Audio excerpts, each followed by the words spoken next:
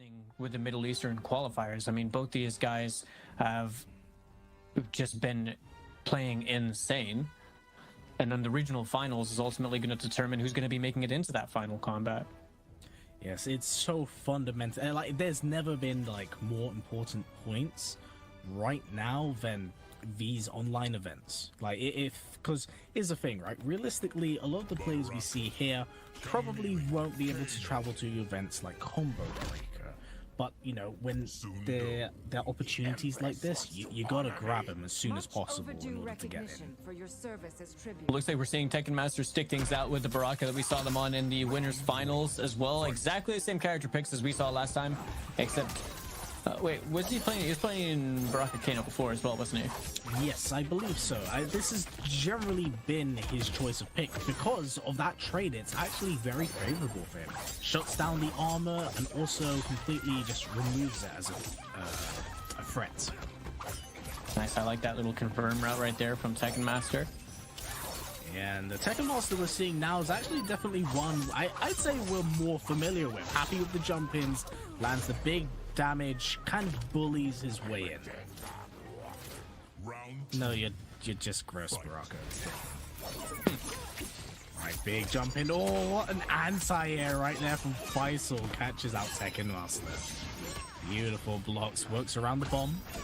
So the big jump block went for the down two. Surprisingly, no punish over there. All right, backdoor to try and set things up. Gets the confirm route with the katana cameo from Chameleon. Ooh, that last bit unfortunately didn't quite land. Okay, that's going to be a clean pickup though for Faysal right here. Going to get the extension. Yep. And the momentum from the previous game has completely changed. That was all Faysal. Yeah, that round was entirely Faysal right there. Both players on at least 2 bars of meters, so good resources to work with over here. But yeah, actually that's one thing I wanted to point out from earlier. The way that Faysal is actually playing is super duper smart. You see, I think he's throwing out the glaive and purposely having it come back to maybe catch Tekken Master if he throws out the Kano. That might be why, like, Tekken Master's been trying to force his way in so much. Here again. Yeah, just, you know, Faysal's playing this so well. Back free. Beautiful. I feel like you can just tell that these guys play against each other like a fair bit. Oh yes, most certainly. Beautiful. Oh, the up block. No breaker available, and Faysal Kombat is going to take the first game of Grand Finals. Man, his katana just looks like a menace. I mean, real. Already looked good with katana, right? But the Chameleon just adds so much, and we're seeing so much of that individualistic, like, Faysal flair being added and boosted up. Oh yes, no, the Faysal was playing this so incredibly well, and honestly, like, Faysal in general has always been one of my favorite players to watch, especially with katana. His understanding of this character is great, and the way he actually applies Chameleon's complete toolkit, being well aware of her rotations and the options. Yeah, his awareness is really good, right? Really good when it comes to his Chameleon. I mean, this is something I've noticed anyway when watching people play Chameleon, is they're very aware of which version they have or which one is going to be available, and they slightly hold off what they're doing to make sure that it matches up, like the cooldowns match up. But Faysal's got like next level awareness when it comes to that. I feel like everything is exactly as he intends. I couldn't agree more. The awareness is very important, but Tekken Master's got to be careful for that. And that's actually been kind of the tale of the tape with these two. You know, when Tekken Master's fought against Faysal, he has been throwing out a lot of stray specials. I feel like he's been making more mistakes than like very uncharacteristic mistakes. Oh, the whiff. Yeah, no whiff punish right there from Tekken Master. Faysal opting to open up more space, ducking the standing 3 as well. Goro eating the Fen for his troubles. Yeah, being turned. Oh my goodness. That was so clever. That was so smart. Awareness, Callum. He sees everything. Yeah, it literally covers so much of the screen, has so many options. Big drop from Tekken. It's like that, yeah, these drops, the risks, that we're seeing a lot of uncharacteristic mistakes from TM. Yeah, very much so. He, like when he plays, he usually does a setup into just like, he likes to maximize every option. On knockdown and wake up, he wants to be there in your face. And some of the mistakes we're seeing here are building up for a lot of issues for him moving forward. Beautiful catch. Gonna be a nice bit of damage. That was a very good bait as well on the up block. Using the teleport, trying to fish for a whiff punish right there with the forward 2. Finds the hit this time, forces the breaker out of Faysal. Faysal now has the Jade Glow active. No projectiles for you, gets the launch as well. I love how he just has a root with every single one of the cameo versions. It is so phenomenal. Just the overall understanding. You know, it's the micromanaging of this character that I find beautiful. Oh, the challenge. Now, Faysal is playing. This is true robot Faysal hours. Oh, the big yeet. Gonna get slammed to the ground to fatal blow. Yep. Yeah, I don't think this kills. No.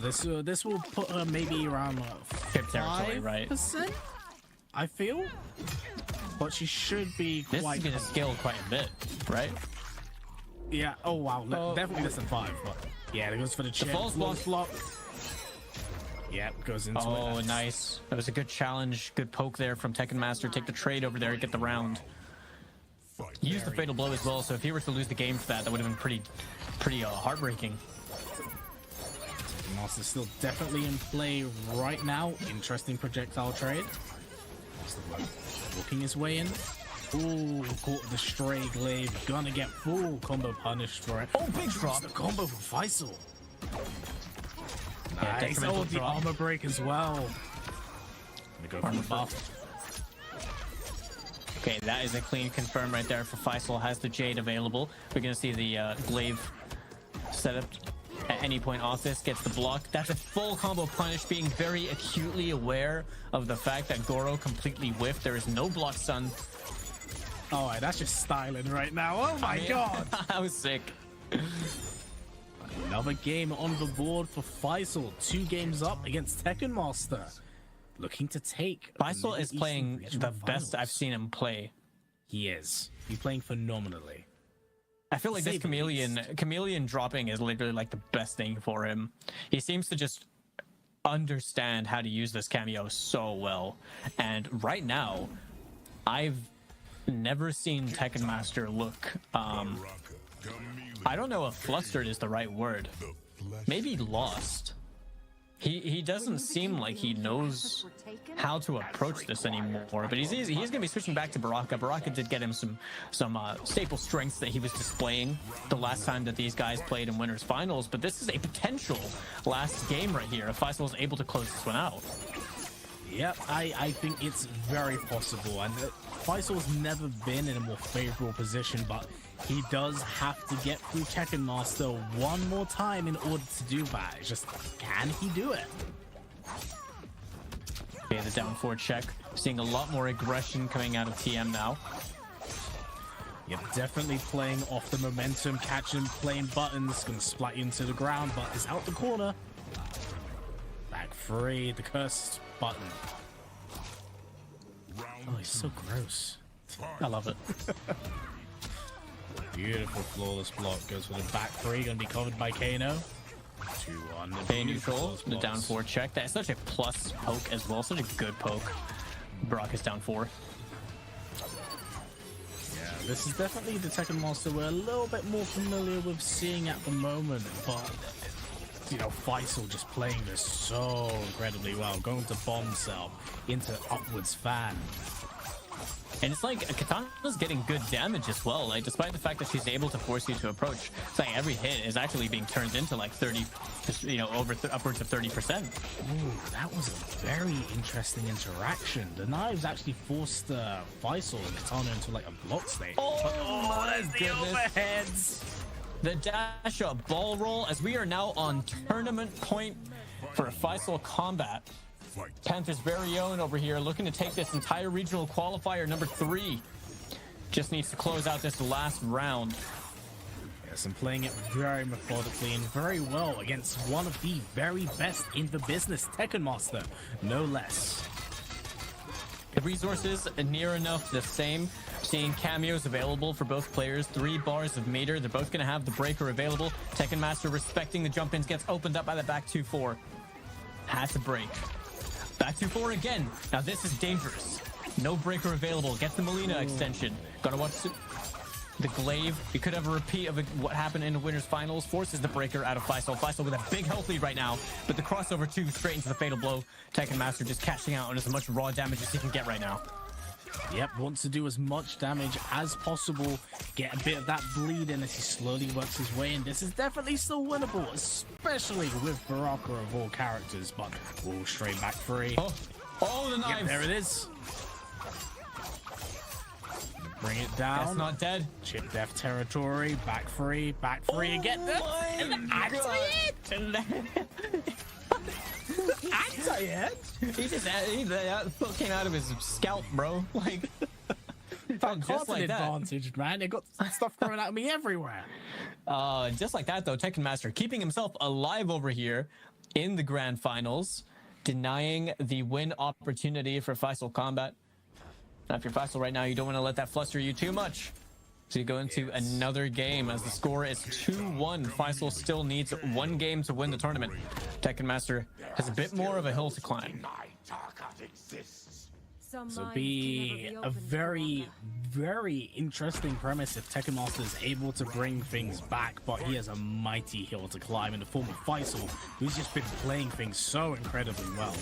I have no idea what really happened there, but that was just really cool to look at. Spaghetti and meatballs. Spaghetti and meatballs. Flipped. Tekken Master showing a little bit more of his form at the moment. Yeah, but there's a big risk right there. Yeah, down 2. Punish just in case there was the Kano active. But see, it's like the fact he went for the charge, but he didn't use Kano. I don't know if that was 100% intentional. It just feels like, oh, risky, but what the hell? That was so sick! That confirm was absolutely nuts, dude. That was like Galaxy.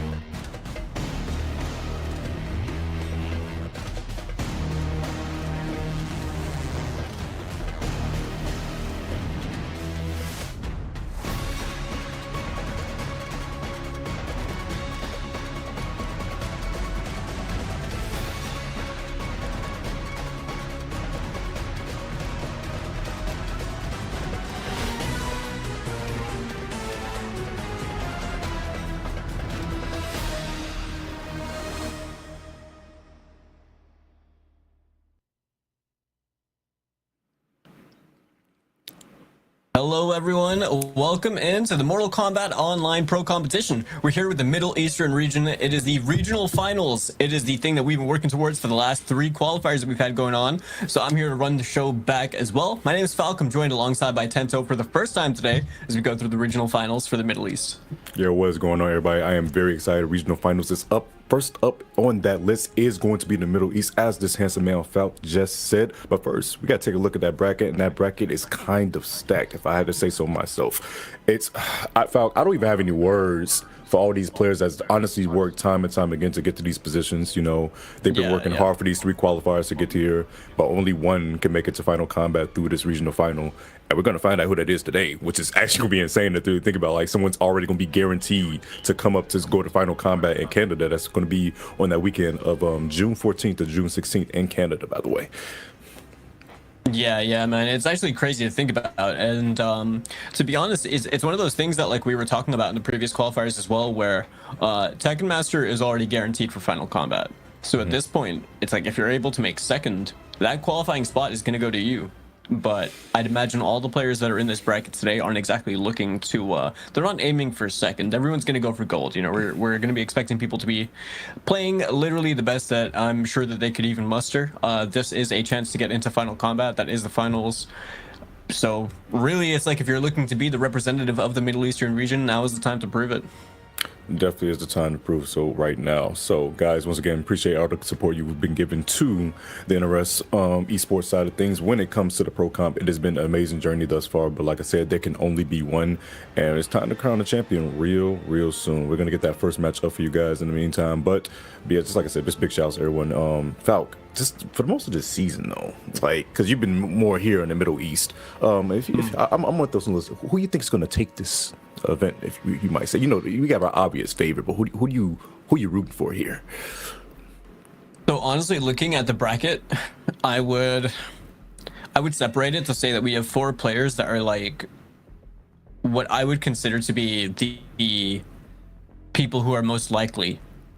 The other 4 players have proven that they're very much able to bring things down to like really close sets. They haven't been able to overcome like those last game situations or anything like that. So today would be a great experience to start, you know, seeing all that stuff come to fruition, where we're actually starting to see them, you know, close out more games or close out the set, which is really important because it's kind of do or die time right now. But short answer, I honestly, you could really expect to see anyone. I would say obviously there's underdog or like people that you would not want to be sleeping on, like Azerbaijan, because he's one of those kinds of players that can be very explosive and can have a lot of success based on the way that he plays. So it's like he's one that you always want to keep in the back of your mind. Faysal was the first person to beat TM. He did incredibly well in the 3rd qualifier, and I know that he's gunning for the win on this one after speaking with him earlier on. Then obviously Reaper as well. Reaper's been a strong contender over here in the qualifiers. He's consistently been doing really well. There is one thing to consider though, and that is the recent patch. Tento, would you like to run viewers through how that affects things in the pro competition? Yeah, the recent patch. As you guys know, when characters get released like Ermac is now going to be available to use till a month after. So you will see him at Combo Breaker. And if you guys haven't signed up for Combo Breaker, you really should, because Combo Breaker will be really good. That's going to be the last stop to get points and the last offline event before Pro Comp comes to an end with Final Combat. But yeah, with this last patch that's been around, it's been a great change to, you know, Raiden got kind of sniped, but he's still very solid. He's still very solid. But a lot of characters got normalized alongside with Ermac being pulled in. And honestly, it's just been a great quality of life. Crossplay is active. Big shout outs to Rips and his community out there doing the thing right there with this online league. It's really looking like the patch is giving everyone like an even ground. No one feels too overbearing right now. The game is just at a state where, okay, who's battling for that top piece? But Rain is kind of crazy. I ain't gonna even lie to you. Aqua, yeah, Rain is crazy. Aqua, Rain is crazy. Rain's actually like, I'm glad that they gave him all this new stuff as well. But this is the first time I'm actually seeing Shang Tsung and Janet. That's an interesting combination. I wonder if there's similar applications to how we were seeing Rothor and EU using Quan and Janet as well. If there's any similarities in approach. Hello, whoa. I don't even know what happened. How we get 2 Janets on the screen already? Wait. I was confused. That's the punish. What are you doing? Oh, you know for sure he does not play Tanya at all. What the hell? That man did a full punishable stream, but gets the back door as Tekken Master. Can we just talk about how base it is to soul steal when you don't know how to play the other character? That man, he just immediately did the string. I'm like, yeah, he doesn't know. Right, checks with the low poke. He's gonna have to work really hard to be able to take this round back though from Tekken Master, and the down one into the spin is gonna close that one out for himself. Yeah, that chip damage from Chandelier from Tanya definitely holds a lot of damage. Plus frame coming in from Goro. Oh, you thought it was your turn? Counter. The 3 bars gone for Breaker. Expensive. I'm curious to see what kind of damage output we're going to be getting, but speaking of damage output, Tekken Master clipping the standing 3, going to get a full conversion off of this as well. Yeah, Ali. Send him towards the corner as well. Look at all this damage just piling up right here. Tento gets the extension. He's not done, but wakes up with the armor. Doesn't have. Wait, can he extend off that with Janet? Only time will tell. But right now, this is like a kind of a wrap. Tekken Master definitely got this on lock and going to take that first game over Slash. The Shane was a cameo, if I would say so myself. It's kind of honest here. Like, he didn't get anything going. Yeah, it looked like he was really struggling to find his opening moments right there. But Tekken Master, it looks like the timing in which he's pressing his buttons as well are really throwing Slash off. So he's kind of just playing a simple game plan just at the right time, and it's paying off really well for him. I'm not sure if Slash intended to try and keep him away that entire game or not, or if he was just looking to he's playing Shang and he's just gonna play like the spacing, try and look for health sparks or anything like that. But hasn't really worked out too well for him in game number 1. Yeah, he's going offense going. Second. Yeah, for sure. I hope Johnny kind of stuff with Janet as well. I mean, let's be real. We could be seeing some sick confirms coming out over there. Yeah, Janet is definitely one of those cameos where I'd love to see what people do. Not off just her extension with she just gets loads of damage off those jump punches, but really what they got with the stance. Like, I see a lot of people open up some sauce in the corner, you know, armor break setups, max damage, and more setups as well. Wait a second, he can't get it. I thought so. That's pretty cool. Not bad, huh? 234 damage off the armored reversal.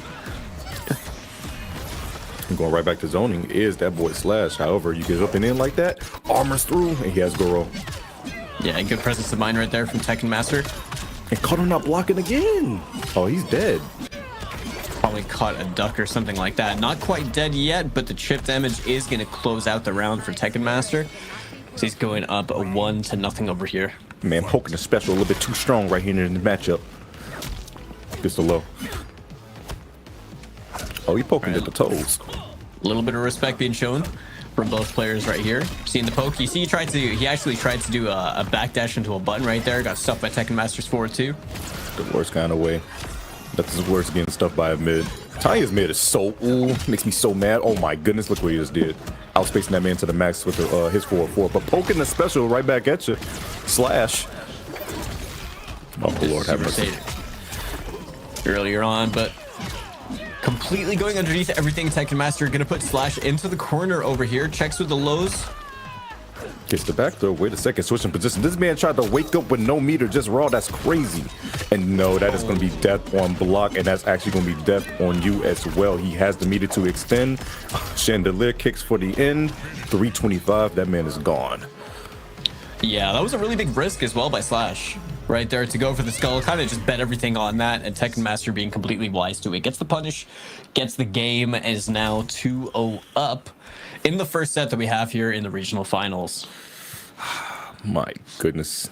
Being down 2-0 to Tekken Master is not a good place to be. Slash, got to dig deep. The Shang, he definitely had more signs of life in that match, but unfortunately just wasn't able to just stop the poke and the special, and those mids coming out of Tekken Master. Tekken Master's on a mission, you can tell.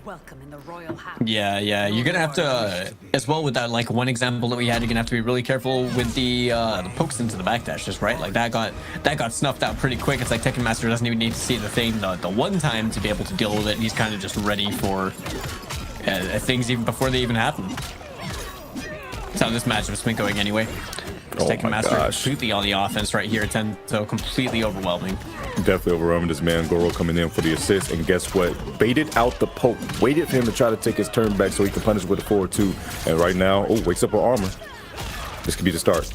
Do something with it. Stab him. 244 damage. Not the most in the world. He's gonna have to fight a lot more, but that poke gets absolutely destroyed by the 4-2 right there. As he's now in the corner in a potential last round situation. My God, Tekken Master's out here outspacing, just outclassing right now. It is currently 2-0 up, and he's looking like he's on the verge of sending Slash down to that lower bracket.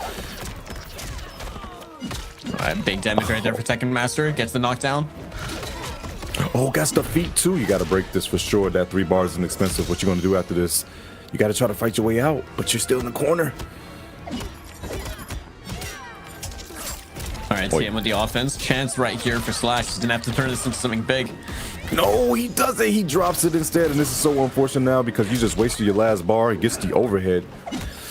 Don't get hit right now. Armor's coming through.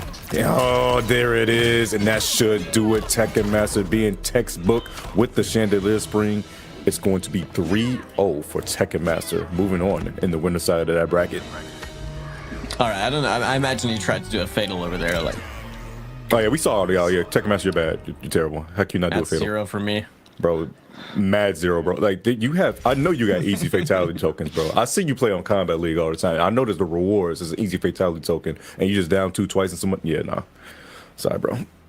But to be honest, well played to Tekken Master. Obviously, just showing what kind of a force he is in his respective region over here. This guy is quite literally the guy to beat. And the last time we had the qualifiers, that was the first time we saw that. So either way, he's definitely going to force you to play at the best that you possibly can. Whether you overcome that hill is another story. Unfortunately for Slash, it wasn't that moment for them this time, but they do have another chance as they have been knocked down into the losers bracket as well. And Tento, how about these replays, man? The replays are looking magnificent as you see this man Slash get tossed around in Johnny's house. It's just, yeah, that's not a good look. Yeah, it's just unfortunate. He couldn't get any offense started. Tekken Master was timing his buttons well, and especially with punishing the heck out of this man with that 4-2 and timing that armor correctly. Anytime this man tried to take his turn no, it's not your turn ever. It's never your turn. It's like 4-2, stand 3, and armor almost all had like a 100% success rate. Like just those 3 alone, and that pretty much was the entire set for the most part. I mean, I really didn't see much that we could have been able to talk about other than, unfortunately for Slash, they just got hit.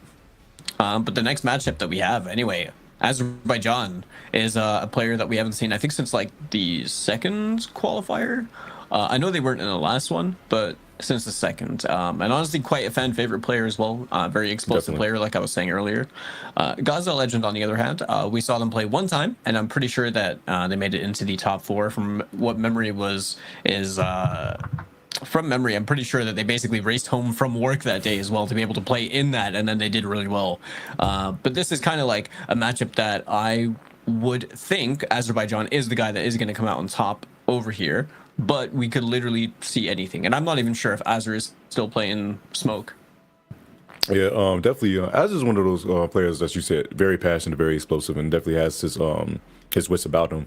And it's actually really funny because I was thinking about, like, Azerbaijan was one of the first, like, when the game first came out and we had those first few tournaments in the beginning, like, he was one of those people that won. He actually won Viennality. Yeah. So it's so interesting to see, like, his change from, I believe he was running Tanya at that tournament, correct? He was Baraka. It was Baraka in that tournament. Yeah, Baraka. And then, as you're saying, he's playing Smoke now, and then, like, he's switching around characters. You know, finding your footing in the fighting game when the meta changes is definitely something that you need to make sure you adapt really quickly when it comes to playing constantly, and especially when playing the tournament, when patches come out, character switches, tier list switches, you got to be able to work on the fly. But it appears that it's still the Smoke, okay? He still wants to disappear. He still wants you to make you guess for your life. But Gaza with the Kitana, the princess. I mean, to be honest, that was pretty much Azerbaijan's entire thing for the past 2 Mortal Kombat games as well. He just wants to make you guess all the time. So Smoke really kind of fits that very well. But we're going into the second set over here between MK Azerbaijan and Gaza Legend over here. Azerbaijan obviously rocking the Smoke that we were just talking about. Gaza Legend on the Katana Chameleon. The Katana Chameleon is definitely a team to watch out for. Chameleon in general just gives so much utility to certain players, and it just becomes nonsense. That setup into Smoke Bomb was crazy with the striker grenades. Holy. That was incredibly clean. 373 damage as well. And he got the side switch, but he threw it out the corner. On jumping back as Gaza, he doesn't want no parts. Right, Azerbaijan playing with the space a little bit, looking for that moment to get the Smoke 4 in, and the 1-1 is going to clip, goes into the striker grenades. Invisibility.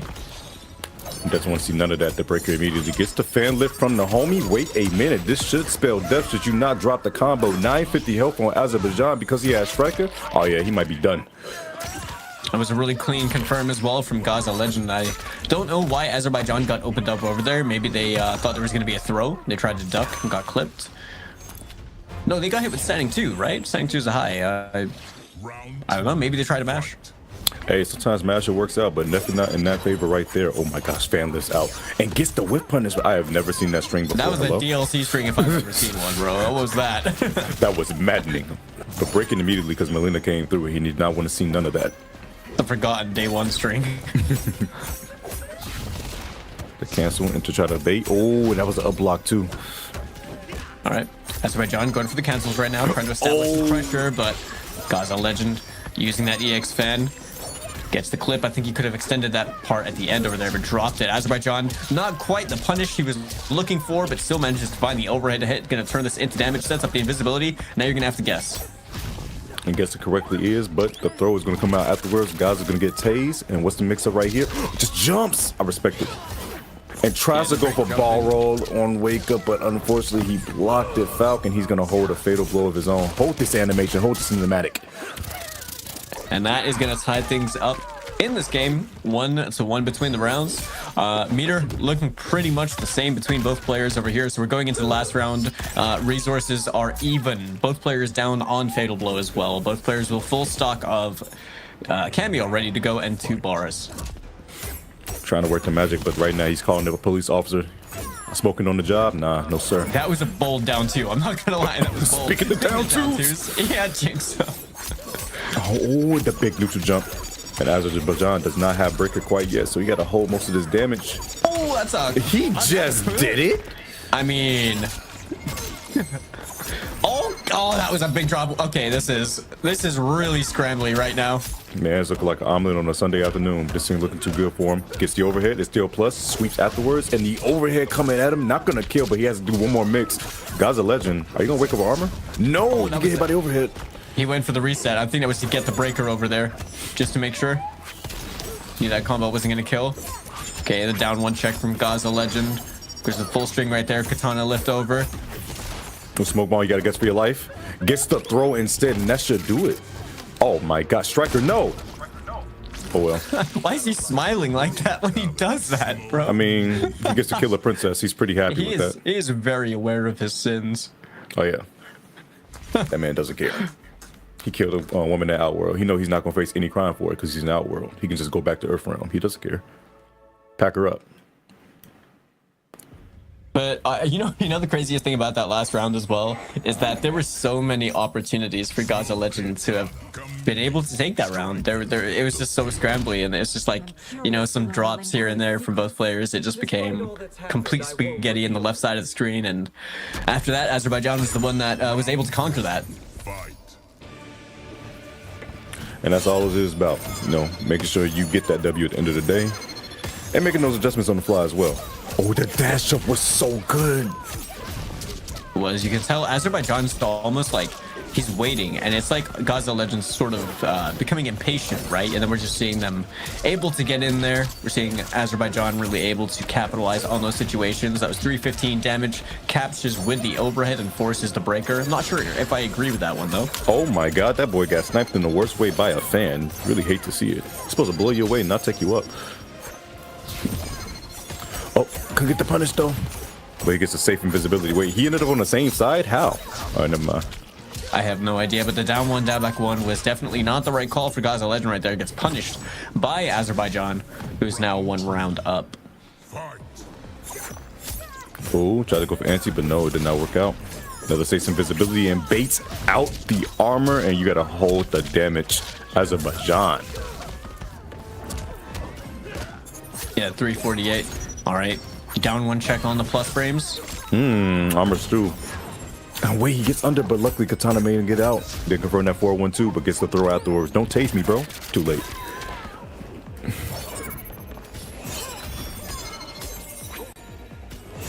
Okay, Gaza Legend right now. Just going with the zone approach. Yeah. It's like you want Azerbaijan to try and work his way in. Oh my god! It's the fact that the fan connected, and that's when they committed to the fan lift from Chameleon. We're seeing that being spent into the fatal blow. I agree with this anyway. This is like the most damage they're just gonna get raw, right? And at this point, it's like next touch is gonna kill for either player. The problem is you put Azerbaijan really close to getting fatal himself, and give wait a second, never mind. He's got the breaker. He's gonna spend it here, looking to close out this game right here. Gets caught, but couldn't get a combo. He just needs one overhead to connect into fatal, and you're done. And oh my god, the straight fan into the fan lift once more. 2 times in a row right there for Gaza Legend. Got them the round. This time we're going for the really aggressive start from Azerbaijan, but a big combo drop right there. Big one indeed. Now we start off with the pressure. Goes with fan lift, gets the other side. I like the poke. And went for overhead for the reset. Azerbaijan going to the corner. Okay, low into overhead this time. Gets the low poke check. Thrown out of the corner though is Gaza Legend. Oh no. That was unfortunate. Gets the fan lift. Legend wiped a big sweat off his brow after that whip though. Definitely so. 338 for that, but you're whiffing in front of this man's face. You lucky it wasn't worse, but you got caught by the grenades, got caught trying to press, and now this man, Tomas, took your neck and took your eyes. Okay. This man's a savage. Where there is smoke, there is fire. Brutality. Smoke. I've never understood why he takes the eyes. You know, is it like souvenir? Dramatic effect. And he put a knife in you and says you're done, and he's just gonna stand there, watch you turn into a blood fountain. You know, Tomas is a real guy. He doesn't need to spend his extra actions. You know, he's adopted. Okay, yeah, he's adopted. But just like that, we're in another 2-0 situation right here, Tento. But I feel like these matches have been, you know, pretty close for the most part. It really just comes down to those final moments, and Azerbaijan's been the one that's able to clutch everything up. So, for Gaza Legend's sake, we can hope that we do see some things clean up a little bit. You know, we're seeing some scrambly stuff, some drops here and there, but overall, it really is back and forth between both these players. Oh my god, once again, that's whipping because of 412 going a little bit too far, teleports to the other side, but the glaive was still there. Oh my god, the awareness. And I love that jump back challenge. Yeah. Being wise to it this time. The down one check right there, armor used to answer, but the ball roll on wake up, you gotta watch out for that from Chameleon. And the full combo with just projectiles off full screen. I love to see it. Gaza, he's been definitely making sure it's been a minefield on the screen when it comes to Azerbaijan trying to get in, but unfortunately this man Azerbaijan's been finding the hits, but he's not blocking his toes. Jesus, come on now. Okay. Wait a second. And Azerbaijan only really needs to open up Gaza Legend one time over here to really be in there like swimwear, and Gaza Legend's gonna try and keep him out. As you can tell, Azerbaijan's getting a lot more aggressive right now. Gets clipped by the armor on the second hit. No. Is he just really let that rock? Oh, no, he didn't. But just goes for raw overhead is Gaza Legend on the wake up. You'd love to see a Chameleon coming through for the homie. Fight.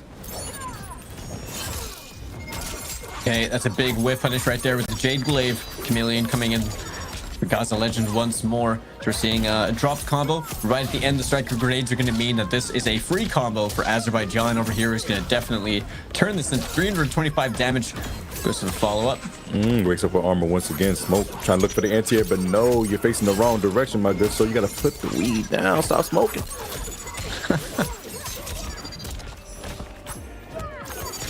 Wait, striker grenades once again. The ops coming through. Breaker available for Azerbaijan as well if he finds himself in a bad situation. But Gaza Legend could very well close out this game without even needing to use the combo or even put him into a breaker situation. But just like that, Azerbaijan. So unfortunate, got caught by the striker grenades. I would have liked to see a down two right there instead of that low poke, which actually would have got the kill instead. But unfortunately, he's going to get killed for it. The smoke bomb into the staff. Azerbaijan puts himself on set point. That he does. He is down on the fatal blow right now. He's almost got the breaker. These are things that could be really impactful going into this last round. I mean, Gaza Legend, if he wants to stay in winner's side, he's going to have to win this set right here. Oh, double poking. We don't care. Safe setup with goes for armor once again. Has the time to save you, but no, did he convert that off a down two? This guy. While invisible as well. Good blocks. Wakes up a ball roll, but no, it got baited out. And once again, you're getting launched for your troubles. Falc, it's not looking good for the Legend. It is not. The overhead is going to connect. Breaker forced to be used. And Azerbaijan, I think right now, is probably just chilling.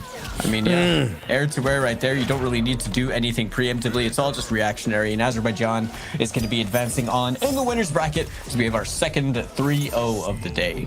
My goodness, Azerbaijan and Tekken Master obviously got places to be because those 3-0s ain't nothing to sweat at all. Gaza Legend will be going down to that lower side of the bracket, and Azerbaijan will be advancing on in that winner's side. Man, 3-0s back to back. I'm sorry, boys. I didn't know y'all was getting down like this in the Middle East. My apologies. I wasn't familiar with your game. Everyone's hungry for blood. And I think we're really seeing that right now. You know, no one's here to mess around. This is the regional finals.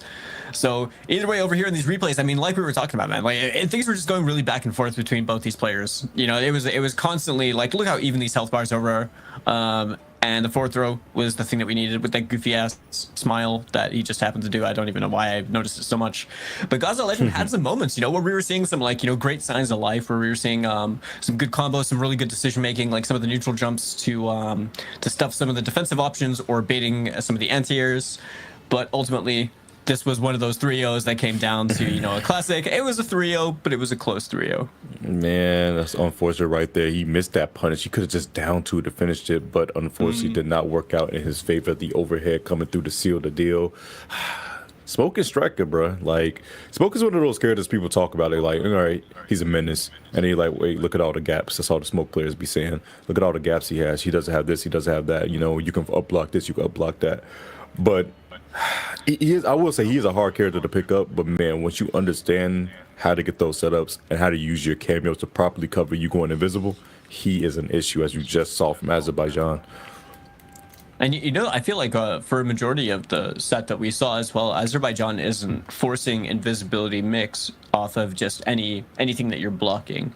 I think for the most part, we were seeing invisibility at points where he was already finding the hit, and then he's going into invisibility, he's doing his combo, and then he's getting a free mix up after that, right? So he was mostly doing stuff like that. And I'm curious to see how things are going to pan out in his match against Tekken Master later on this evening. But the next match that we have in our hands that's going to be coming up very soon for you guys is going to be Faysal Kombat versus Fury's Dustin. Oh my goodness, Faysal Kombat. You know, Faysal took that last one over Tekken Master, as you just mentioned. The only person to beat Tekken Master in this region, in this side of the region.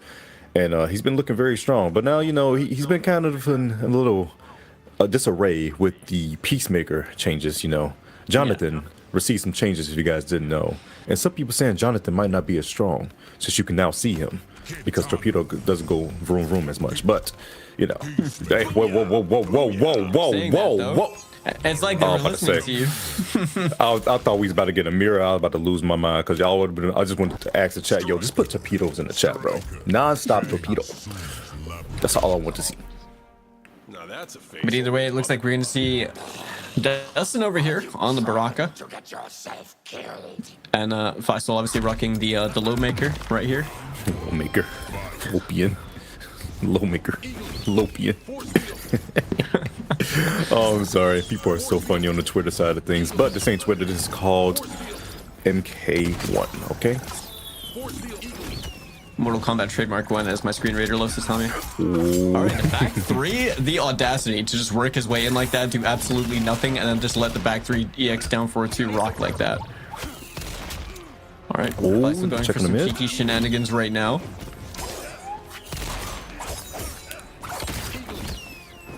Okay, checks with the poke, the Eagly, being a menace right now, just force field drops the combo. Looking a little shaky right now for Faysal right now. Not gonna lie. Trying to find his footing. No bird. But gets hit. That's a big whip punish. It is. The patience paying off right now for Dustin as the health bars are near enough even. He's a good shin this time, but wait a second. Armor's right through the gap. That was a really well-timed torpedo. Oh, he's dead. The raw Eagle. Oh, he's dead. Yeah, that confirm was great. Straight into the sonic boom. And torpedo to close it out. 300 damage right there for Faysal Kombat. Yeah, we're seeing a lot of patience from Dustin. Sorry. And yeah, it's been clearly paying off. We're seeing some good hit confirms. He definitely still pushing his man to the corner again. Oh, tries to go for overhead, but none of that. Jonathan is not having it. Gets to the other side and gets the throw too. Tasing this man. Bro, I could never seen a taser before in his life. You know he just got shot. No pun intended. Okay, force field out as well. What a great duck right there on the high. Gets the full combo punish. As a base force field and right back to the bird. The bird is the word. Oh, that was good awareness, because he realized that he didn't have the bird available, so he just went for torpedo right there. Oh my gosh, Eagly once again. Yeah, poke into Eagly. And it's like grab switch places right here. We're gonna see it again. Baits the up block, gets the low poke, and Faysal Kombat. A little bit, things were a little bit back and forth in the first round. Second round, that was pretty much one-sided. You know what Falcon is so funny about this character, Peacemaker, is the fact that once that force field got changed, people was like, oh, wait a second, there's a move called anti-gravity that no one was using, by the way. And I'm just like, bro, this move is crazy. It's kind of broke. Why is no one using it? Right there, you see this man got baited with up block like 3 times and got shot in the toe every time forward. Like, that move right there, bro. It's actually so funny. It's like, it's almost like people just sort of hyper fixate on the one thing that's like really, really strong, that there's like always that one forgotten thing on the side, right? And in this case, it's like, okay, well, one thing got nerfed. Oh, there's another tool over here. Oh, that's pretty cool. Yeah. Yeah, it doesn't stay one. You can cancel jump normals into it, and you can also cancel the overhead. It's so good. I wonder why no one's using it. Oh, because everyone's worried about force field. Hit the Eagly. Oh no. Not gonna work out, but the striker grenade's completely covering Faysal over here. Just gonna get the torpedo ender over here. And that force field is honestly just gonna make things annoying for Dustin, right? Like, all right, good torpedo right there. It breaks pressure. It did get nerfed, by the way, for guys you don't know. It can only take 2 hits now compared to just the whole duration, but it's still a decent-sized tool to use. It's enough to shut down Baraka, right? Like, even if he spends the bar, it's not like he's ever hitting you with more than 1 projectile at a single time. Yeah, but it's a grenade you got to worry about because Striker throws 2 of them things, so it can't get broken in that moment. Oh my, bro, that was cheap. That was so cheap. That was so cheap. Why? 330 once again. Oh, wait a second. Going in for the chop chop. All right, baits it out. Bar gets in there, tried it down too. A little bit too late on that one. Didn't quite work out. What an excellent. What was that? A trip guard? Definitely looked like something about it. Saw a counter hit. The man was pressing something, but oh, wait a minute. That was almost a brutality, but brutality. Oh my God! He got sniped. I just got quiet because I really thought it was going to happen to him. Yeah, me too. Full conversion. All right, nice conversion. But he's going to wake up with torpedo. Oh, never mind. He woke up. No, he woke up with Marble 3, bro. he's out of here. He woke up with air combo. He woke up with Doom Tri-Dash, bro. Oh my goodness. And it came down with foot dive. Well, never mind. Not the elbow drop from the top rope. That's what it was. And just like that, it seems like Faysal's basically got this match figured out. And we're seeing Dustin on the back foot a little bit. What does Dust do in this moment?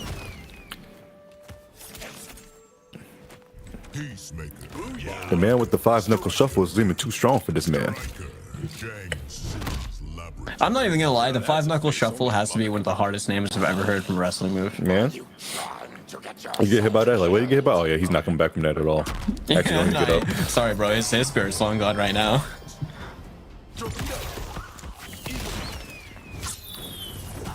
Well, Dustin got to lock in and hurry up and adjust his attitude. Otherwise, it's not going to look too good for the man at all. All right, coverage. Oh, no, you got grabbed. Oh, no, dude. He hit the end of the string right there. All right, he gets the conversion. Torpedo gets him securely locked into this corner.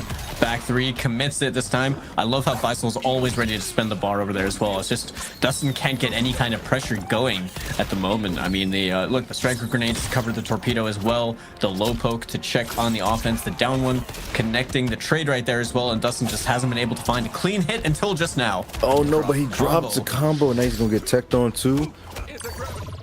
Anti-gravity and goes for the overhead afterwards. It's too much. And really what a good thing Faysal's doing also, he's activating shield and then going for the armor through the gap. So then he's going to take the grenades, but he's going to win the trade at the end of the day. Yeah. Oh, he's backing up. Yeah, this one you just want to make it annoying, right? Like make it so that Baraka has to work his way into you as much as possible. Oh yeah, this Tarkat's not having a good time. Is that converted? What the heck? Oh no, that didn't convert though. Oh, he tried to go for the boot, but wait a minute, strike grenades. Okay, he's stepping on them toes. Oh, wait a minute, the overhead this time. I think he tried to poke over there and got clipped by that. With his shimmy. Standing fours. Grenade, safe jump. Overhead again. Good blocks. Gets the back throw. Okay, there's the blocks, the anti-gravity. The grenades. Oh, that's not going to work, right? Surely? Not at all, bro. The elbow drop from the top rope is actually going to kill this man. Another 3-0. Faysal. It's going to take it over Dustin. And just like that, I mean, like I'm saying, like, you know, we're seeing some good, like, signs of life from who I will call the challengers, right? You've got your established 4 players that are like the killers of this bracket, and then the other 4 that are more of the newcomers to the competitive space and people that we've seen in previous qualifiers. Now, it's not like Dustin played badly. It's just Faysal's just playing better, right? It is a really like a GG's, you did well, but I did better kind of game. It was truthfully like the deciding factor was, as you see right there, it's anti-gravity. This man was like, what do I do about this move? He's trying to up block it, but then he's just going down with either elbow or canceling it. And then he's using striker grenades to cover himself. It's like, bro, how do I do? Bro, I'm a Tarkatan. I don't know how to deal with this. And then dropping the combos too is also a big factor as well. It's tough, man. It's tough when you don't know how to deal with a move that you know no one else has utilized with a character. And I mean, to be honest, rightly so for Faysal as well. In this case, so just keep using it. right? Like if it's working and it's so effective, then what's the reason to stop that if your opponent's shown that they're unable to deal with this? But the last match that we have in Winners Round 1 over here in the regional final, Senso, we've got Reaper and Tekken Legend. Now, do you know anything about Tekken Legend? You know, I just processed that you said Legend, not Master. I'm like, wait a minute. And I'm just see the Spider-Man meme, just like, who's who right now? Like, who's who? I mean, who's the Legend? Who's the Master here? I'm not familiar with Tekken Master, but I'm very familiar with Reaper. In one of the qualifiers, we had to commentate Tekken Master and Tekken Legend both playing at the same time. That was an interesting experience. As my camera goes completely out of focus, that's lovely. I love that. So basically, from what I remember, I'm pretty sure someone said Tekken Legend was TM's brother. So Tekken Master, you got a brother? Yeah, that was my first reaction as well. You know, it's something about siblings in the NRS community. That's, you know, we got DJT MIT. Sonic has a sibling that most people don't know about. They have an older brother. Honeybee and Biohazard, you know. Jessica Koi. And then the twins. Like the twins. Like, we have so many brothers and so many siblings. It's just Revit Leafing and Young Monster. Like, it's so many brothers out there. It's a cheat code to have. It just makes you better than Aztec is a twin, but his twin doesn't even play fighting games. That's the crazy thing about that too.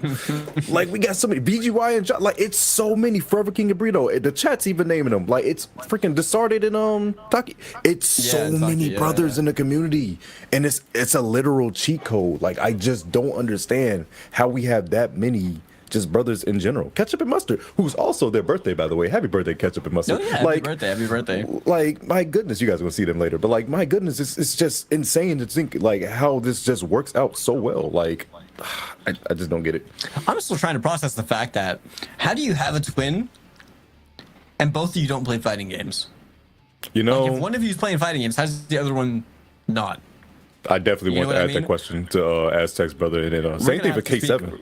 We're gonna have to get Aztec in an interview at some point and be like, so what happened?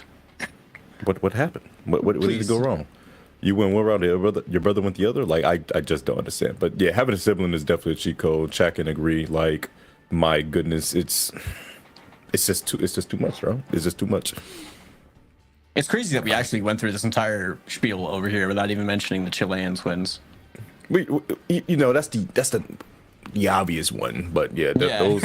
You know, when I first met them at CEO 2021, I was like, oh, look at these kids, I'm like, doing good. And then I saw them play Fuji. I'm like, wait a minute, they have been training down there. I did not know that the South American community were they're out there. They're definitely out there. So I just shout out to the South American League and then the League of Latino League. It was actually amazing to watch. Truthfully, like, we have so many talented players in South America that I wish they had more of an opportunity to come out. For sure. And I'm glad that they definitely had the league. Big shouts to the WB and NRS making that happen for them down there, because it's actually been great to watch, to see all the killers that they have out there. The competition is, right? Man, like everyone's playing at such a high level, but it's like so close, like so much of the time.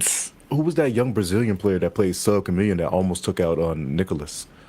No, Scorpion Prox actually. There was a young Sub-Zero Sub-Zero and Chameleon player. I forgot their name, but my goodness, it was just. It's so many good players out there, man. I just wish that a lot of them had the opportunity to play too, but we're opening up doors little by little. I really hope it is. Oh, you guys, Brian, thank you guys. W chat, man. W chat, Brian. It's just like, I love seeing, like, it's also like kind of scary, because, you know, me and you, we on the younger side of our 20s, but at the same time, it's like. Oh no, speak for yourself, man. I'm old. No. You got to roll with the script. We have a script they gave us, and you want to read from the script. Come on, man. Supposed to be with the script. Try to make it better. But it's like, it's really crazy when you see, like, hey, there's 15-year-olds that's really good. I'm just like, my age is showing. My hands don't work like they used to. These kids are getting too good. Why is it happening? Like, my God. What's really cool to see, though, I think, as you know, both of us are basically like half a step away from care homes.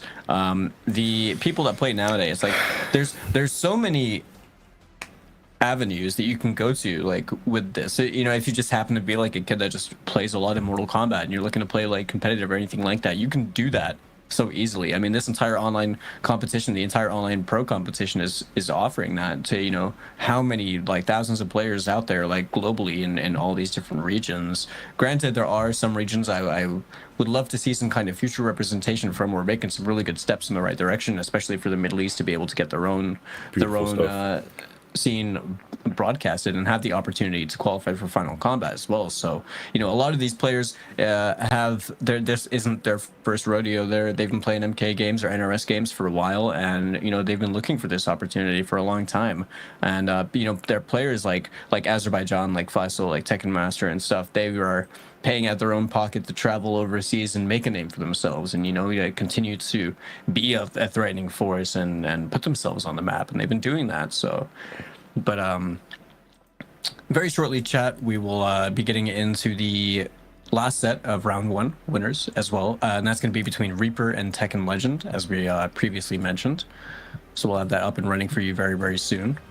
Oh, also, really big thing to know, I forgot to let you guys, because this is regional finals, everyone started off by winners. So I know this might have been like overlooked by a couple people in the bracket and look like what's going on. Everyone starts off with winners in this side, and then losers bracket will you basically everyone starts off with 2 lives. It's not like a traditional top 8 that you guys have seen where it's 4 losers and 4 winners. No, everyone was in winners first, so no one is out. Everyone is still in, so just like that as also FYI, an exclamation point bracket in the chat for you guys to keep up with the bracket to see how it's going to go.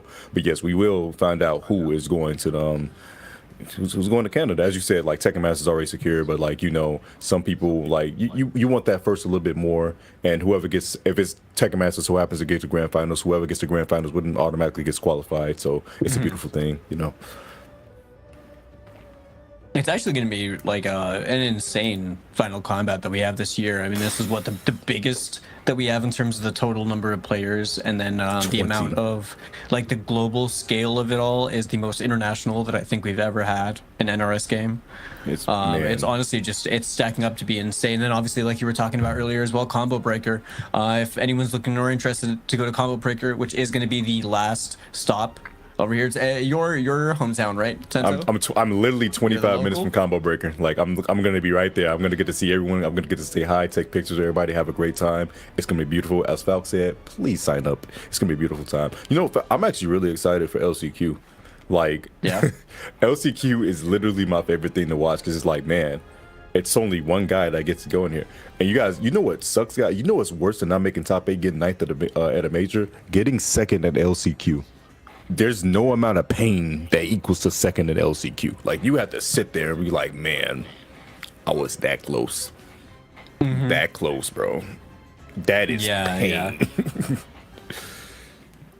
Definitely rough for anyone that's in that position. But I'm also curious to see who's going to be attending LCQ. You know, I feel like there are so many players that are pretty much shoo-ins to be able to qualify for Final Combat. So now it's like, it's opening the field up. I'm trying to see. Obviously, I imagine a lot of the North American players are going to be at Combo Breaker as expected, especially if it's LCQ. And then I'm curious to see how many of the players outside of there, like outside of North America, are going to be traveling to it. We could be seeing the South American players turn up. We could be seeing European players. Could be seeing, you know, anyone from the Middle East. It's really up in the air, and anyone that's hungry enough and has the resources available to them could very well pull off an amazing thing for themselves, an amazing run for themselves, and qualify for the finals. Definitely, though, definitely. So it's, man, it's really interesting to see, like, how things shape up, and like you said, with other regions coming along too, and it's just interesting to see what other regions actually come through. I really, like I said, I just love comparison the regions to how they play. Like, it's so interesting to see how people, like, their dynamics and how their mind works when it comes to certain character combinations, certain cameos and whatnot. It's way too good, bro. Like, it's way too good. We're seeing, I feel like throughout every one of the qualifiers that we've been seeing anyway, like over here, generally speaking, we've been seeing people level up a lot. And I know it's only really been a few months. It hasn't been that long, right, since the online pro competition started. And we're already seeing players playing, like, insanely well. And I've honestly been pleasantly surprised from some of the players that we've had the pleasure of being able to commentate that, you know, we might not have seen before. You know, there's been a lot of new names, I think, for all regions that have been popping up in top 8s here and there and stuff. So it's looking really cool. Even players like Gaza Legend and Dustin and stuff, they're playing, like, clean, playing really well. It's just when you're playing against Titans like Faysal and Tekken Master and stuff, it's going to be a lot harder to make your mark. But without further ado, it looks like we're getting through some of the connection issues that we had earlier on with both the players, and we're ready to kick things off in that last set that we were talking about between Reaper and Tekken Legend. Man, we was just talking about the good old classic 5-knuckle shuffle and wrestling moves, and now Undertaker's coming up on the screen. It's insane to even think about. My gosh. But Kenshi, the blind bandit. I'm sorry, your main. I apologize. Great character. Yeah, great character. Yeah, he's very fun. Thumbs up. Running the Sub-Zero too is definitely going to negate a lot of that striker pressure and any Baraka blades that's going to be coming through. Also means we're getting some big meterless damage as well, since it is going to be relying on that hit, but the ice armor should help out, like you were saying, with that striker. Oh my god, he's so lucky he was an inch away from facing the blue man group and beats by this guy. Flawless block, I like it to get something to chip, but gets thrown again, bro. He got Tarkov for sure after that bite. That was nasty. Yeah, he definitely contracted something with that one. All right, gets the knockdown. 4-4 is not going to work out. We're seeing Reaper back up a little bit, trying to play with that forward 2 max range right here, fishing for the hit, seeing if Tekken Legend bites. Goes for a poke, goes for a back dash, anything like that, gets clipped. The 4-2 going to work out, but the stagger, no commitment right there. The throw punish on that up block attempt. My god, 17 for that, but wait a minute. I would have got shit right there, I'm not going to lie to you at all. Waiting. I like the patience. Reaper definitely trying to force him. No, he misses ice armor. He just missed. Thanks, Sub. Sub doing massive work right now. Oh, wait, armors? Big good bait. Oh, and he clipped Striker as well with the second hit. Unfortunate. No, he wasn't even get frozen, no Sub-Zero. You're not doing your job at all, bro. What do I pay you for? Oh, my, yeah, you don't pay him to do nothing. Jeez. The big jump in. That's going to be the kill. Send Striker. Sub-Zero back to training. Yeah, that is definitely going to be the round right there for Tekken Legend. Man, no wonder that freaking Scorpion said, yeah, I don't want you to be Grandmaster no more. You can't even hit nobody. Round 2, fight. Man, I would have laughed so hard if Kenshi said, like, threw some shade at Sub, like, I'm the blind one, question mark. Yeah, I thought I was the blind one. Sento guides me. Oh, wait, big jump. Big. How'd you know? They felt it. All right, ooh, these forward throws are going to roundhouse. start racking up. That's 130 damage on these forward throws from Sub as well. Yeah. All right. Oh, the grenades with special effects that time around. Yeah, and you can tell Reaper's trying to find a whiff punish right there. Gets checked with the down 4 as well. Has himself in a very scary situation against Baraka in the corner with the striker as well. Striker doing massive work right now. Oh, tries to get him in, but wait, Tekken Legend's going to catch him out the air. This is not looking too good for Reaper. Chip is a big issue. Not biting on these staggers. I love it. We haven't seen a blue guy not once. Not once, Falk. Yeah. Did I jinx it? Okay, no, I didn't. I'm good. Yeah. All right, forward throw. Keeps Tekken Legend on his toes. But now this is Pop the Ice Armor has half of the sub cameo available if Reaper's able to find the hit right now. But for the time being, Tekken Legend pretty content with just being able to move back the 2-on-2 as well, keeping things neutral. And that is going to be the first game over here. Ends in that brutality as well. Yo, they slowly slide down the skewers. Yo, he's been through so much already. You just took him. Okay, man. The Tarkov just did not like him. She took his eyes and took his torso too. You really hate to see it. But yeah, I mean, honestly, Tekken Legend performing really well over there. It seemed like Reaper was just struggling more than anything to really get a lot of value per hit. We're seeing a lot of throws, I think, which is really good. You know, Reaper's fishing with certain buttons to try and find that hit, but Tekken Legend's been a little bit too patient. And unfortunately, yeah, like you were saying, like we didn't really see Sento being utilized. Couldn't really find the opportunity. Literally came out the last minute and all he did was take a knee. What a lazy ancestor. Yeah. What a lazy ancestor. Came out to pay his respects. Oh wait, pokes, take the man's knees, and once again a big bite coming out of Tekken Legend. Let me find out. Oh, never mind. Cold feet. It got you. A 130 on that forward throw. See, Oh, you can't be nice. whipping, bro. Yeah, backing up. Keeps things safe as well with the back forward 4. The back 2 anti-air didn't get the follow-up over there. And the anti-air not going the right way. Didn't quite work out for Reaper over there. And Tekken Legend slowly going to be working Reaper towards the corner. That was a good time in that armor. That was a very good time on it, yeah. Big charge up. And Tekken Legends got that like understanding of the forward 2 space a very good understanding of it. All right, this is the first time we're seeing Sento being cashed out. The forward 4 straight into the Sento 3 ends things in the sandwich over here. A lot of Sento time remaining. Not like it really matters because that is going to close things out. That was also an armor break as well, just in case he did go for the armor.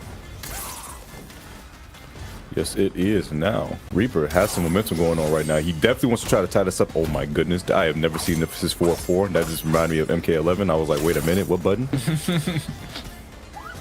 Remember in the beta when you could combo into the crushing blow and launch? Bro, we're not going to talk about that right now because I missed that. But, you know, changes are changes. You got to respect him because I can't do anything about him. So, yeah. Oh, my God. I thought that was punished. Yeah, it was just shy on it right there. All right, these wake up down threes have actually been working out quite well for Reaper.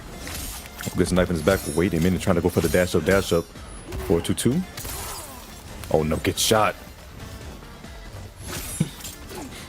No belief once again, Sento, in that 4-2. Didn't quite work out for Reaper. There's a big whiff punish and immediately broken from Tekken Legend. You know, it really sucks when you see guys have commitment issues. I'm like, man, you can't get the girl if you got commitment issues, bro. You got to lock in. You got to lock in. Don't have those commitment issues. There you go. That's why I like to see commitment. Yeah.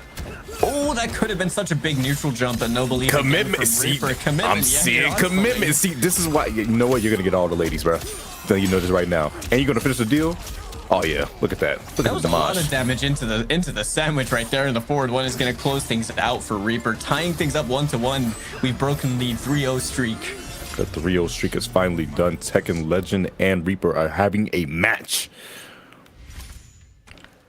Yeah, that was definitely looking a lot cleaner for Reaper this time. We're seeing some really good conversions as well. Like these combos have been on point. It just seemed like in the first game there were just some really unfortunate situations that led to, you know, like freeze not connecting or maybe no belief in some of the buttons that were pressed or anything like that. But now we're seeing things tighten up a lot more for Reaper.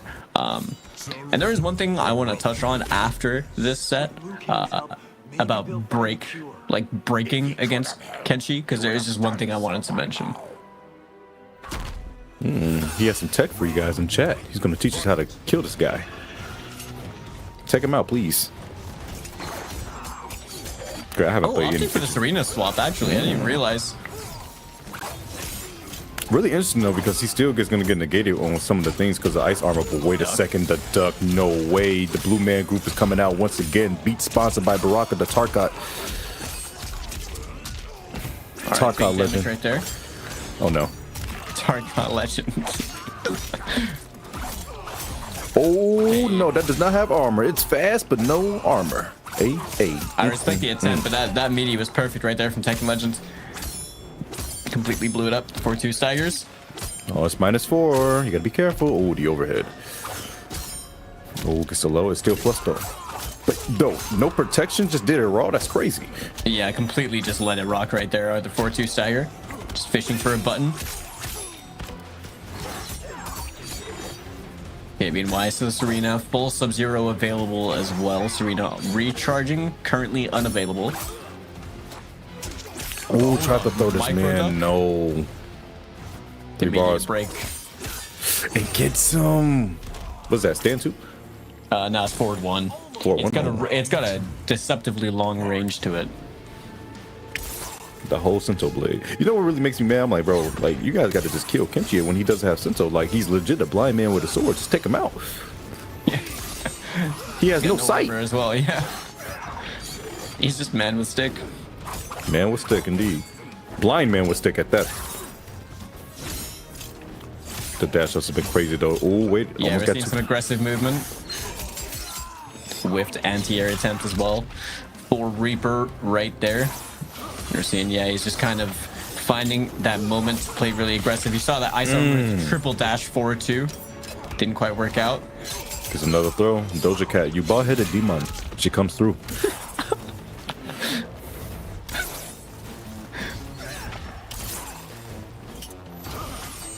Oh my, bro, how did that not hit? Another. I think it was that forward dash that Tekken Legend did. I usually get hit by it. That make me mad. Oh, that was a huge jump in though. It really was, especially when he just pulled out Senso as well. All that time bleeding out right there. The down one on wake up. Oh, bro, Sento just popped up and that just is a jump scare and a half to me, bro. I was like, wait, why did he disappear? I forgot he was still out there. Bro, I got so scared. Oh wait, 10 seconds left. This is bad. It's just a few seconds on the clock. If Reaper's able to find a clean hit, can go into Fatal Blow, can kill. Tekken Legend just needs to run down the clock, and that is gonna do it right there with the Serena Knives to tie up the rounds 1-1. This is as even as the set could be right now. Definitely so, Falc. I ain't gonna lie to you. That down four that he did was so risky because I'm like, you were one back two away from dying. Right. Big confirm right there. He just down two in the face. It's crazy. Yeah, he did. I mean, you got Sento for you to help you out, so it makes sense. Ooh, nice tech. Who said blind man can't tech? Nice poke. Right, immediately answered with the armor from Tekken Legend. I think just preemptively fishing with some buttons, as well trying to catch any of the aggressive movement that we've been seeing from Reaper. Now Tekken Legend just opting to, you know, I kind of like this, like just opting to basically make him chase or even just force the ice armor out of him, which we haven't really been seeing Reaper use right now. Oh, gets the arms over this time, but unfortunately, he's not be able to find a hit. Oh, I thought that was going to be an up block for sure, but gets the down poke. And wait, he didn't believe in the 4-2.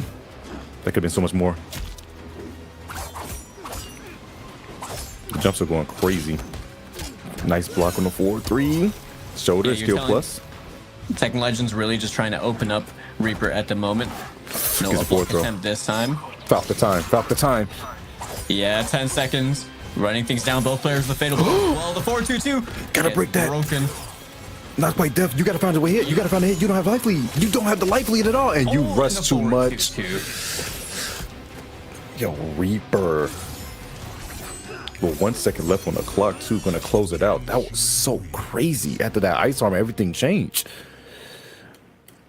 I think in those kind of turtle situations when the other person is rocking sub ice armor, there, I mean, in that specific situation, probably a really annoying thing for Tekken Legend to try and deal with, because Serena is then out of the equation unless you're willing to spend both knives to try and break the armor and pray they get hit. Your own projectile is completely useless, so he really was just trying to fish for the hit and got clipped on the way in. Unfortunate. Definitely, the Serena assist definitely did a slight work, not too much, but I feel like it was more or less the same game plan. But he's gonna stick it out. Better value with Striker. Yeah, that's what I was saying too. Like it was just like it's really just like it was just there. Mostly using solid Baraka play in that instance, but he's sticking it out with the Serena. He just believes. I guess he just wants the full screen like projectile presence or something. That's a clean confirm right here for Reaper. 4-4 into the Sento 3, ends things in the sandwich like we saw in game number 1. All right, respectful right there from Tekken Legend. Blocks the 1-2-2. The Sento 4 is going to knock him down. And the 4-2 is going to open him What's up. up? Resummon. More strings on strings. Oh, you know what? I really like that bait. He definitely tried to make sure he get there with the alley-oop, but unfortunately it did not work out in his favor. And once again, he has cold feet. Reaper looked like he's about to close it out with that 4. Is that 4-3 or 4-3 or 4-4? Okay. 4-4, yeah. The double kick. Really, really good button. Armor breaks is 0 on block, plays with taxes. Yes, really good Plus button. 1. It's +1. Yeah. But broke. Mid. But broke. Oh, gets it with the low though. Got a break. Thank you, Doja Cat, once again. I'm more than sure they didn't change it anyway. Right, just casually ducking all these projectiles as well from Tekken Legend. Found the jump kick, couldn't quite confirm on the throw tech as well. You're seeing a lot of projectiles being used, and I like the space that he's choosing to use these projectiles as well. Makes them a lot harder to deal with. I like the use of the EX Demon Drop as well. It gets the Sento summon already out here, forward 4, but the Sento delay is meaning that he can't actually find more of a follow-up conversion. Beautiful tech right there, but unfortunately it's not your turn because Sento is out. If you did not know, my uncle is the way, and that is going to be it for you. Let me get 2 of those. Ends things with a clean bisect brutality right there. The down back 4, and Reaper cleaned things up a lot after that first game actually and brought things back, winning the set 3-1. My goodness. 3-1 is a victory. Hey, stop the 3-0 curse, but unfortunately, that man Tekken legend could not overcome the power of Sento and the blind man with the sword. Big ups to Reaper, advancing on into the bracket. And pretty much as you had said, we got our 4 guys at the top side of the bracket, and then we had our pretty much the 4 challengers and the 4 top dogs, showing why they're the top dogs, taking it out over each and every one of them. Really good stuff, to be honest. Really good stuff. Yeah, for real. I mean, some of the timings on the armor as well from Tekken Legend were crazy good as well. We're seeing some really good callouts using that armor, but I mean, look at some of these combo optimizations as well from Reaper. Like that's a lot of damage, a lot of Sento uptime remaining, and puts them in the sandwich. And then right over here, it's like, yeah, with the ice armor, what could he do? Clip by the 4-2-2 and closed out from over there. And that was the final Sento 2, the thing that spelled the ultimate disaster right there for Tekken Legend. And ended up leading to them dropping down into the losers bracket. As you can see how things have panned out. So everyone that and this is pretty much gone with I think what you were talking to me about the prediction from earlier as well, right? Like the 4 people who I think have basically been running the show are up there in the winners semifinals, and the new blood competitors, the people who have been putting on a performance for us and have ultimately been doing really well but haven't been able to clutch things out entirely for themselves, are the 4 players in the losers round right now. But obviously their dream is not dead at the moment. They still have that other life to run things back and still be able to, get the win. Definitely could make that win happen one way or another, but this is going to be the top 8 of the bracket now set. We now have the people in losing, and we have our people in the winner's side. Our next matchup, actually, I do not know who our next matchup is going to be. I will wait a second for that one, but in the meantime, this can go either way. Everyone's looking so strong in the upper side of the bracket. Obviously, as you know, Tekken Master's top dog out here, but Faysal has proven that man can bleed, and Azerbaijan took a break and looked like he never left, so he can definitely have some new stuff to show out when it comes to that matchup coming up on the way. It's hard to say, Falcon. It really is hard to say. Yeah, I mean, for the matches that we have ahead of us, right, at this point in time, things are a lot more unpredictable. I feel like for round 1, it wasn't too bad. At this point on, yeah, things were a lot more unpredictable. I could make like a wild guess and think of how things would pan out, but I don't want to discredit any player over here as well. I think everyone's playing really well today. And yeah, I would just like to see how things pan out. The one thing I wanted to talk about, by the way, with the break thing for Kenshi, in that set, we saw Tekken Legend break immediately when getting opened up with the freeze. The only thing I would have done differently is delay the breaker for the moment he summons Sento. And then you've immediately put Sento on cooldown, you leave Kenshi in the sword stance, and you've opened up that space. So that's the only thing I would have done, but obviously Reaper could have done a different conversion, gone for less damage as well if you wanted to try and bait out that response from the other player. But that was the only thing I wanted to mention, because I feel like there are still people who go for the immediate break, more like a panic response, as opposed to waiting for potentially like Sento to be summoned and then putting Kenshi in a really awkward position.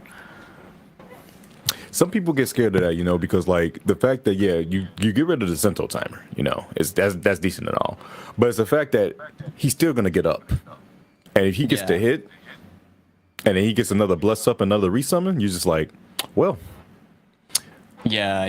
shake my hand, I guess, because you can only guess right for so long. Everyone's human here at the end of the day.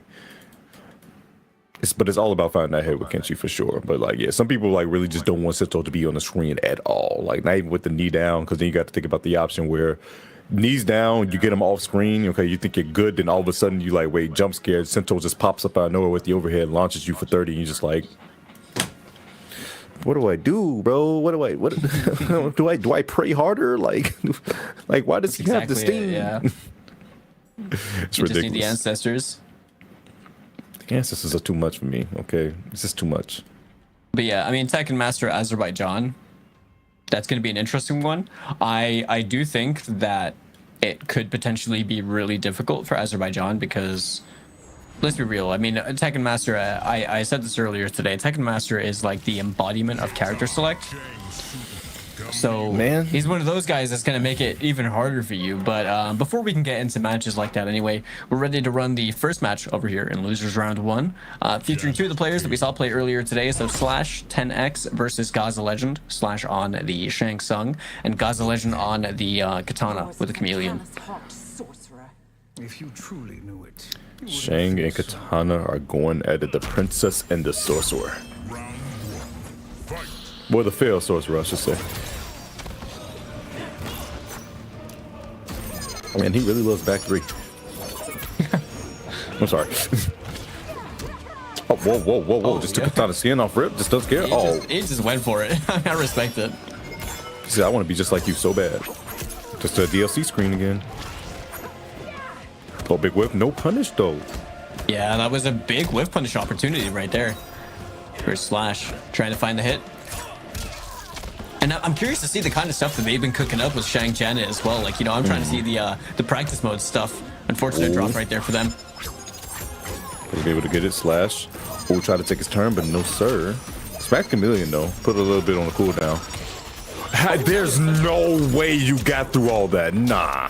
That was a creative way to maneuver around the skulls right there as Janet gets the conversion over here. Nice with Katana over here. The combo gets the kill. Those are the combos you come 400 out. damage. What was that? Don't he still get the damage buff if he switches to that character, right? Oh, yeah, true. I didn't think he kicked in that hard, though. My God. Oh, Right. no. Dash up Melina overhead right there. Gets the full screen conversions. Oh, just did it on block. Didn't care, huh? You know what? Sometimes you don't have to. I respect that. Just to let it rock. Okay. Out of there. Fan lift. What string was that?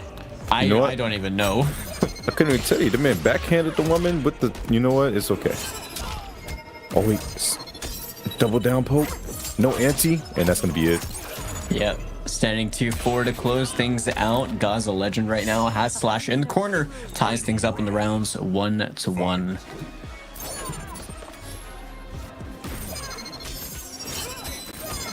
Which of them is being added up? So many fans, so many glades, but wait, knocks into the corner. Slash. Never mind the armor through coming out of Gaza the Legend.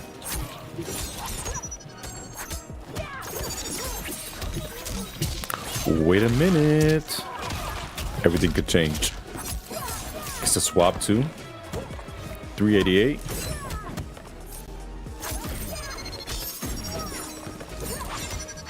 How long does she stay morph? My gosh. Keep it safe. I like it. The poke afterwards. Oh no, gets the low. Look at the damage on this. Wait, is she dead? Is she dead? Yeah, this damage is racking up a lot. Not quite death. Oh my goodness, the Jade Glaive actually did so much work right there for Gaza Legends as well. And this could be a confirmed right into Fatal if we're going to see it. Doesn't. Yeah, I got to hold on to that one. Bro. My goodness, did Janet just soak that first hit and then the armor like hit actually came through? If that was intentional, that was some big brain stuff. Yeah, I agree with that one.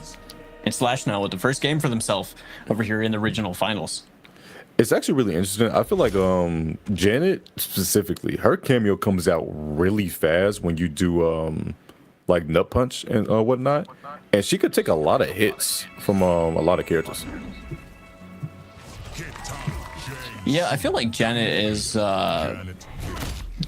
she's quite an interesting cameo, to be honest, like her inclusion. But I haven't really seen much of her aside from basically just being like, you know, huge combo extensions and helping. Like I liked the creative way that Rothor was using Janet with Quan as well to be able to lock people down like full screen. Oh my gosh, the trait. Yeah, it's always interesting to see how people lock him down. And Quan, man, we got to talk about Quan, but Quan's not on the screen. But my goodness, that character. I want to see him a little bit more. Yeah, for sure. All right, back to 4. Seeing the fan lift over here. I love how he just lets that rock sometimes just at the end, and it's worked every time. Goes true through the Melina as well. Slash right now being incredibly patient. And wait a second, not blocking or wake up is that boy Slash, and unfortunately Gaza's gonna make you pay for it with your life. Once again, checking them toes. That double low string has been doing so much work for Gaza like this entire time. Oh my gosh, armor's through once more. And you're not blocking on wake up once again? Tisk, tisk, tisk. Yeah, unfortunately for Slash, they've kind of found themselves just getting clipped by things like quite often, right? I think in both sets that we've seen. Oh, All right, the overhead. Gaza are answering back in the right way right now. The full string, I don't even know what it is. Oh, so much pressure. Pressure destroys the counter poke as well with the whiff punish. And right here, it just seems like, honestly, Slash just didn't have a way out of all that pressure. Just didn't really know what to do about it. And Gaza Legend swiftly tying things up 1-1 between both players. Gaza locked that man down in the worst way in the corner and with no place to go. He's full screen it locked down in a corner. It got to be the most abysmal thing to happen to you. Not gonna lie to you. Like, man, what do I do? Can't jump, can't move, and they're so far away, and they're just doing this to me? Yeah, the cameo. That Jade Glaive is so strong, man.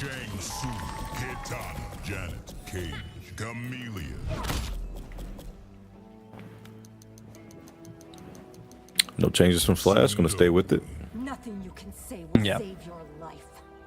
But I mean, yeah, I'm trying to see the actual like practice mode stuff. I'm sure that he's probably got something really saucy. There has to be a reason to sticking with the Janet, right? He's definitely getting those combos off the armor, and then honestly, he has some nice setups where he's doing the morph as well. So I'm like, it's there. It's definitely there. Okay, didn't work out this time. Counter hit, no real punish. Had the opportunity, didn't quite work out for them. Gaza Legend right now. All right, goes to the crossover. Oh, gets to mid, but no, he didn't believe. And didn't believe right there too. Oh my goodness. We're poking the special. And a triple fireball. Oh my goodness. Armors, and wait, gets a Janet call, but no, misses a second punch. Yeah, it didn't work out for them. I mean, Slash has a decent life lead right now, but you're gonna have to watch out. Gaza's been able to bring things back quite often. Oh, try to go for throw, but no, this is it. Goes for the overhead instead. Is that killing? Nah, it's not. It's not going to be death, but it's going to put him into a situation where I think it's either like Fan or Hell Sparks, right? If either player goes for those. Or upskulls, I should say. 4-3. Oh, depending on what throw is, throw can kill also. But wait a second, that's not going to be a trade in your favor, my guy. The overhead fan. And just like that, Gaza Legend bringing things back. Taking the first round for themselves in this game. So we're having Slash on the offensive now. Just trying to find an opening. We're seeing staggers into pokes. But that is a clean punish on that whipped upskull. And guys are going to answer back in the right way. But however, Slash don't want to see none of that. Is going to instantly break. Back to fan toss. Oh, he got the conversion too. Look at the damage off that. 336. Almost got more, but wait a minute. You can tell there was full belief as well in that Molina connecting. Oh, he said, I do not want to see that gentle stance at all. You can keep it out of there. I don't want enough parts. Fan lift. No, gets caught. Hit. And just like that, Senso ends in the brutal for maximized style. Gaza Legends up now 2-1 over Slash. Are we going to see another 3-1? It might just be another 3-1. Gaza Legend really showing off the stuff right now. Slash looking a tad bit overwhelmed, not being able to get anything off with any of the skulls. Has been dropping some combos. He needs to tighten up. You gotta tighten up, my guy. It's the only way. He's locked in to Shane Janet. I mean, let's not forget though, Gaza Legend, the first time that they played over here, they got third in the qualifier in the first one. So, you know, has honestly like put on a great performance and gotten a great placement as well. Let's see if you can push through that right now.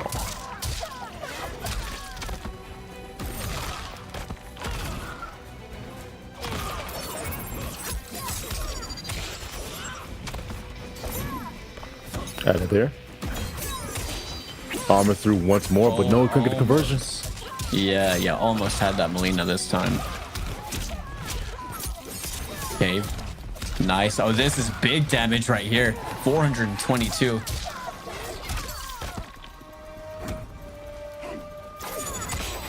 Oh my gosh, and the fan lift. Yeah, just got clipped by it. And wakes up with the armor. Jenner was right there to assist it out too. Old man Shane. Who would have thought? Okay, just full string. Yeah, that is a clean punish right there. Slash being wise to it. Being patient, the upskills. Oh my goodness, what was that string once again? Good shimmy by the overhead. Blocked the first part, but did not stop the second part. And that leaves him, wait a minute. Big chance right here for Slash. Gets the corner as well. He can't let up right now. He needs to make sure he keeps his corner at all times. Never mind, he lost it. It's done. It's over. Wait, we're so back. It's not Jover. Never mind. It's Jover. Oh my god, what was that combo? Combo was max damage as to full screen. Oh my gosh. Falk, this is so... now. It's too much, man. I'm about to say, yeah, the fan lift actually kind of threw off that combo. He didn't know where he was for a second. That's why you can tell he didn't want to go for that. Oh my god, the dash of Molina once again. And Gaza Legend right now looking super in control of the match. Slash with the up skulls, gonna get the full screen trade. Doesn't drop the conversion this time. Ends right there, but ultimately not that much damage. It's 197 with the fan clean over the skulls. Oh my goodness, Tenzo. That was the definition of I have the high ground, Anakin. My goodness, that jump was powerful. Oh, wait, that was a punish? Yo? Just wakes up armor once again. Now Slash. Hey, he can actually work with this. He can. Oh, maybe could have turned that into something. I'm not sure. Fair to blow on both sides. Wait a minute. Oh, that was so good, but no, he dropped it. The throw? No, not this time, but gets it this time around. It's going to be the smackdown, and that means 2-2 is now the score. Really scrappy final moment in that game right there. But it looks like we got our first game 5, though. Who would have thought the loser side of the bracket would have rung out all the actions? These boys do not want to go home. Slash answering back, putting that score 2-2.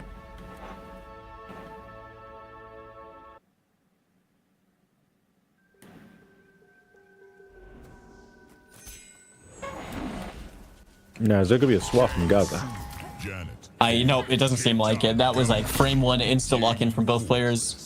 Gaza Legend looking to run things back. I mean, we've been seeing some really cool stuff anyway, right? From Katana and Chameleon. Honestly, like shout outs to Faysal as well. It's like who pretty much like has been a big force in the Middle East playing that team.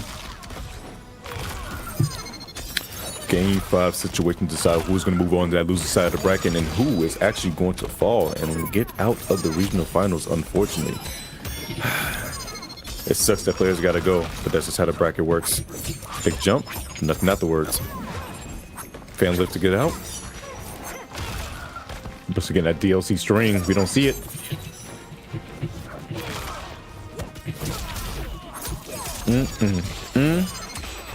My goodness, look at the big full screen conversions right there. Patience thus far, but oh no.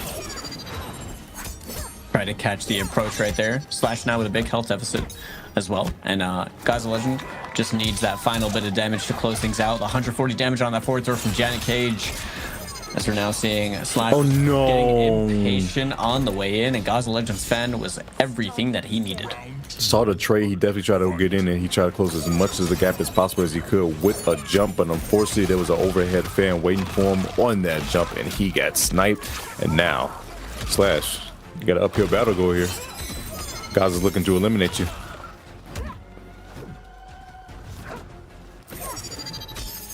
All right, just fishing right now with these fans trying to find. That was a very antsy move right there from Gaza Legend. Luckily got off without major injury. Hello? And I mean, you know what? Just send it, right? Hello? No reason he just sent it right there. That was insane. That's a man that is up. Oh my goodness. Yep. Did you see how Janet just knocked her out? She took out the cameo action. Nice anti. That was beautiful. What the heck? Stab, movie more. Oh no. 305 damage off the anti-air was actually pretty nice as well, plus frames to work with. Opportunities right now for these players.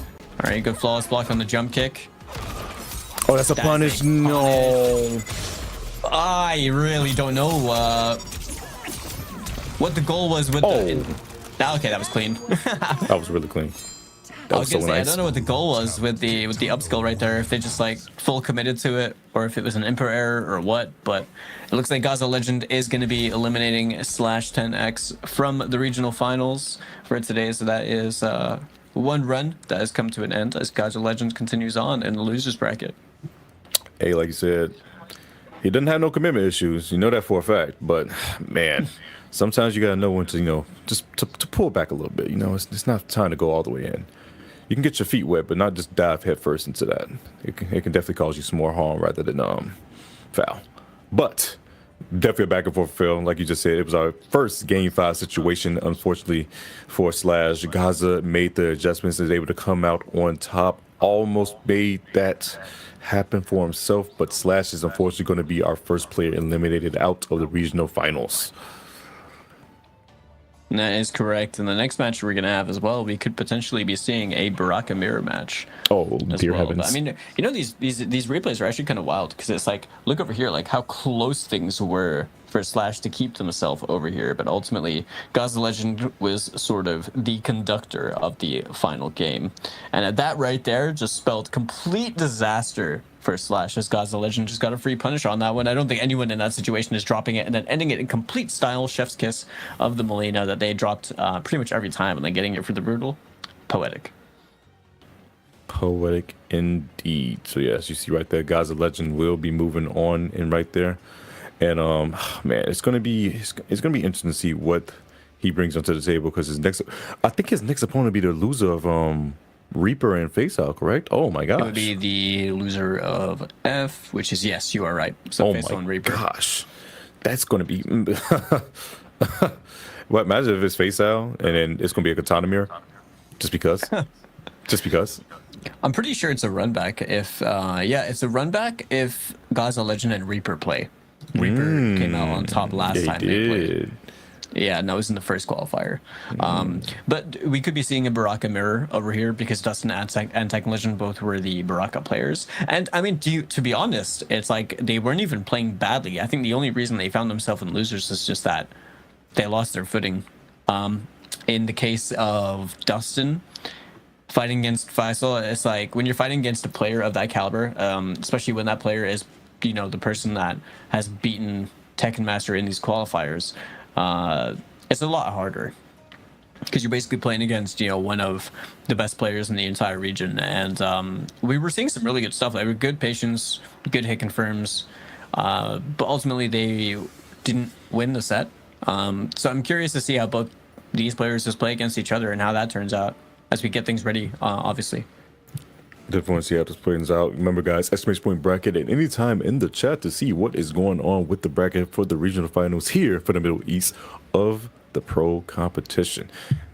It's looking like it's going to be just down to the wire for a lot of these matches, especially when we head into the loser side, because none of these boys want to go home. There's still, as well as there's a spot for Final Combat on the line. There's also some money involved too with this bracket as well. So some boys, we got bills to pay. Want to eat.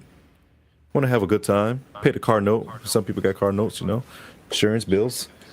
It helps out. Definitely helps out. So we had a good position where games can pay for that. Who would have thought video games could be able to pay for that? It's an amazing thought to have. Okay, amazing thought.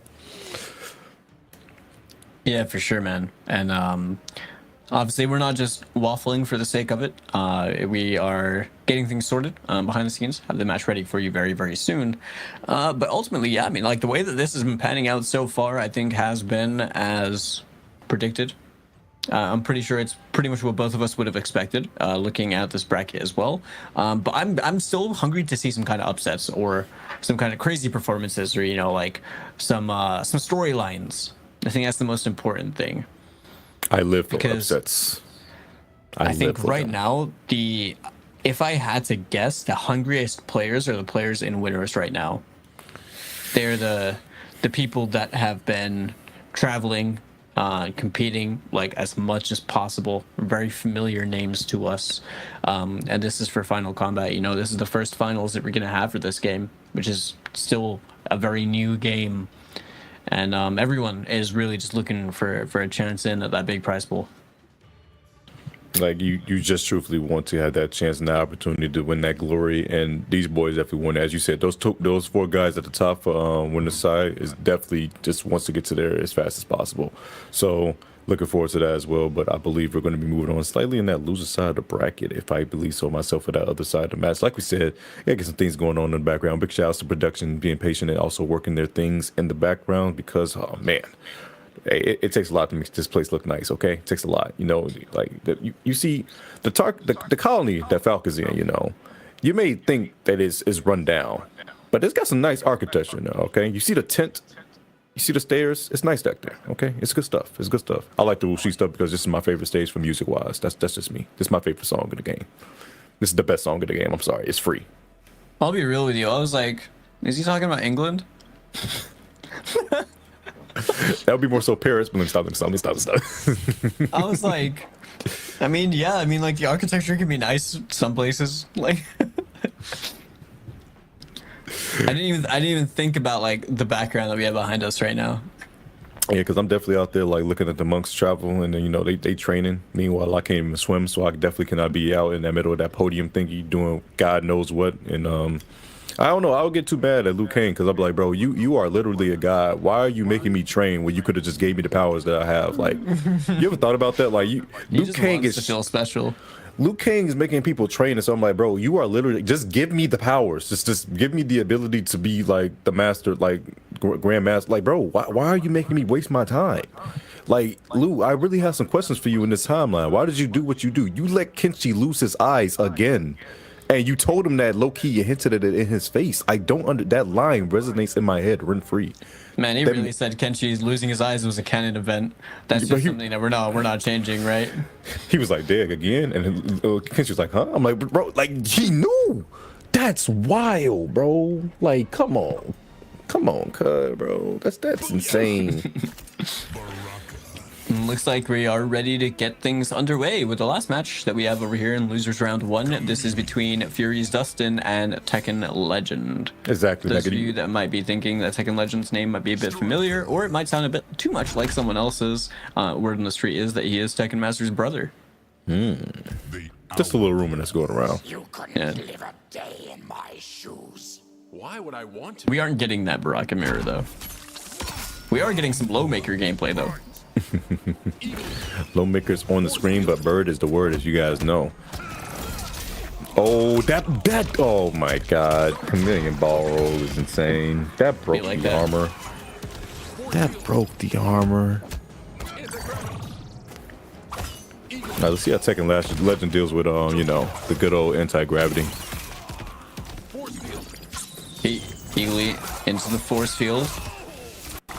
Gonna get slashed down into the ground, but that Melina ball roll doing work once more right now for Dustin.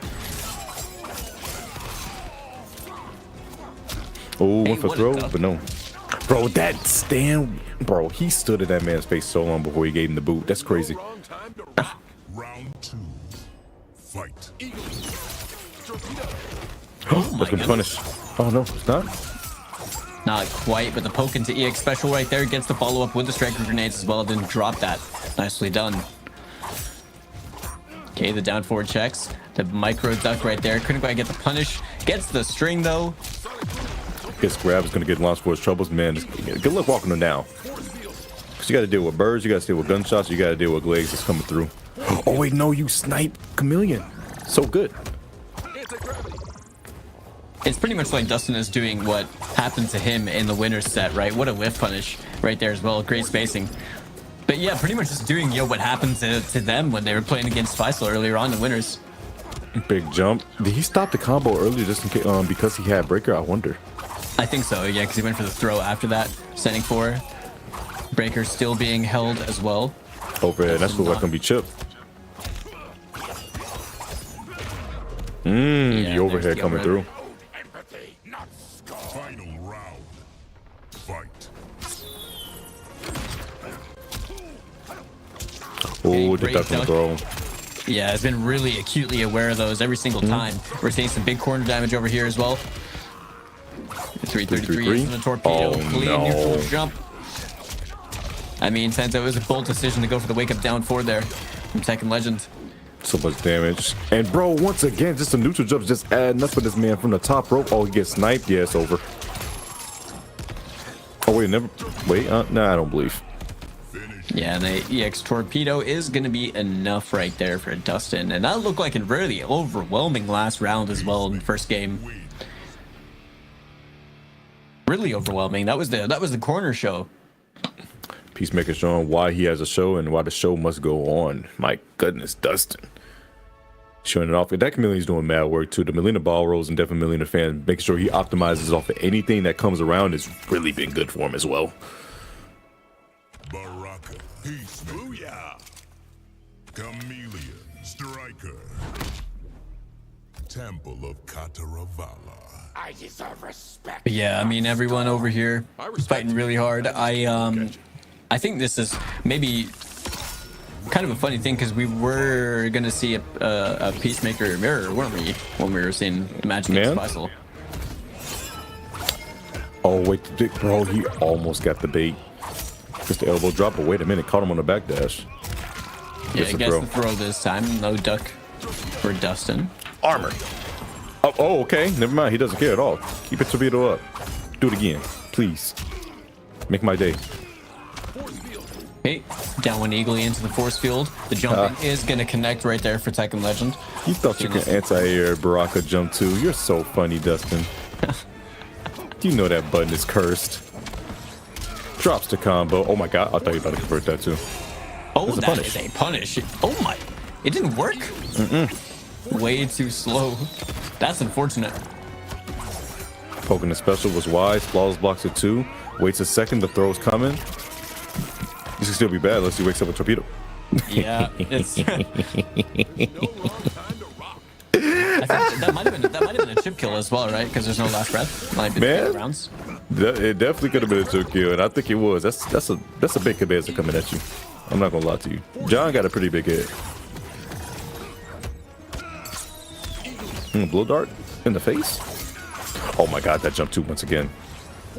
Yep. Clipping the dome right there as we're seeing the conversion with the Melina size. Good blocks this time around. No, he couldn't get the punish, but he gets the big jump and has the bar to spin too.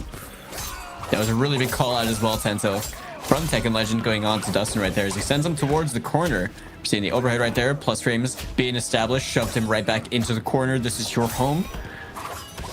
Are you too good for your home? You know, John lives in the corner. But I don't think he got any. Oh, wait a minute. Make the jump, but no. That back three doing so much work, man. Such a good button.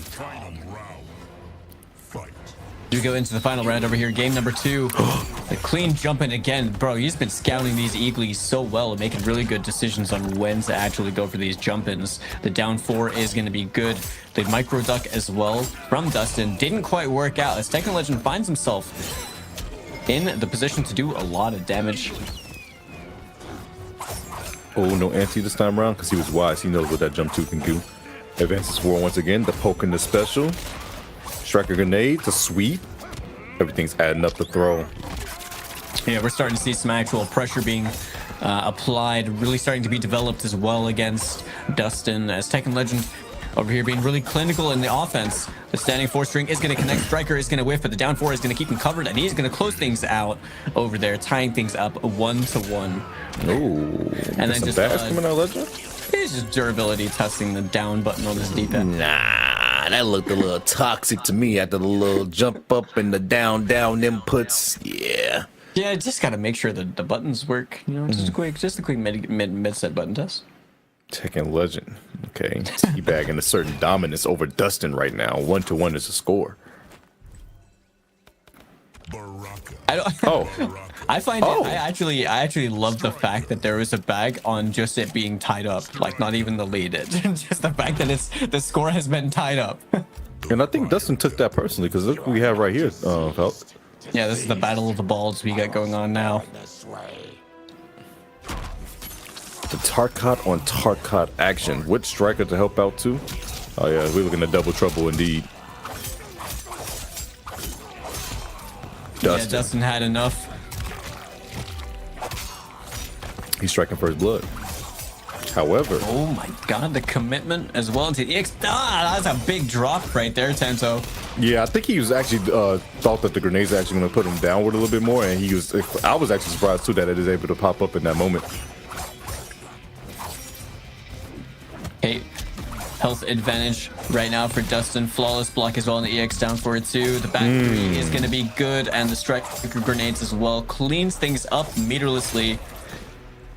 Gets the first round over here in game number 3. Does Dustin.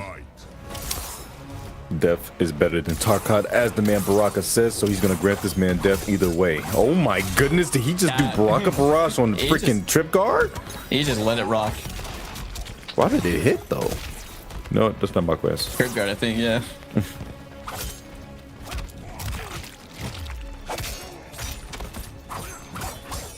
Okay, back throw for Tekken Legend.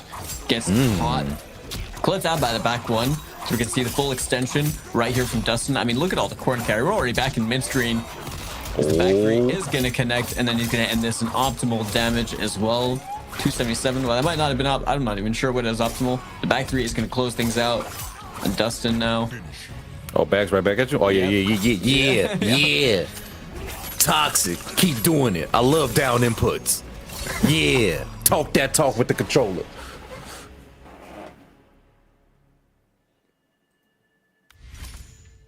And just like that, it looks like Dustin's final form has been activated. So we've now got Tekken Legends in a potential dire situation. Last chance over here with this game. In order to stay in the regional finals, looking to be the representative from the Middle Eastern region that we're going to be seeing in Final Combat as well from the online pro competition. Oh, do we got a switch of? Oh, we do. He's going over to Serena. I now share your affliction, brother. Did he say Zacarias? What was that? What was his brother's name? I don't even know, dude. Well, I know the Tekken Legend starting off with the way he wants to in the corner. You know what that means? 349 Armor. damage as well, blown up by that armor. The back 3-1 is going to connect. I like how he delayed that so long as well, and the jump in as well to make sure it didn't drop. Back 3-1 again catches the jump. Wake up jump not going to work. Nice flawless block, and did not have Striker to save you this time around, so you're gonna get killed for that. Yeah, hold this corner. Dustin hit him with that. Yeah, it's not so fun, is it? It's not so fun, is it, fighting that Tarkat, huh? It's a problem, ain't it? Dealing with Striker grenades. Okay, that was a good clean opening hit as well for Tekken Legend, but didn't confirm it, and that is going to be the round right there for Dustin. Now we're on set point. Dustin looking to continue on in the loser side. Tekken Legend being threatened with the prospect of elimination right now if they're losing this round. And when you lose this one, are we back and still? We just don't care? Okay, cool. Dustin's trying to get in this man's... Oh, the taunt? Oh, yeah. You know what? You know what? And the grenades. This is mental warfare in the worst way, bro.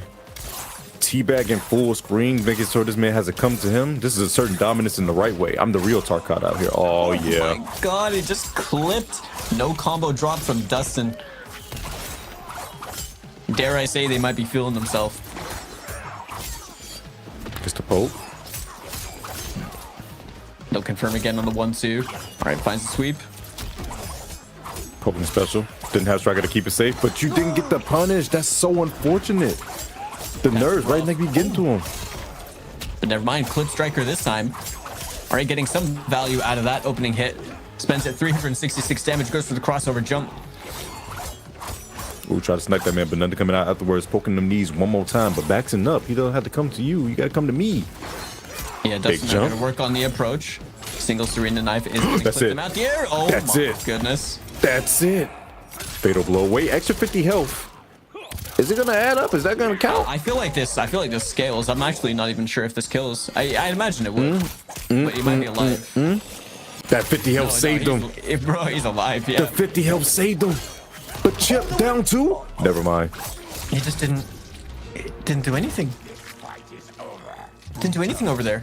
And Dustin, didn't do a thing. Just like that, said, all right, you have challenged me with the bag. We gotta turn things around, take things 3-1 over Tekken Legend. And is going to be eliminating them from the entire bracket right now. So it's going to be the run over for Tekken Legend, but obviously they played really well. So GG's to them for being able to make it this far. And that is going to be another person who has been eliminated, as we've now got another player ready to progress on into the loser side. Yeah, that boy Tekken Legend, he unleashed a bit of a beast. As soon as he had teabagged, he's like, oh, okay, Dustin said, for real? That's how you feel? Let me show you how to really play Baraka Striker. And that's exactly what we saw. That man took that man out with the swiftness, 3-1. Yeah, very, very true. We were seeing some really good stuff. It's just like, if I'm being completely honest, I don't really feel like Serena brought enough benefits to Tekken Legend every time that they seemed to pick her, which was unfortunate because I'd imagine there was probably like a really good idea in mind for being able to use Serena, but ultimately just couldn't get much out of it. And that right there, that whiff not being punished, it could have been the thing that kept Tekken Legend in at least for a little while longer. But as you can see on the bracket right here, we now have those two players that we saw in the previous two sets ready in losers round 2 for the awaiting their opponents who are currently in the winners semifinals. The 4 strongest players, I would say, from the Middle Eastern region that's been playing in the online pro competition up there in the winner side as we progress on with things. Definitely good to see. Yes, guys, we're going to take a trip back upstairs to that winner's side of the bracket to see who is going on to winners finals and who is going to end up fighting Gaza Legend and Dustin in that lower side of the bracket. And my goodness, we're in for a journey. This is a hot opinion right here. Okay, the matches that we have in round 1 are either going to be, I feel like they have the potential to be super close. I think they're going to be really one-sided. I think it's literally going to be a momentum game because everyone is so good. It's going to be one of those things that one player is just going to have to dictate the pace of it, and they're just going to be like steamrolls. So I think it's very possible we could be seeing 2 3-0s over here as well, but it's like the winner of those 3-0s could be completely up in the air. But anything could happen. Anything could happen. You know, because all 4 of these players are really good, and they've all got, you know, incredible accolades. So yeah, last time these boys played, it was 3-0, and that was in qualifier number 2 for Tekken Master when he met in winners finals. So you start to think about that, Falk. Like, what can you do to adjust yourself to make sure it's better? Like, you know, what do you do to make sure that a 3-0 doesn't happen again? You pick Kung Lao. I'd imagine for when you're playing at this kind of level, it's obviously like be as prepared as possible, but you're also going to have to think about what you could have done, you know, in hindsight. Where were you going wrong? What could you have done differently? And then also just, you know, being able to anticipate the kind of things and the alterations that your opponent's going to be doing. Adapt faster than they are. But Azerbaijan, this is the first time I've ever seen them play Kung Lao as well, and obviously rocking the Lao Goro, very popular team. And Tekken Master sticking on the Tanya Goro we saw earlier on. That Unga Bunga team being Kung Lao Goro, you know, the armor goes birth. Yeah, it's quite literally both of their teams. Bro,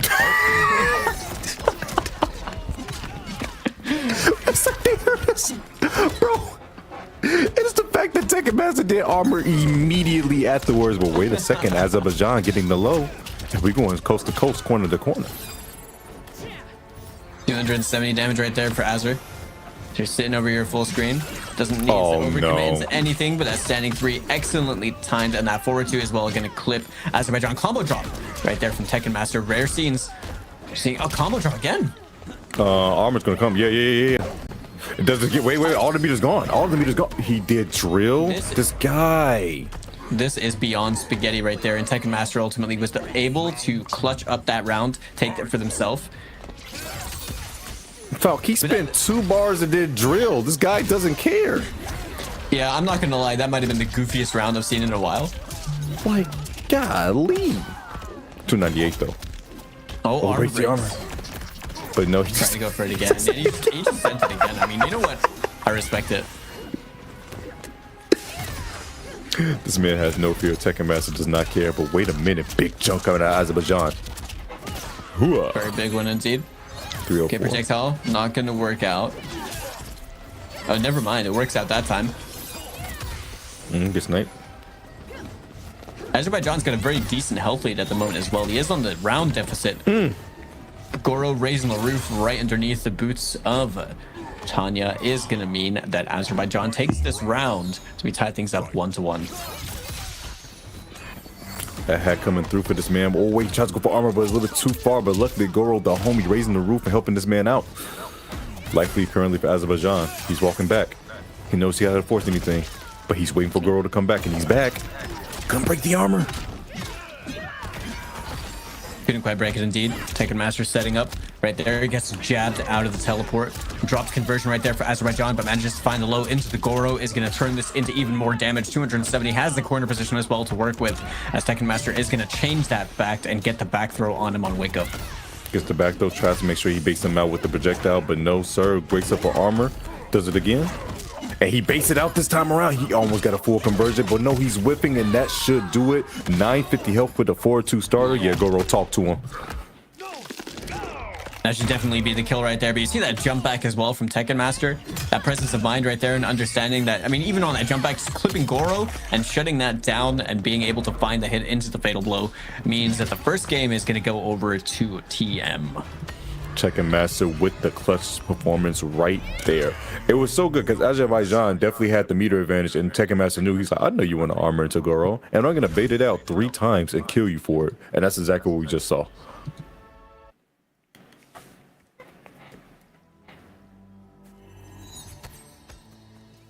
All right, so as we really get prepped up into the next game as well now, I do feel like that was pretty close. No, for a game one, I do think that there was a little bit of shakiness coming out from both players. It did look a little bit like uncharacteristic, I would say, in terms of execution and the scrambly nature of it all. Definitely will find out, however. Good luck trying to walk this man down. Azerbaijan definitely looks like, oh, did the wrong one.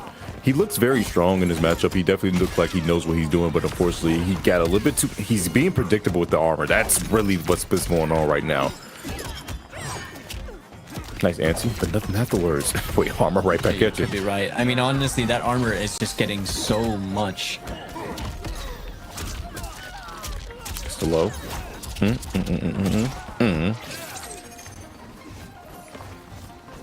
Back to zoning, but wait, gets shot in the face. What are you jumping for?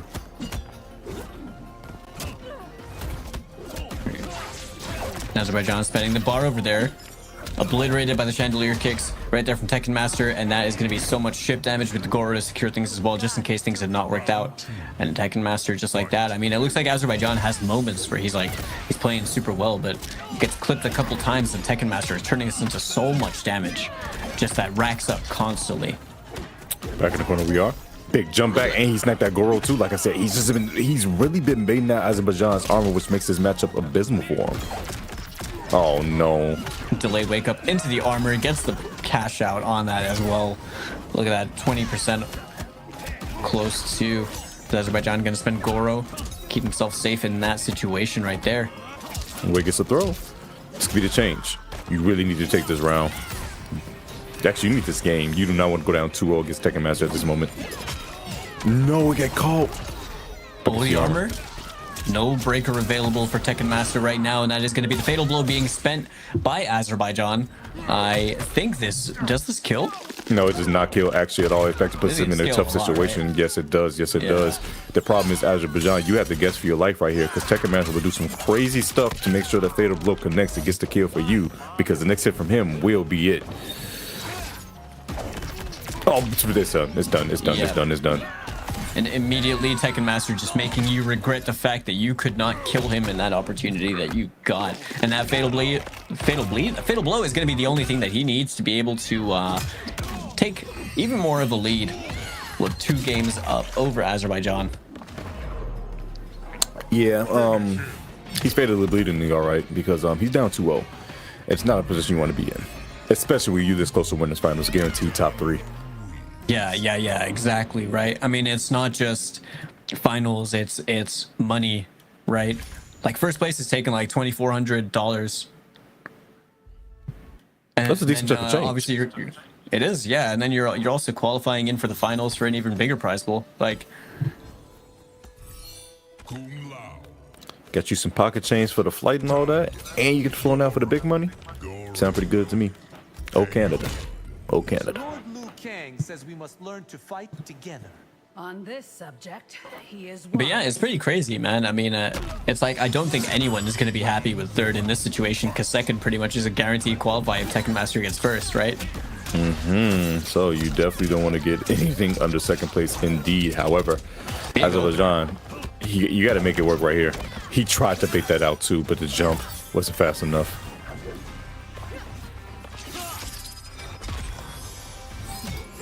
Oh, All right, big stand three. TM. Yeah, finishing with it. He's been getting so much reward from backdash forward two against everyone that he's played against. Just waiting for armor. Oh, he tried to do a hat toss? That had to be input there. Yeah, it had to be, yeah. Okay, jump over. The challenge from Azerbaijan, trying to apply the aggression, the armor from Tekken Master, though. How'd that jump in not hit? You know what? I'm not going to ask the question. Does it go for dive kick? Poking the special? Go roll? Throw? I would have guessed wrong. I would have died. Okay. Can he get punished? No, he can't. Gets the No throw, though. Attempt as well. That throw isn't going to be enough to kill. Both players very even on life right now. And There's the projectile no is gonna way. do it. That was like the max range of that. It's more so the fact that he dodged Goro. He clipped him just before Goro hit him, right? Like, Goro really did not even get that woman's toe. Let's put Tekken Master on set point to go into winners finals. Azerbaijan. Oh my god, scouts the backdash as well with the stand 3. He's currently Tekken blocking with his Master. face. He is, and he's not going to break this combo. He's going to save that for the Brother. next one. Oh, the parry. All right, Tekken Master's kind of flexing right now. Good block. Armor? No. Doesn't have it. But now he does. So be careful. Gets hit. Gonna have to break. There's Oh, the break yeah. and the trade. This is a difficult situation. If you want to try and come back from that, and the low poke is gonna solidify your spot in the loser side of the bracket, as Tekken Master is going to advance on into the winners finals of the regional finals right here for the Middle Eastern region. He did the fatality this time. He actually didn't mess it up. Oh. He went to training mode for that one after the last set. It's actually a that pretty man cool in fatal. two. I'm not gonna lie. It actually is. It actually is. The pose Something satisfying afterwards. about it. Cutting loud dying. That's satisfying to you? Who would have thought? No comment.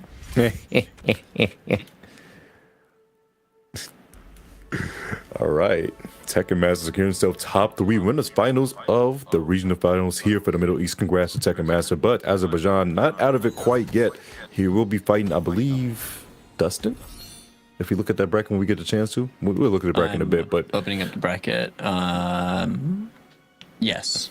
oh, I'm so good playing at against this. Dustin. I'm so good at this. True, So it's true. crazy. But yeah, we're gonna throw over some replays of that set as well. You see that? I mean, Tekken Master was getting just a lot of reward from crushing people trying to counter poke with forward 2. So much of it as well. Timing his armor well too, and as well like these chip out sequences to baiting out Azerbaijan's armor to put him in situations where, you know, like, brother, you shouldn't have pressed the button right there. Now you're gonna die for it. it's just too much going on for him, and it definitely showed like Azerbaijan understood the matchup. It was just Tekken Master was just better. Yeah, I mean, it is just they're both kind of playing the same game plan, really, right? But Tekken Master's playing it better. It's unfortunate, but that's sometimes how the cookie crumbles. And crumble little shall. Azerbaijan will be going down to that lower side of the bracket. As you see right there, he's going to be fighting Dustin. But before we go down to that lower side of the bracket, we got to find out who's going to be meeting Tekken Master in the winners finals between Faysal and Reaper. Yeah, now this is going to be an interesting set. So if I'm being completely honest, of thinking about this as I've seen both these players play, and I do think that both these players are incredibly good players. I do imagine things are going to be difficult for Reaper.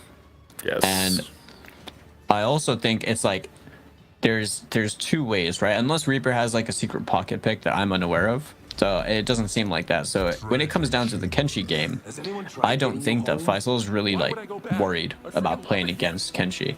So we're gonna have to see Reaper pull out everything from their bag of tricks, because I know that Faysal for sure is gonna be making him work his way in a lot, or just making it really awkward and annoying for Kenshi. He just knows how to play the matchup. Nice down 2 right there from Reaper though. Oh god, the bird doesn't care about I mean, the bird definitely cares about the ice, and he's not gonna be able to go through it. Tries to go for mid, but nothing afterwards. And no, he's dashing so well. Hooah.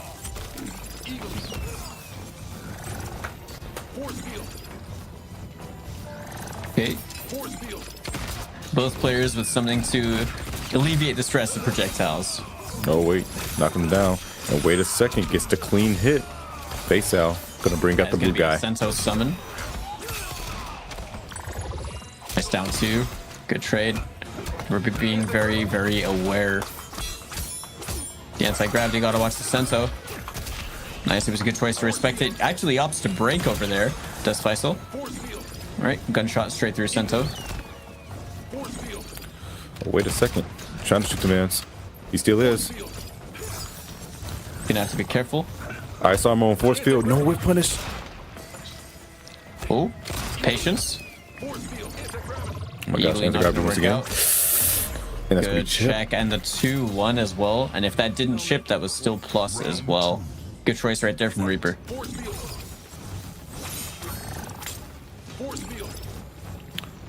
No patience coming. Oh my god, never mind. No patience at all. Torpedo came in instantly. I do like how Reaper is using the sub ice armor and then choosing when to dash in and challenge as well. It's actually been working out pretty well. Nice up block, didn't get the punish. Oh, wait, big speaking of hit. punishes, Oh, force field came up just in time for that drop to not hit. Oh, wait a minute. Not gonna be force field in time for the overhead. Bird is the word. Gunshots afterwards. He tried to torpedo and got stuffed. I think no. Reaper is, that's so unfortunate. Yeah, just a bit too far out over there for the back two freeze to connect.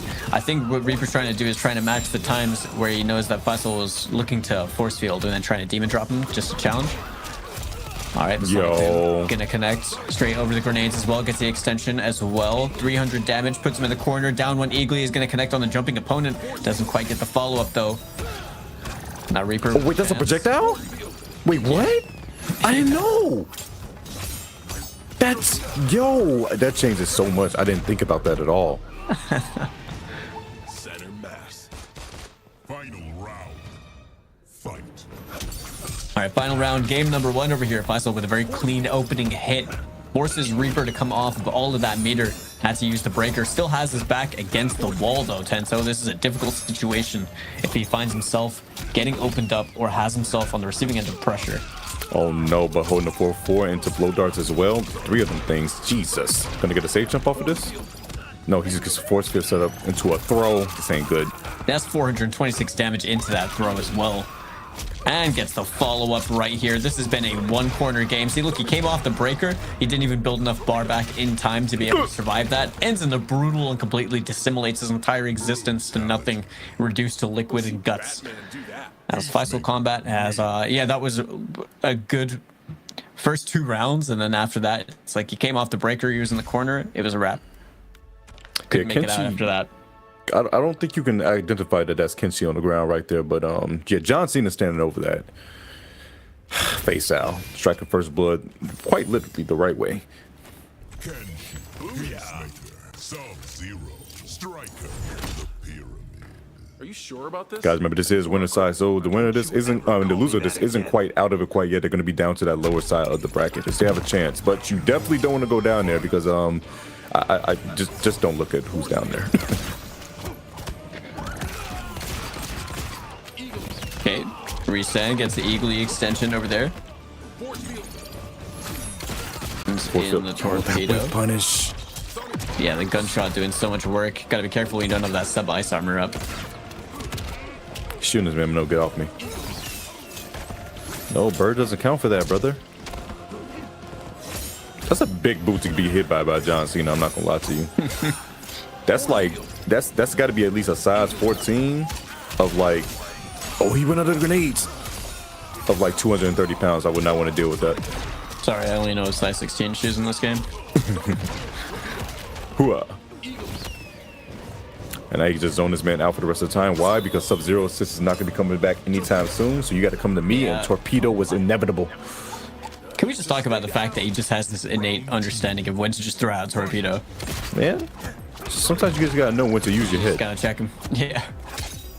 Oh my goodness. The staggers. Oh, the Duck OS.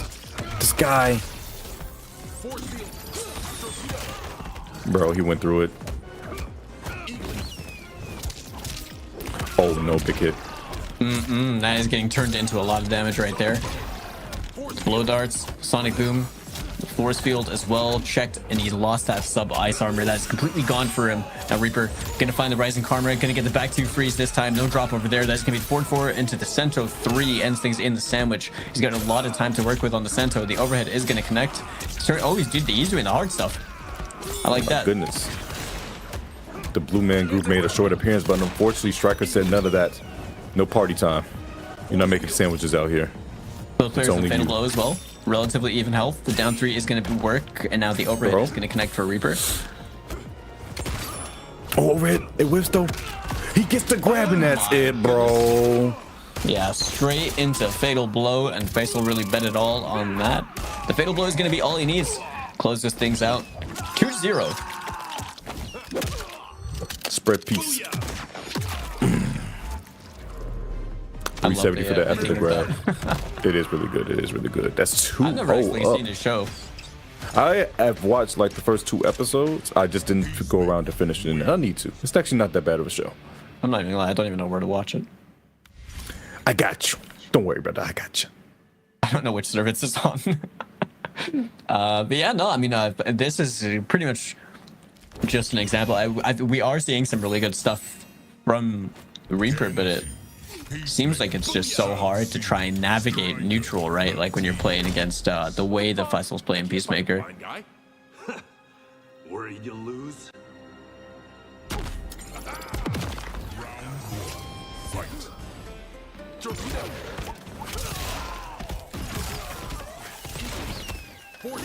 All right, Madam Bo's tea shop, where 2 grown men are fighting for. I don't even know what they're fighting for.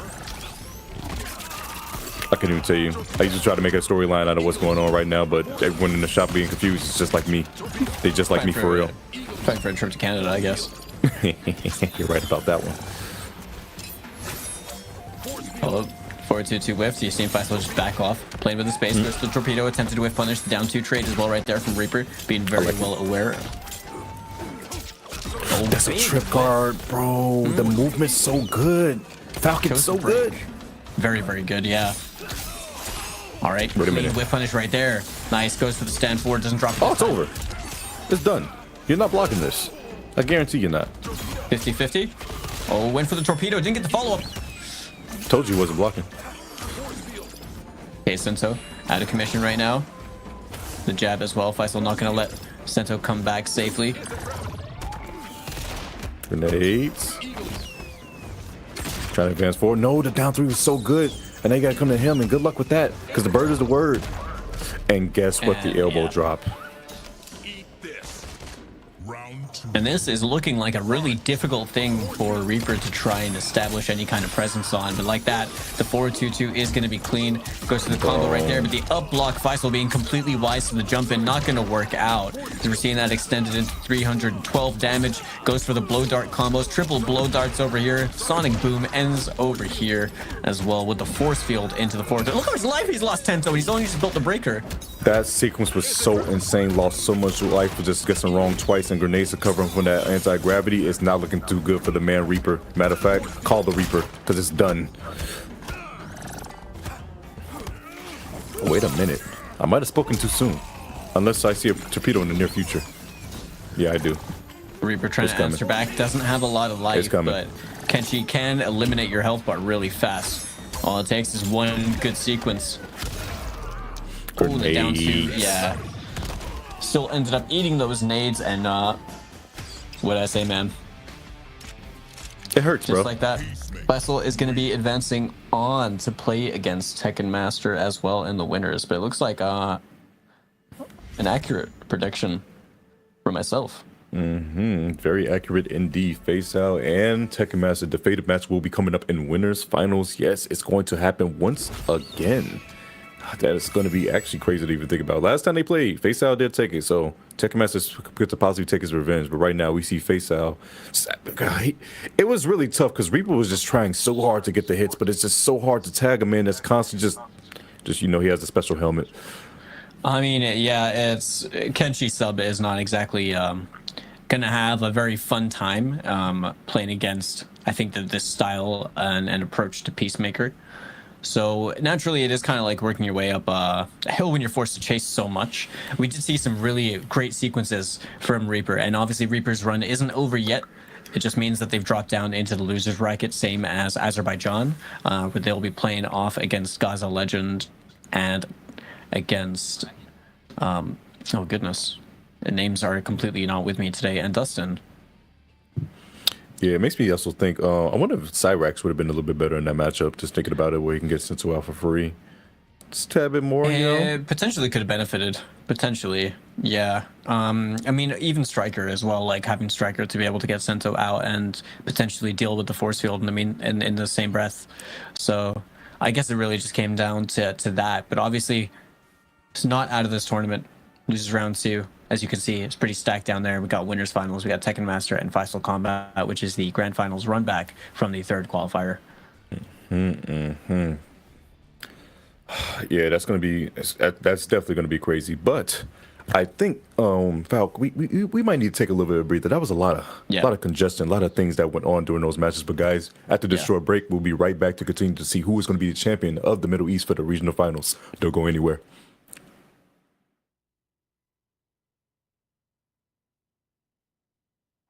Welcome, ladies and gentlemen, to Final Combat. That's what Kanimani's looking. There it is! Oh, he waited for it! It grand champion for Mortal Kombat 1 here. No, not again. He tried to get. Oh, and Wise Gemini tried to get away. With the pop off BDG, I am so sorry. What? Like a that into the orb, that was disgusting. It's so big! Combo it, yes! Power dash and Sonic with Brave is your first! Big fight, you're opening Kano lines covered once again. Full combo conversion.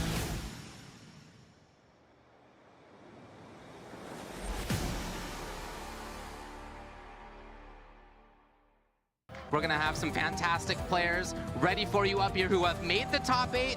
As you would expect, we have some of the very best players in the world. Over the chip and he missed it down 3. Superman it! The regular ready for Breaker's not gonna matter. Put him on the ground. Oh my God. Welcome to Pro Competition, the pinnacle of Mortal Kombat 1 gameplay.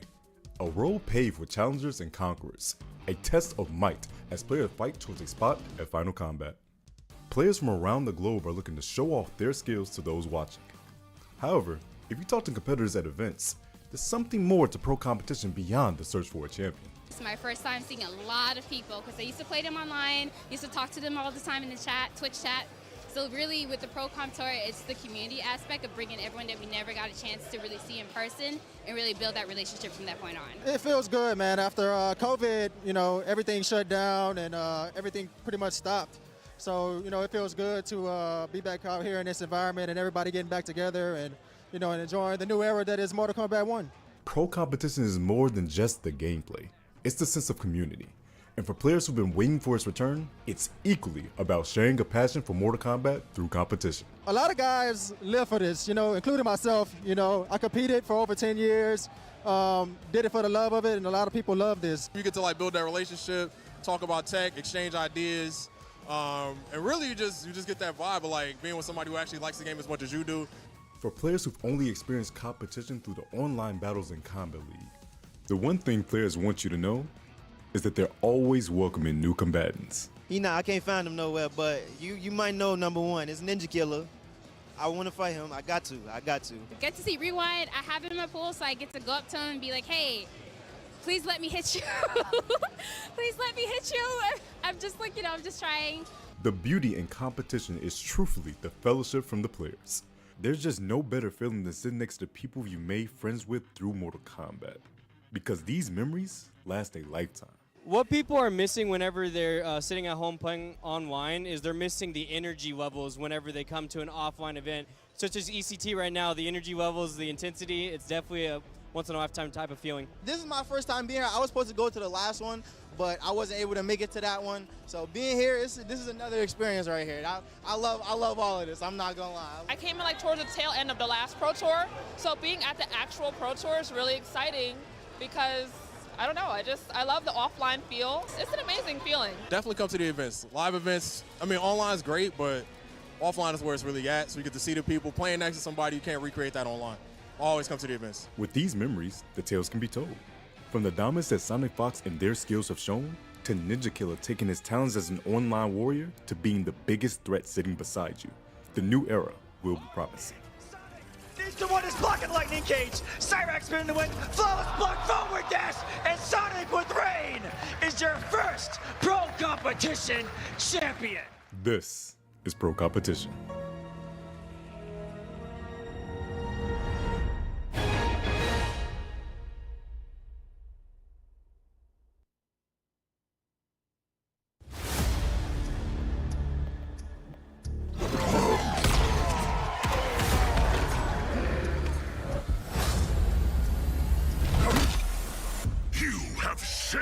The souls of your ancestors. Which of my ungrateful kin are within you?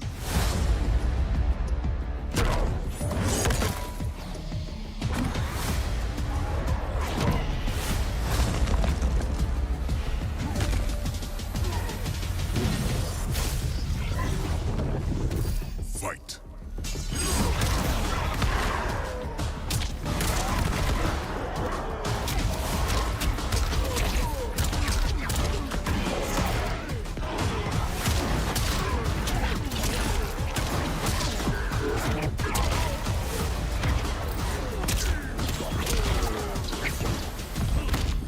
Might be many, but I am the one. You are not even Earthrealm's champion.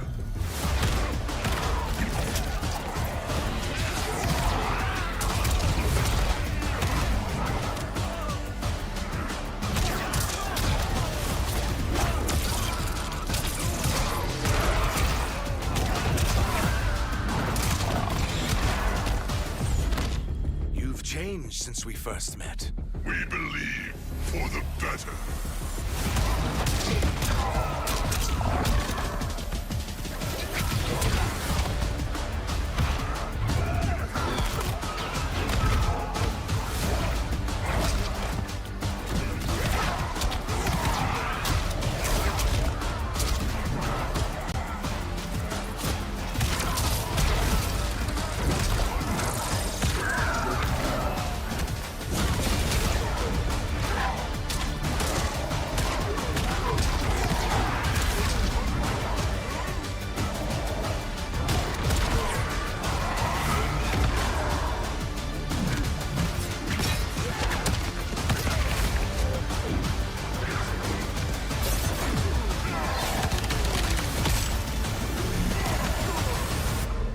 Finish him.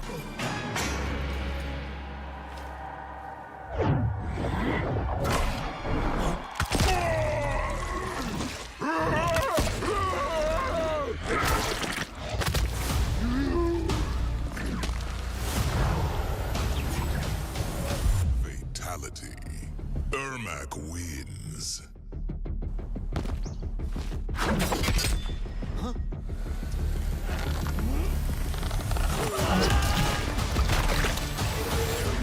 Flawless victory.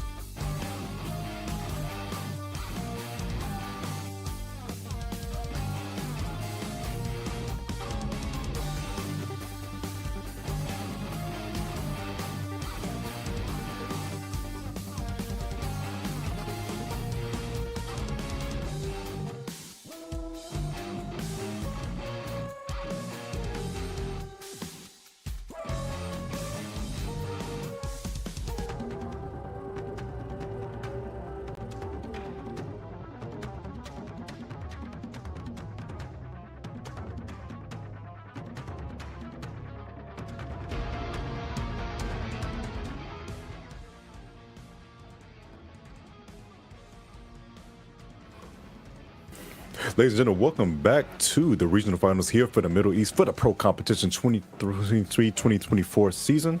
My name is Cento, this handsome man next to me is Falk. And, you know, there's a lot of good Mortal Kombat stuff out there, and I believe the merch is also something you want to look out for. So if you guys look at the merch score right here, look at all the stuff you got right here. You got the shirts, you got hoodies, you got sweaters. The hoodies look real nice, by the way. The hoodies look mighty nice. By all means, please check out the merch if you can right there, www.shop.com, to pick up the MK1 merch. Plenty of stuff to choose from, plenty of tires to choose from as well. And as you see, all the platforms that we're streaming on right there is also available. But please, if you can today, pick up some of that merch. Yeah, man, it all looks really, really cool over there. And as you can see on this slide right here, the registration is now open for Combo Breaker. That is the final Pro Comp stop that we have for the offline circuit. So that is also the last chance qualifier. If you're looking to make it into the finals and you haven't quite managed to secure your spot, or you're not in a position to be able to through the regional finals of your region, then Combo Breaker is the place to be. That last chance qualifier spot is going to be a bloodbath, and it's also going to be a huge major. I've only heard good things about Combo Breaker. I've never had the pleasure of going myself, but every NRS head I've spoken to for years has always, you know, held it in such high regard, and it looks like a great event to be at.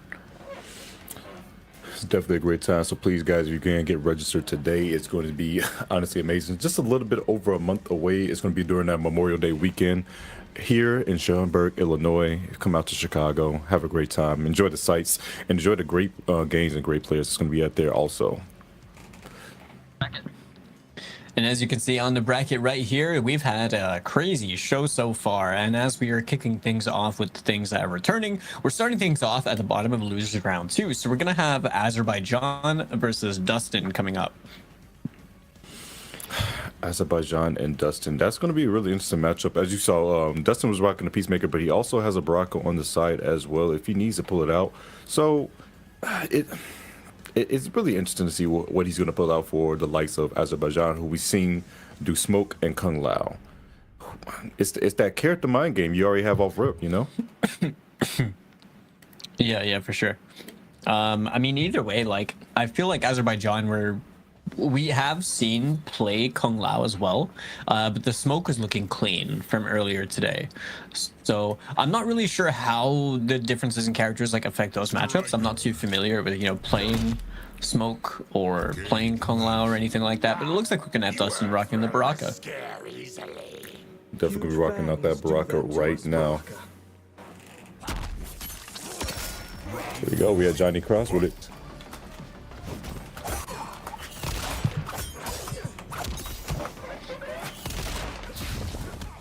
Oh, the cancel to throw out like the mind game off rip.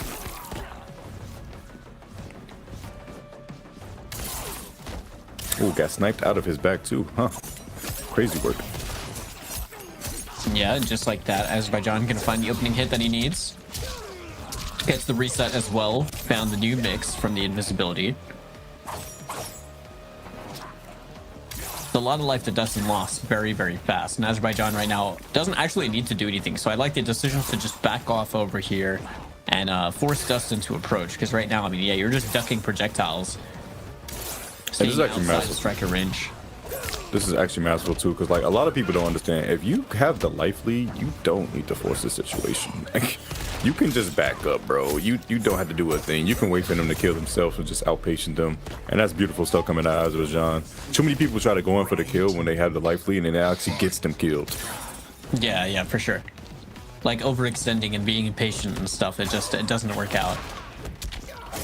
Oh, wicked shimmy. Yeah, it got clipped. Not watching the toes. Good block in the overhead though. Oh, wait, you see the other side. Can he get there? He does.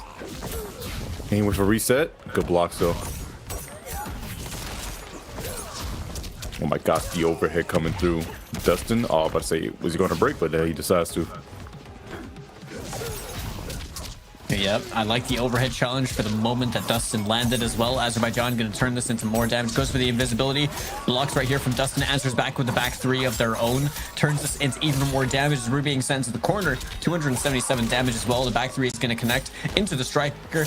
Oh, drops the combo though. And the 1-1 wake up buttons right there from Azerbaijan is going to turn this into even more damage. And Azer looking to close out the first game with that invisibility combo.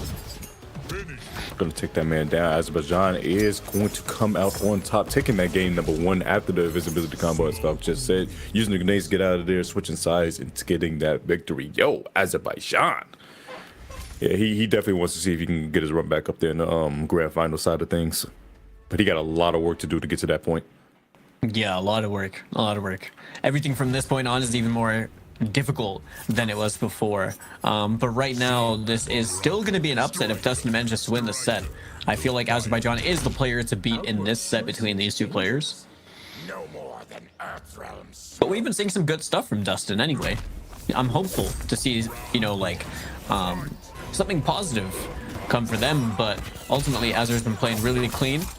But those striker grenades are going to lead to a free confirm right there for Dustin, as we are sending Azer to the corner for 342 damage. One out to 4-3, but misses the cancel, but only a Chicago punish with a down 1. That's crazy. Oh, but that's a combo. Grenades on deck. Smoke bomb to keep yourself safe. And gets caught with another 4-3. Okay, going for the, once again. Yeah, straight invis into the neutral jump, turning this into more damage. No break available for Dustin. The neutral jump again, striker completely avoided, and that is going to be the round right there for Azerbaijan. Beautiful jumps coming to Azerbaijan, but wait a minute, grenades on deck. Oh, he down 2. He immediately did not want to see anything happening with those grenades. Focus the other side. Out of there. Oh, goodness. 8. We going corner to corner. Be some plus frames. Oh, the overhead. He actually got a poke off in time. That's crazy. All right, I like the choice to back up from the striker grenades there, acknowledging that we're going to get the punish. Breaker available for... All right, Dustin not opting to break right there. Sitting on the 3 bars of meter. Might not get another chance to be able to. Never mind, I spoke too soon. The final hit. He tried to lock him up, but it didn't work out.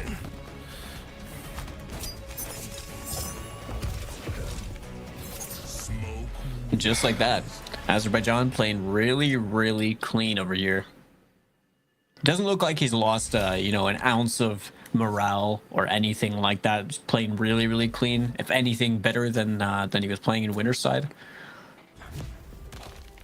Definitely so, definitely so. The Smoke is looking polished. Kung Lao just wants to go bird, but, you know, Smoke, gotta calculate things out. But wait a second, we got the maker of peace. We're switching over to low maker. Whatever you say, old timer. Called him an old man. There, you showing John's age? It's crazy work, Tomas. I thought he sniped him off rip. That would have been insane. That would have been pretty crazy. All right, good block in the overhead.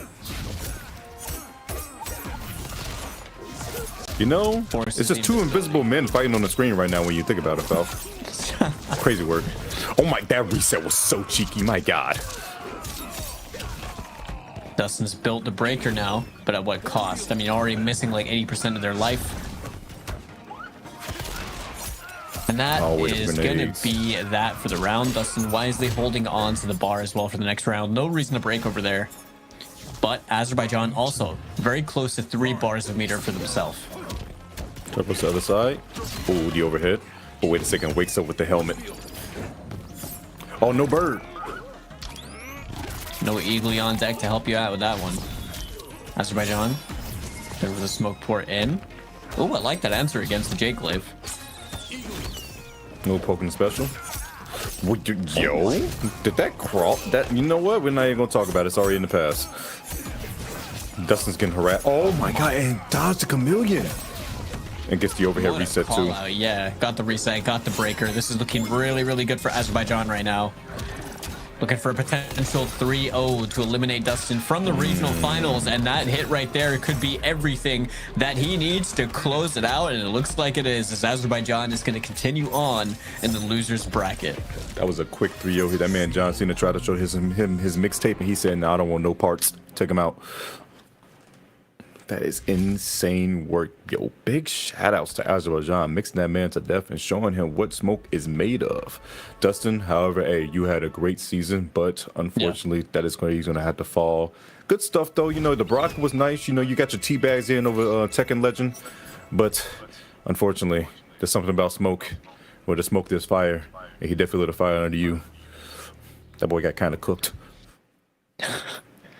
But yeah, man, I mean, honestly, like, for anyone that made it into the regional finals, I mean, that already is a feat in and of itself. And then being able to, you know, make it as far as you did, still going home with a little bit of change in your pocket. So there's nothing that, nothing you've really lost from this entire experience. Unfortunately for Dustin, couldn't make it any further. Azerbaijan is going to be carrying that on going forwards in the losers bracket. So we're going to have the next match set up and getting ready for you as well. So the next match that we're going to have is also going to be continuing in the losers round, I'd imagine. It's going to be Reaper versus Gaza Legend before we hit the winners finals shortly after. Katana versus Kenshi. This is a run back. Well, you're right. This is the run back. I forgot about that. How do you feel personally about the Katana and Kenshi matchup, though? You fellow Kenshi users. I think it sucks. Oh, you think it sucks, huh? Yeah, I think like Katana alone can already just make it really annoying because you have to chase her. Katana with Lao or Chameleon as well. I don't like it personally. I'm not sure. Maybe other Kenshi players have like a way that they play it. I'm not a fan of it. That's pretty fair. It can be really awkward. But then again, it's like we've seen Reaper play Kenshi against Peacemaker, who's essentially doing like a near enough the same thing, and didn't seem too frustrated by it.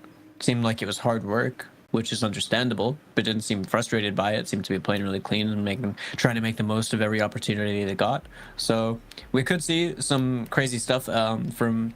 I'm gonna quickly check over the bracket again, but the last time these guys played, Reaper 3-0'd Gaza Legend. I can't remember for sure if Reaper was playing Kenshi in that set though. That's the only thing. Interesting. I don't know if Reaper was playing Raiden in the set. But yeah, that's pretty much it. So I feel like, but we have been seeing some really good stuff from Gaza Legend as well. I do think Reaper has been playing really good in general today, and I would like to say that he's still the favorite to win this match. Okay, that's good to know. That's good to know. So now I'm just I'm trying to think about it. I just thought about this. The winner of this match has to fight Azerbaijan, and when you think about that, like, you got to do all that work to fight a smoke player. I didn't mean that in that. No, actually, I did fully mean that in that way. Never mind, I do mean that. But like, it's a battle going through loser side bracket because it's that mental fortitude you got to have. Like, you guys understand when you go through that loser side of the bracket. Like, say if you're in, like, say if Reaper makes his run right, he has to beat his opponent now. He has to beat Azerbaijan. He has to fight the loser of Tekken Master versus Faysal, and then go to grand finals and have to run it back 6 games. That's a lot. That's a lot. And some people don't have that mental capacity, bro. You got to be prepared to send that commitment all the way through to the end.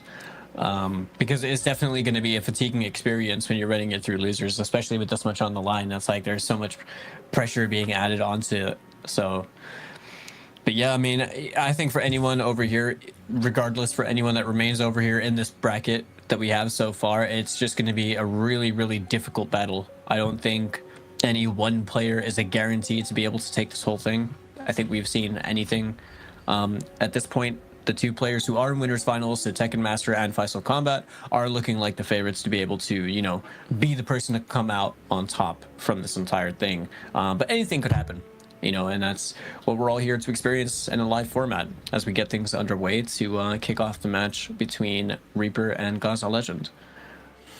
Yeah, like you said, as you guys said, as Falcast said before, that Reaper did take it when they last met 3-0. Things can change since then. Lots of practice. Patch came out. Different things changed with characters and things that we haven't even discovered yet. You know, Ermac is not legal, but the changes can definitely play a big factor. So time will tell. Time will tell for sure. But it's, man, bro. Oh, and once again, like to reiterate, if Tekken Master makes it to grand finals, let you guys know that whoever gets second place automatically gets to go into make it to qualify, since Tekken Master is technically already qualified. So just letting you guys know. Yep. And that is also a really big thing, right? I don't know if that is the same for other regions. I'm not even sure, yeah. But basically, Tekken Master's qualified through, like, you know, offline placements, and he's also won 2 of the 3 online qualifiers for the Middle East.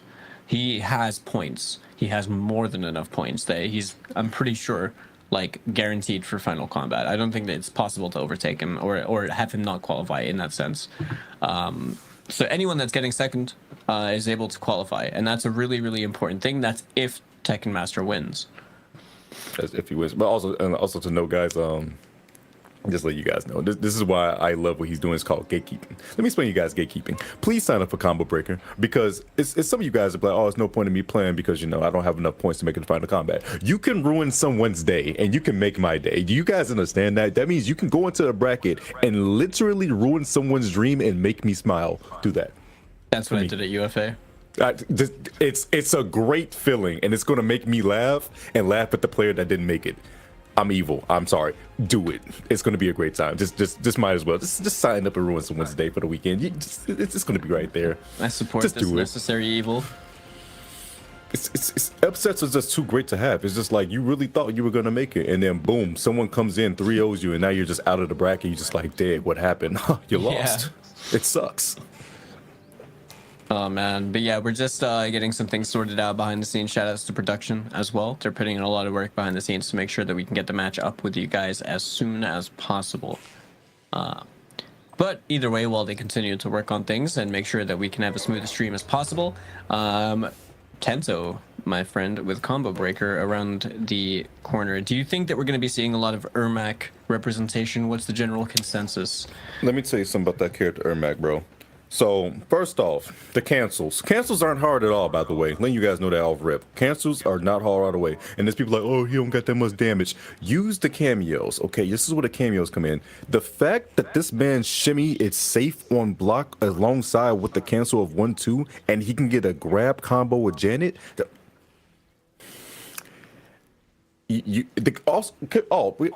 Falk, are you taking Ermac's throw? Chat, are you taking Ermac's throw? I'd love to say yes, but really, it's like I want to say what throw. Bro, first off, that range, I tested the range of the throw.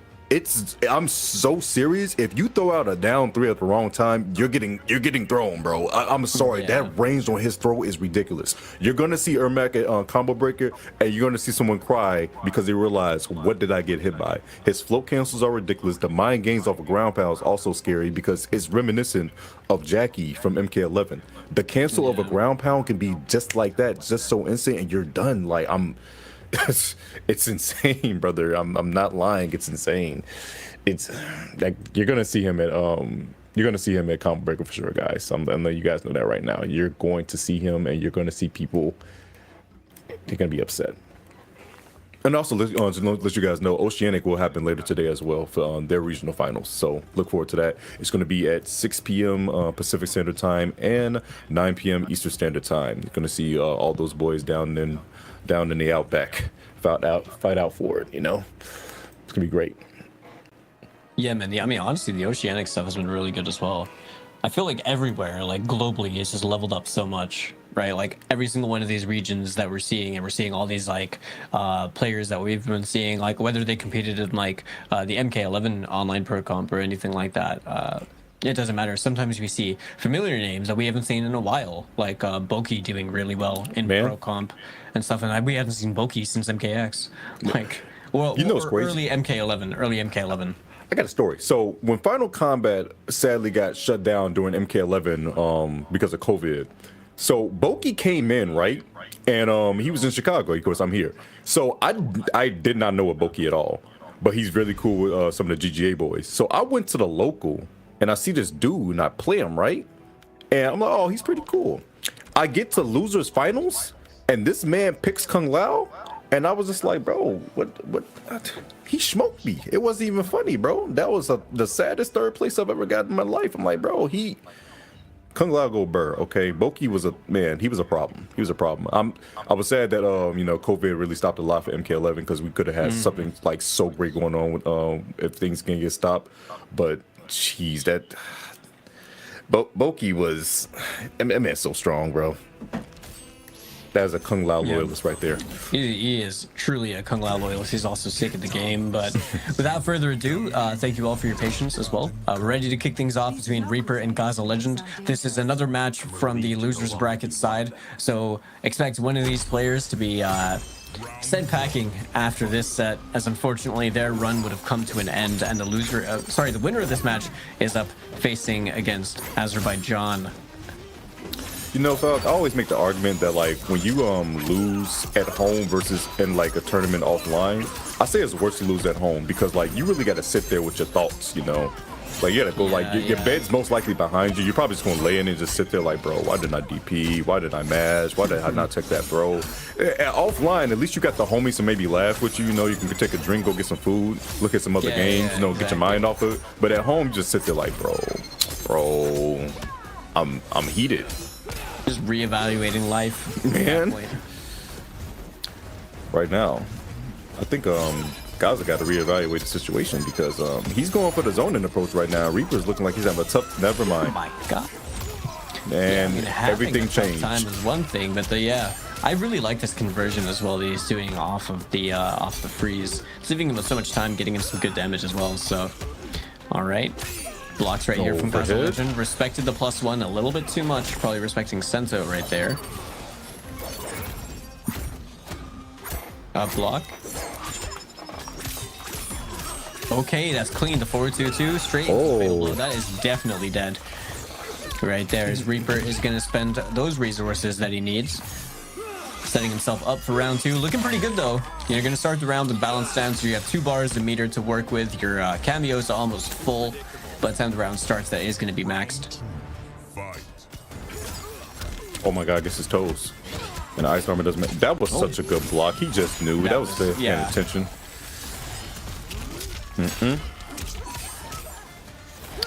Hey, guess for your life, and don't you dare DP. What's the mix-up? Blocks low. All right, gets the 1-2 check. Ah, nice. He tried to DP. The Sento 1 was a little bit of a mistake, though. I'll try to go overhead, but luckily he did not get punished. But hey, he smacked a million. Nice anti-air. Yeah, that was nice. All right, +1 gets disrespected by the down 4 as Gaza Legends fighting back right now. The Jade Glaive is going to be good. Breaker being used by Reaper. Has the Sub-Zero available. Managed to switch back into the balance stance, so we are going to be seeing even the shoulder. Yeah. Down 2. I just forgot his down 2 is better actually in Sento stance, ain't it? Yeah. Well, no, I think his down 2 is better when you're in Sento stance. Like you get the sword down 2. Otherwise, he kind of has like goofy uppercut when he's imbalanced. Yeah, that sword down 2 is like, man, that range is crazy. The sword down 2 is crazy good. It's like, dang, whole sword getting hit by?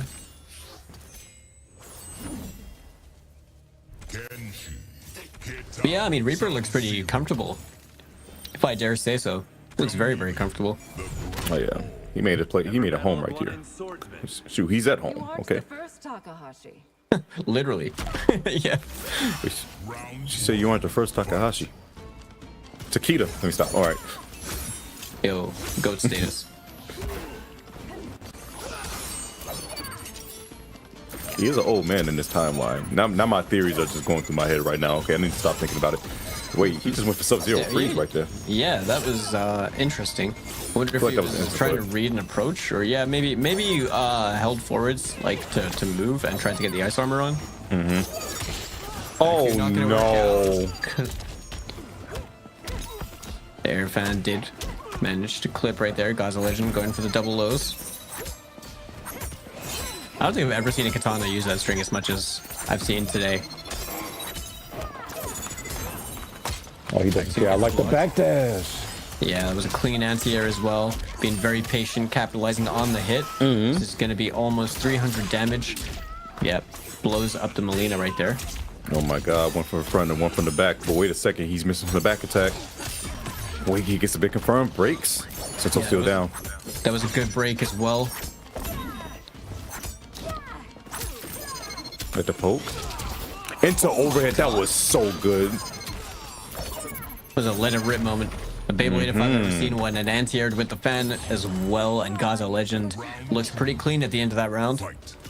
If he did clean it up nice and well, However, Reaper got the ice armor up and a beautiful down two. Wait a minute, grabbing the woman, freezing the feet, and giving a roundhouse. Stop. Her mom's right there, bruh. That's crazy. And her sister. Mom, well, the sister kind of like this happening. You know, the sisters fight all the time. She wants the throne, so she wants this girl to fall, but the mama's right there. Okay, Reaper choosing this space actually really well. Sets up the ice armor, goes for the offense. Fans. Work out. Plus frames into the ball roll. That forces the breaker Tento. Reaper now is going to have sub available to get any kind of damage off the touch that he needs. You look for a clean shimmy. Has to hold the pressure, but wait a minute. Melina ball roll doing massive work once again. Yep. Wait a minute. I like that. Yeah, all with the Sento 3 almost finishing, just going for the projectiles. 18%. Got Sento to lock down. The Sento 4 is going to be able to do it. And the fan lift right there finds the hit. That's going to be a fatal blow. That's going to be, is that death? It just might be. This is a lot of damage. Yeah, oh, no. Plus 50. Anything. Plus 50 health because of Sub-Zero. No, he's alive. Barely.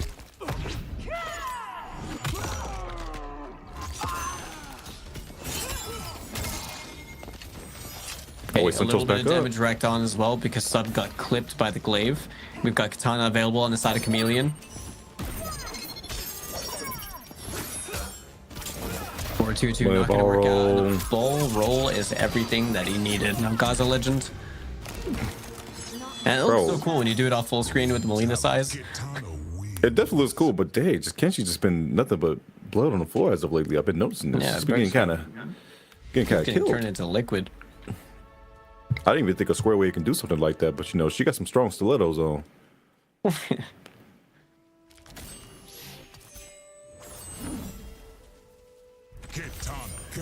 an actual visual representation of how I feel every time I hit my like funny bone on the door handle.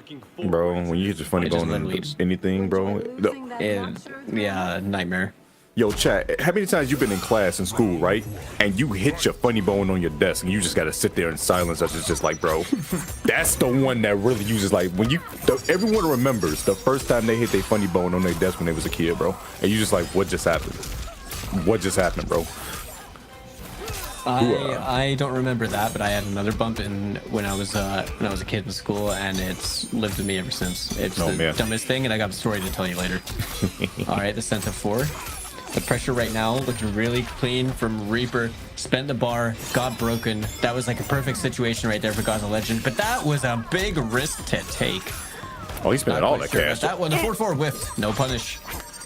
Luckily, he didn't get out punished, but he's doing a full string and goes for the 4-4 this time around, denying the Melina ball roll, and here we go. Decisive game number 3, and right now Reaper's in the lead. Hey, the air fan as well, gonna clip Reaper as Gaza Legend right now, using those plus frames, using the fan lift. He's so lucky. He really is. Nice anti. Okay. Yeah, clean anti-air. Hit him with the Naruto run afterwards. That's crazy.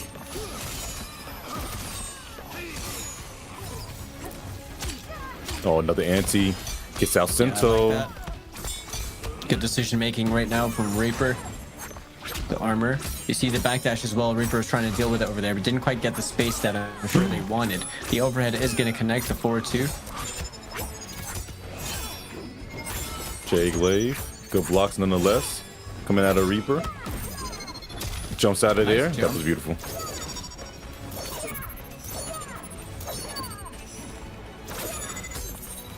Waiting for one clean hit. That's all that's needed. I'm liking the patience we're seeing from Reaper. The forward one was so clean over there. Gets the resummon. It's a 2-bar sequence that Reaper needed. Yeah, and that is everything. Chip at that point, it's like you can't even like safely wake up over there as well, because everything he was doing was just guaranteed to break armor with the 4-4 and the Sento slashes. There's certain GG scenarios that you have in this game, and that was one of those where you just like, well, I guess I'll just put down the controller.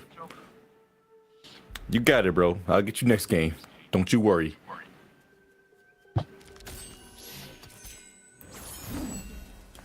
And just like that, I mean, it has been really back and forth between these guys so far, but ultimately, the one that's coming out on top at the moment is Reaper. This doesn't really strike me as a very fun matchup. I personally do not like it, but Reaper seems to be handling it pretty well. I'm actually not sure how much experience Reaper has playing against someone like Faysal, you know, because if that tends to be like a frequent thing or an occurrence that these guys play against each other a lot, then it's natural that, you know, he's very comfortable in the katana matchup. Definitely so, but right now, he's looking comfortable taking this man coast to coast. Goes right back to zone and gets ice armor up, though. Nice job. Yeah, just closing the space. A block attempt, not going to work out for Reaper. Oh, thought Melina Ball was coming.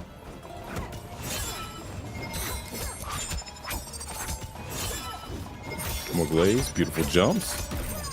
So much chip being added up right now. My goodness, he's been blocking for days, and guess what? It wasn't your turn. The extension. Yep. Oh no, that's a big drop. The very costly drop right there for Gaza Legend. This is going to be a lot of damage as well if Reaper doesn't drop this combo. This is so bad. This is so bad. This is so bad. You got to break. Oh wait, never mind. He dropped it. Yeah, that drop was costly right there for Reaper. Really needed that to start mounting the comeback. The Sento time is completely over now. Good block in the overhead. Actually managed to get the punish with the forward 1-1 into the fatal blow, and that is going to be the round right there for Reaper, putting them on set point. Oh, the headbutt into the Sento. Both the swords dual to action, and guess what? That's a death. Reaper is on set point to advance on to fight Azerbaijan in the lower side of the bracket. Gaza. Hey, bro, you got to lock in and show him why you a legend.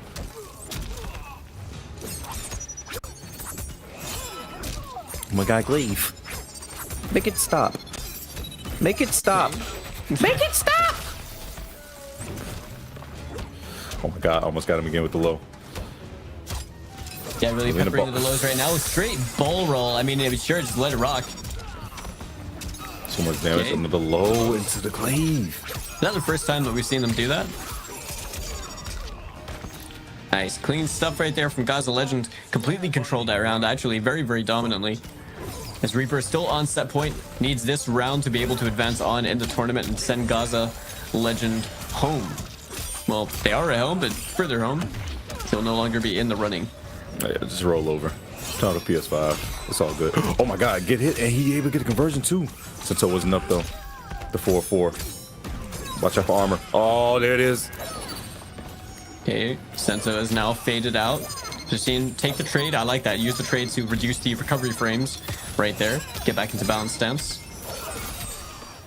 Sub-Zero almost being built right now. Gaza Legend with the health deficit, trying to keep Reaper out. This is a dangerous situation to be in, and that standing one counter hit is going to be everything for him. He is going to find the confirm off that. That is the stand 4 into the EX down back forward to guarantee the extra damage at the end as well. And that isn't enough to kill just yet, but the Sento 4 or the 2 from full screen with the slashes to guarantee that. And Reaper is going to advance on in the loser's side of this bracket to face off against MK Azerbaijan.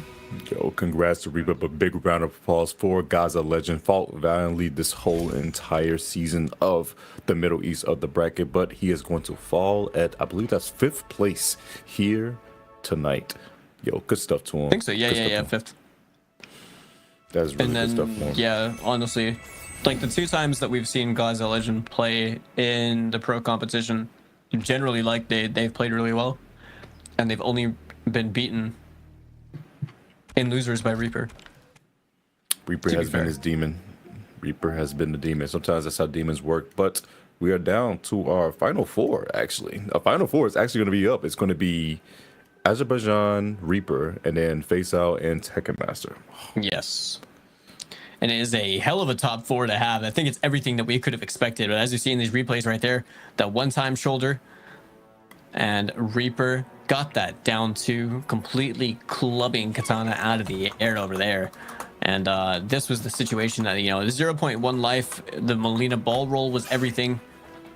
That was enough chip. That was going to take it over there. And this was a clean confirm into the resummon right here for Reaper. And you just saw like so much domination, so much control every time that Reaper was able to bring out Sento as well. But this was one of those rounds that Gaza Legend just had completely under control as well. This was a very dominant round for themselves. So at least they got that for themselves. But unfortunately for them, their run is over. They are no longer in the regional finals.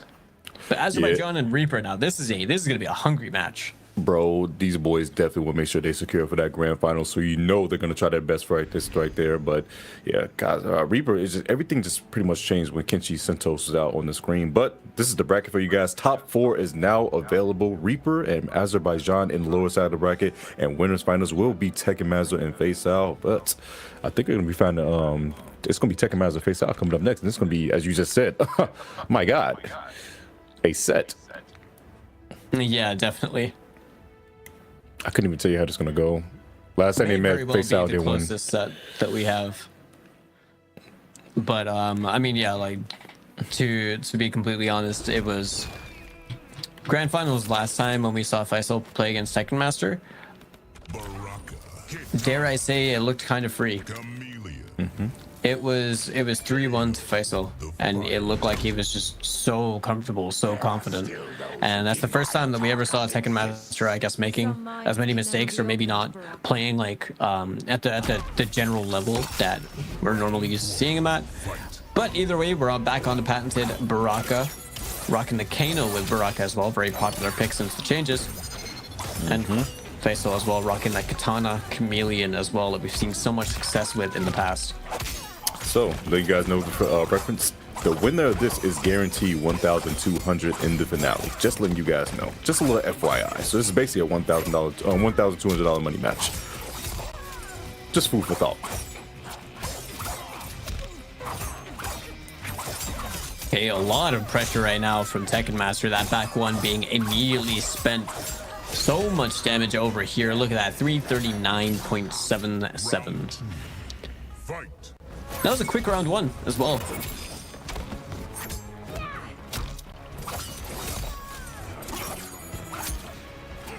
Okay, the wake up. Delayed, wake up down 1. Gets the back throw, sets up the glow. He doesn't care. Tekken Master's willingness to just challenge like anything and everything is admirable, to be honest.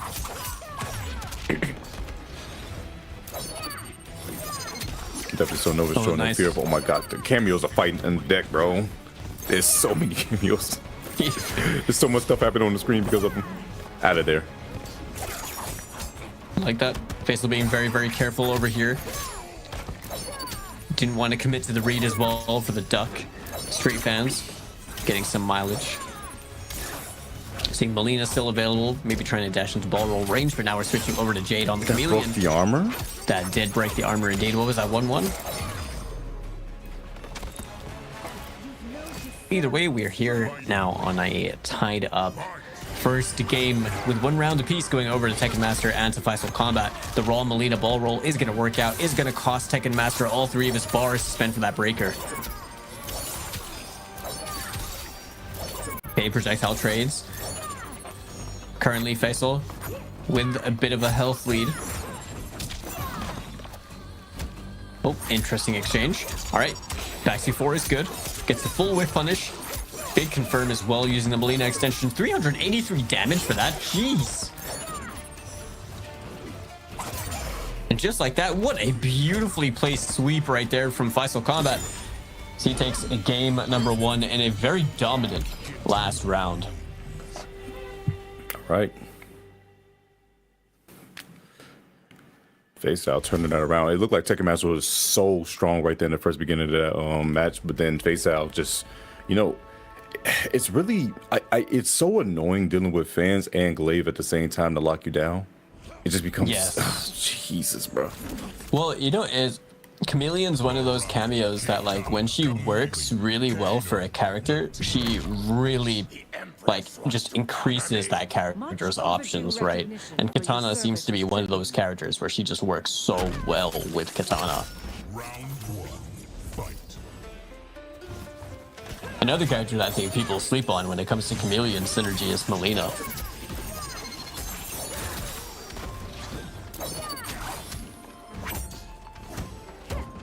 Goes for low. The patience. You see Tekken Master just trying to fish for anything right there using the stand 2. All right, big jump in. The back 3 does get blocked. Commit straight into the X down for it too. That was a good use of the armor as well from Faysal. Out of there. And tried to chase him down, but beautiful jump kick. The jump kick air combo. And wait a second, poking the special. Tekken Master elects to break. It's a decent sized life lead that Faysal has, and he believes, huh? I guess sitting on Fatal Blow probably believes in the idea of trying to steamroll this back, but Faysal's look so clean right now. The back 2-4 at max range is going to be able to confirm that, is going to be able to take the round for himself as well. It was the fact that came out like the last active frame of that back 2 as well, too. Yeah, my gosh. That was final. Full screen, does it conduct? No, poking the special again. There's knives, there's still patience. Oh, caught him on the way back, but he couldn't get anything off of it. Another air fan. Faysal is, you can tell he is frustrating Tekken Master. He's like, bro, how do I chase this man down? He's being so annoying. Exactly, yeah. 358 damage as well. All right, spending the bar, gets the knockdown. Now Tekken Master checking with that down 4, trying to hit confirm off the poke. The throw is going to be good for Faysal Kombat.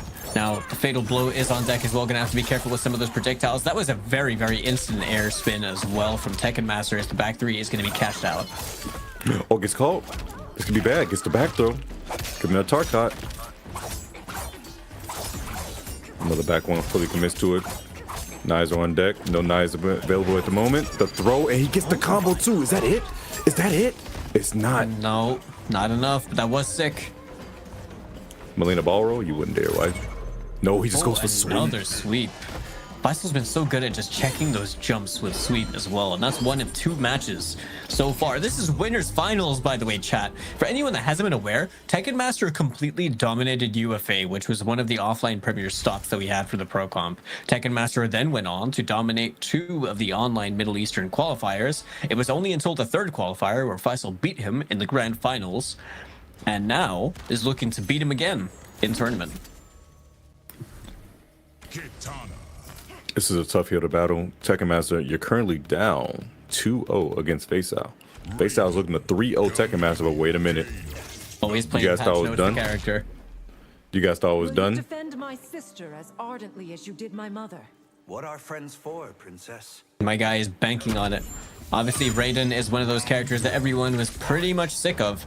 Has been pretty heavily changed. Got hit in that latest patch. So we're gonna see how he fares against it. Oh, beautiful anti-air stand 2 in the fan lift. Yo, Faysal's just so ready. Whoa, what was that, like reset into the safe jump? I couldn't even tell you, but the knives are coming in deck and this man's marching forward. Candle ball? No, it does not matter. It's a gap in there now. Oh my god, gets the full pickup as well off the armor. Sets up the glow and the ground trap. Faysal maximizing the use of that glow right there from the Jade. Okay, good teleport.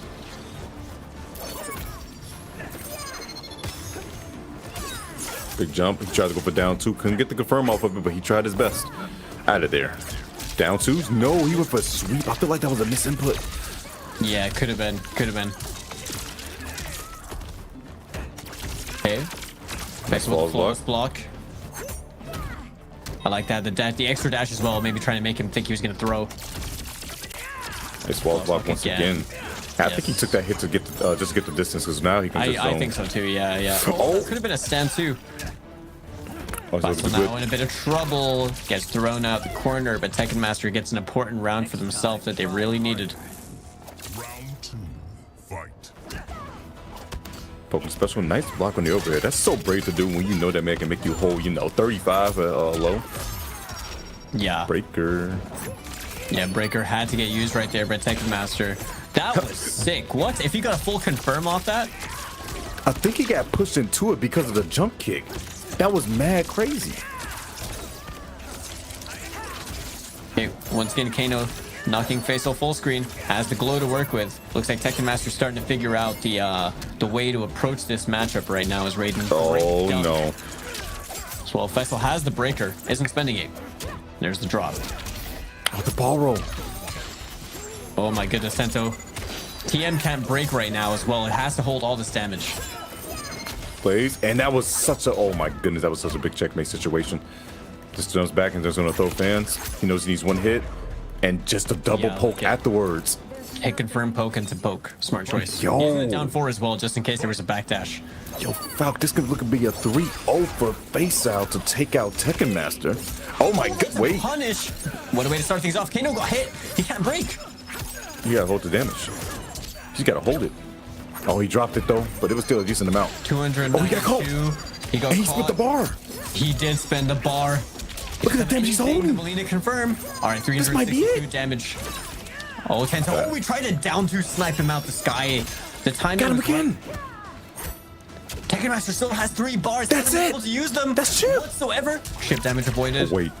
The overhead. No way, Can't right? cut TM out of this until his life is completely gone. No way, right? No, he And gets the that- dash up.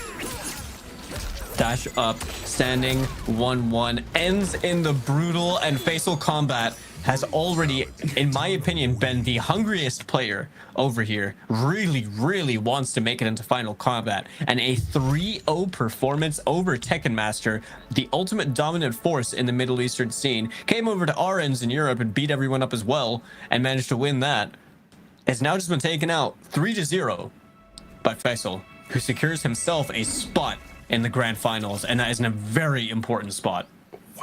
Bro, he 3-0 over Tekken Master. Mind you guys, Tekken Master top 3 in points in the pro comp, or top 5, one of the two. Like, utter dominance, as we were saying. Faysal just made it look like this man just didn't know what to do against the katana. That was insane. Yeah, Faysal is actually playing out of his mind. Like, my goodness. Look at these replays. These replays are pretty much just katana combos at this point. Every situation Faysal's making this man to come to him. Yeah, look at it. Like, everything was just done. Like, you can tell these guys play against each other a lot, right? Like, there were so many layers to the entire game plan that they had against each other. But that punish right there was so on point, and Faysal managed to get that really important win for himself, as he now sits comfortably over there in the grand finals. Now, in the loser semi side of things, we have more destruction for you all to enjoy alongside with us. And it over to us. Over, my goodness. It's going to be Reaper versus MK Azerbaijan. As you see, Faysal is going to be in grand finals, guaranteed top 2 of the bracket. Tekken Master is going to wait the winner of the next match that's on display. Reaper and MK Azerbaijan. Now, I don't remember if these guys played in one of the brackets of last time. Reaper and Azerbaijan, I think they might have played round 1. Let me double check, because I think they might have played round 1 in one of the previous. No, it was Azer and Faysal that played. They never played. This is Yeah, all and new. Faysal double eliminated Reaper in that one, and then Azerbaijan went on into winners finals and lost to TM. Yeah, so this is a first. We've never seen these two players play against each other in the Middle Eastern qualifiers. This man, I honestly, I don't know how the rest of this match is gonna go. I truthfully don't. Reaper and Azerbaijan for sure is gonna be utterly insane, but the rest of this bracket, we don't know what type of adjustments are gonna be made. I think everything is really down to character pick right now. Yeah. Reaper's been showing off some insane stuff with Kenshi anyway, and definitely been playing matchups that haven't exactly looked like the most enjoyable things. Now, for anyone that knows anything about Kenshi, regardless of the fact that he is very strong, he has an interesting matchup chart.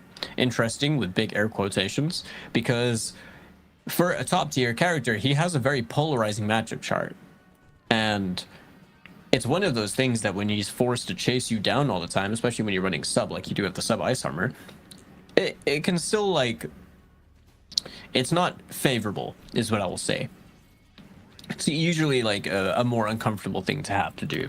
Now, Azerbaijan, on the other hand, has shown immaculate levels of patience as well and finding the opportunity to strike. But it looks like we don't even need to worry about the Kenshi pick anymore. He's rocking with the Raiden that we've seen so much in the past. People want to win, they're doing Raiden Kano. Even though it's not as strong, they're gonna show it's still out here. How goes the hunt for Bihan? I've never chased a cagier quarry. I mean, to be fair, right? It's not like they absolutely killed Raiden. They just toned him down.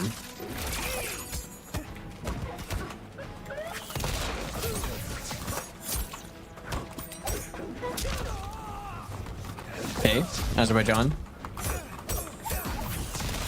First strike over here as the invisibility catches the low once more. No faith in the hits. Great block though. Good awareness. No to push. Try to go overhead, but none of that. And he's gonna get invisibility off of this. Guess for your life. Oh, gets the low. And we'll have to go for another reset. Yeah, he's gonna get himself thrown out of the corner though as Reaper. Chip damage being reduced as well by the passive that Raiden has to offer. Oh, let's try to go for throw right there, man. The 1-2 into Storm Cell. Oh, big jump. Neutral jump. Oh, no phase through. All right, good poke as well. Get underneath the Kano knives, establish some plus frames. Azerbaijan gets that back throw, and that is going to be it. I mean, honestly, what were you being thrown by? There was nothing there, bro. People, you're not going to be able to techno throw when the man is invisible. Dude, wait. Shoutouts to Wasminator versus Smoke and MKX. Bro, he was mashing. He ducked the invisible throw from Smoke, from Triforce. That's actually Smoke. insane. Ooh, he tried to go for up block right there. No, he's not doing anything, but no, another jump from a oh Jesus. Man, he's been calling out those dash up throws. 2 for 2 right now with those neutral jumps. And Azerbaijan turning that into a lot of damage right there. Plus frames in the corner to work with. Reaper spent the bar, got full screen. Didn't really work out too well for him. Wow, those grenades were really meaty. Allowed him to set up straight for the invisibility. And Reaper doesn't have the bar to be able to break right now. Has to make the most of the meter that he has left. Oh, big jump, and that is going to do it. The neutral jumps has really been adding up for him. So much for Azerbaijan. What is he, 3 for 3 on those? Man, the man's holding north, not pressure. He might as well be an elf. It's crazy. We went to the North Pole. Childish Gambino, 3005. He just says, hold up. Just hold up, bro. Keep going. So you gotta do. Hold up. But I would like to see some, because 2 of the times the neutral jump worked was when Reaper decided to go for a dash up into throw. The 3rd time it worked, I think it was just a missed time on the meaty, and it was just a good call out from Azerbaijan to understand that he was going to go for, you know, a form of aggression right there that ultimately didn't work out. And Azerbaijan is the one with the lead right now, 1-0. Gets the forward throw too. The cancels have been so crisp for this man, and also the staggers have been such on point. It's gonna be tough for this man, the Reaper, try to get through this. Nice flawless block. Oh, he gets shimmy though. 1 hit is all it takes. Wherever Dulupa said. Oh, beautiful poke. Hey, good block. Whoa. That was brazen. Oh, because he overhit. More plus frames. Oh, the smoke bomb. Oh. But beautiful poke. Yeah, Reaper fighting back a lot more right now. 327. Azerbaijan forcing the air-to-air trade right there. Kano knives gonna whiff, but How did they whiff? How did they whiff? Wasn't it? How did they whiff? I swear he was ducking from full screen. He got it. He got it. He's the ultimate. I'm sorry, Raiden. Oh, that is a punish right there. Reaper being wise as well to the strike grenades. Oh, beautiful Reaper overhead. seems to be waking up a fair bit though. Definitely so. And wait a second, gets a low. He's going to get a big launch. Oh my God. Okay, Azerbaijan turning this into even more damage. 349 tries to go for the reset off that soft knockdown. Now, poke, check, the back throw again. These have also been working out for him quite a lot, right? Yeah, they have really been adding up. Like, he's been getting a lot of back throws from the corner. Bro, if Striker had a bigger throw, like more damage off his throws, it would have been even crazier. The awareness to anti-air somebody while you're invisible is like really insane to me when you really think about it. Because you got to know where your placement is on the screen as well. Okay, the down one check, disrespect from Azerbaijan, going for the overhead. Not going to work out. Fishing with the lows as well. Reaper trying to establish more on the counter poke situation. Didn't work out for them as Azerbaijan is going to tie up the rounds. Azerbaijan doing massive work right now. Tries to go for down two. He knew the knives were coming. Okay, overhead blocked. We're gonna see the invisibility now. Oh my Or gosh, we're not no gonna throw. see it. I suppose I should say. I'm surprised he's not phasing through those. Nice down two. We did actually get the down two, yeah. Oh, the overhead. Oh In the my low God, crush. Gonna have to break this one for sure. How you don't? He's saving the meter. Overhead. All right. Gonna need a few more of those to connect if you want a chance to win this round. Oh, my God. What It the caught hell? the back too. Yeah, it when he did. was in the air. I don't know if he tried to instant air like electric fly and then he just accidentally got the jump 3, but it worked out for him. Definitely did. Okay, low connected. No belief. Reaper needs to find a hit confirm if he wants to be able to take this game right here and tie things up. You know he can find that clean hit in the fatal if he just gets the hit. But same thing for Azerbaijan. Why did you? Oh my, why? Even if you had Kano knives in that case, bro, it's like, oh, he actually didn't have Kano knives in time. It's like he wouldn't have been able to take the help of that down Kano too. knives and 3 bars of meter. Like I just felt like that was just that. It wasn't the move. It wasn't the move. It was a bit too gutsy. And Azerbaijan capitalizing on that situation with a perfect response with just a forward dash into the down 2. He's gonna set himself up. It's now 2-0. That is the lead we're looking at right now for Azerbaijan. And Reaper gonna bet everything on the last pick, going with Kenshi, this time opting for Cyrax over Sub-Zero. I didn't think anyone could leave the Yakuza. It wasn't easy. It wasn't easy, you say, huh? Well, it's time to find out. Kenshi Cyrax is on the screen. We got to see black strings into Sento coming out. And good luck guessing for your life. It's not so fun, is it? Trying to block overhead. Okay, never mind. You get the low. Yeah, the low is good. Now all that Sento time is also being drained out. This is putting Kenshi in a bad situation because he doesn't have armor to be able to respond with. This is going to be all defense and timing more than anything else. So Azerbaijan, what great spacing right there from Reaper, but the striker grenades had Azerbaijan completely covered. That was a very well thought out situation. The soft reset right there, tries to go for the follow-up combo, not going to work out, but the striker grenade is going to keep the pressure going, as well as Azerbaijan is going to get the forward throw. Still not enough to kill, but the final situation is right here. Reaper could also kill if he gets a clean hit. You broke? I don't agree with That's that. greedy. Man, I don't agree with that break at all. Remember, guys, 3 bars to break is too expensive, and you use all the meter for that. Yeah, it's not worth it because now you got to deal with Your this back still mix. in the corner. This is a potential step. This is set point right here for Azerbaijan if he wins this round. Dire situation that Reaper put himself into. Wait a second. The blue guy is out once again, and you know what this means. Strike grenades are coming. I don't want to deal with it. Okay, the cops got my back. Who would have thought? They're further than Quay. I'm sorry, he's sure already now. Invisibility. Big jump, bro. Okay, you know what? I might have to call it how I see it. Time of death, 2:17 p.m. for this man, Reaper. He's had a great showing, but the neutral jumps are too strong. His strike grenades are doing too much. Nice Or anti. 8:17 p.m. if you're me. Oh, yeah. 2:17 p.m. CST. I apologize. Wait a second. 4-2. It's clean. He gets the resummon here. Yeah, stand forward into the resummon. Sento still has too much recovery over there, and that is it.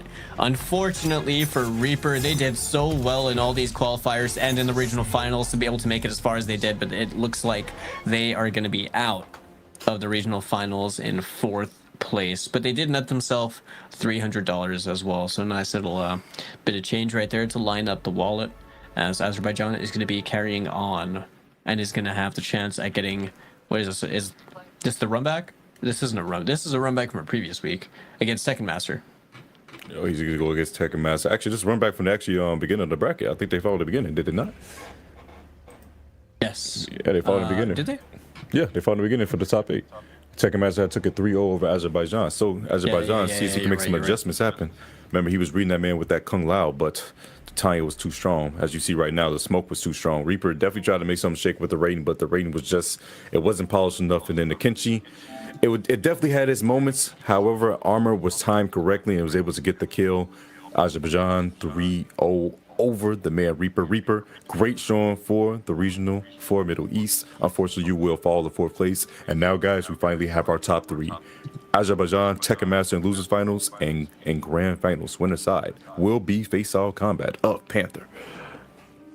If you asked me what the top 3 I would have predicted was, I would probably have said this. In this order, though, I don't know if I would have guessed. I would have maybe guessed that Tekken Master would have been in Grand Finals winners, but anything can happen, right? Anything. This is the run back from earlier on today, like you were mentioning. It's also the last time Tekken Master and Azerbaijan played prior to this regional finals was in the qualifier where they played each other in winners finals, and Tekken Master completely it was just a one-sided match at that point on. So it's really just everything is on the line at this point. Azerbaijan is a very emotional player as well. He wears his heart in his sleeve a lot. So I imagine he's putting everything into this performance. He wants to beat Tekken Master because I know for sure he's been popping off when he won that last set. And I know he wants to continue. He's focused. Faysal sitting comfortably in the Grand Finals and winner side. Tekken Master, obviously, more money, more brilliance. No, Faysal just up there in winners Grand Finals with his arms folded, just watching the foolish mortals. Like he's just like, yeah, we're gonna see. Tento. We're gonna see. Who's going up there? Tento. What happened? If Azerbaijan beats Tekken Master, the winner of Grand Finals is going to be the qualifier. If Tekken Master wins, Faysal is guaranteed to qualify. That's actually a big thing. So actually, the whole time, I know Faysal's like, go Tekken Master, go do the thing. Faysal right now wants Azerbaijan to lose. That guarantees final combat for them. Yep. You know, he's over there cheering. If Azerbaijan wins, everything is on the line, because that is a money match for finals and the first place. Yep, that's it. So yeah, Faysal is definitely rooting for Tekken Master at this point in time, but MK Azerbaijan does not want to make that Cinderella story happen. He's definitely going to be, Gorilla DeVille. Yeah, she's not trying to have this happen at all. So we're going to see how that ends up going. That 3-0 victory last time. So if you guys remember, the first match of top 8 here was the first match for top 8 winner side was going to be Tekken Master and Azerbaijan. Tekken Master took it 3-0. It was Tanya Goro versus Kung Lao Goro. And what Tekken Master was doing was basically just baiting out this man's armor and just shutting down any approach that ended up happening. And it's how do you deal with it, bro? It was like an armor versus armor game, and Tekken Master pretty much had all the aggression, so was able to constantly just be up in the resource management game, always had more meter, and was just always able to play their game more effectively, I guess, than Azerbaijan. But I mean, to be honest, I don't know what the matchup chart is like for Smoke. I don't know if Tanya Goro is a horrible team to fight as a Smoke player, because I feel like for the most part, Azer's been playing Smoke really clean today. So I'm curious as to why they opted to switch for the Lao, but it might just be that. It could just be a matchup thing, you know? But it looks like we are going to be seeing Azerbaijan stick it out in this set, this time with the Smoke Striker. Smoke is coming out once again. All right, ladies and gentlemen, chat. This is going to be losers finals between Tekken Master and MK Azerbaijan. The winner of this will fight Faysal Kombat in Grand Finals. Just FYI, if Tekken Master takes this match, Faysal is automatically qualified for the finale. If not, we have a new champion to crown.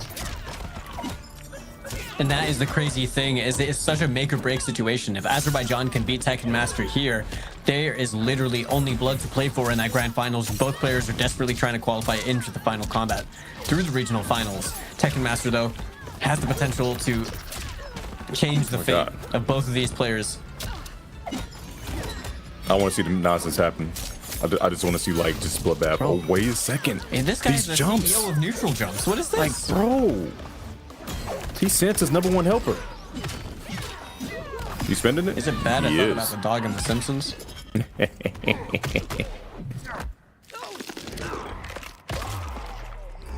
It's bad this man got his arms ripped out. Not going to quite kill. Not even going to give him the life lead, but get him in a good situation off this knockdown. Wait, did that she get actually scaled so much. Yeah. 313. Striker just got his face kicked multiple times. My goodness, Tekken Master turned that round completely on its head right there. Spent it all too. But look at the meter right now. I mean, Azerbaijan's sitting on a full stick of butter right there. Has the invisibility. He spent the bar. He doesn't care. He has armor. It doesn't matter to him. He gets shimmied at 1-2-2. Poking the special again. This man doesn't care. Goes for the buff. You tried to poke. Not your turn, sonny boy. Yeah, that was a bold poke. Okay. Forward 2, yep. And down 1. Watch out for armor. Down 1 spin, oh and there my it is. goodness. Oh no. Goro coming through. Armors again. Not quite, but it's coming. Grenades? No, you can get anything. I like that you traded the hit advantage right there. There it is again. That should be Chip Goro coming through to seal the deal. Tekken Master. Top just took heel to the face 16 times in a row, and that was going to be the game right there for Tekken Master. Moving on 1-0 up in the losers finals. This is an elimination match. For anyone that might be tuning in over here, we are in the top 3 of the regional finals over here for the Middle Eastern region. We have 3 names that you might be very familiar with if you've been following active Mortal Kombat competition over the past year, and that is Tekken Master, Faysal Kombat, and Azerbaijan, all over here in the top 3. And right now, Tekken Master is 1-0 up on Azer. Hey, he switched back to the Kung Lao. He's going Goro too. It has to be the spin, right? Like, it has to just make things so crappy for Smoke trying to enable anything with the invisibility. He's not able to either get anything. Wait, Raiko revives Onaga. Wait a second, we got lore coming out? Like, okay, that's a different story for a different day. Onaga? Wait, Pog? No, we don't need Onaga back over here, bro. That's a big human. Wait. Gosh, outspacing the armor once again. Wait a second, armor right back at you. You guys like armor? This is all you're gonna see in this match. I'm not even gonna lie to you guys. Pretty much, yeah. This is gonna be not a single breaker used because they're too busy spinning bar. Big jump. Nope. Oh my goodness, he didn't put armor on that time. Yeah, no. Master being very patient right there. Finds the confirm as well into the EX drill. Gonna catch this one out. Goro extension. So much damage. Almost 400. Yeah. Holy. Goro to keep him locked down in jail. Wait a second. You tried to press, and this is gonna be some big damage. Hey. Look at that. That's big damage as well. Yeah, right from Azerbaijan. Armor gets blocked. Goro. Hey, no. Neutral jump right back at you. No, I could take a page in your book as well. A Tekken Master with the bait on the armor, immediate forward 2 into fatal blow. Goro with the headbutt, and Tanya taking this man to a sky. Nah, hold that pole. No diddy. And look at that clinical right there from Tekken Master. Once again, managing to close out a round in their favor when they had no health remaining. All right, sets up the buff. Oh my god. Jake Kyle is going to completely mow through the other one on the EX, yeah. Wait, I'm surprised he didn't give the crumple state, though. Hello. He could, oh, bro. Huh? He almost converted that, bro. And then he broke the armor.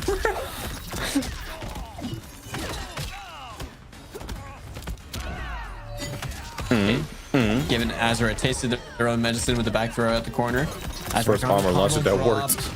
But it didn't work out in his favor. Yeah. Now he's going to hold the damage. Oh, the just do it again. Is so painful. Goro do it again. To that as well. And remember the episode of SpongeBob? Want to see me break out the armor?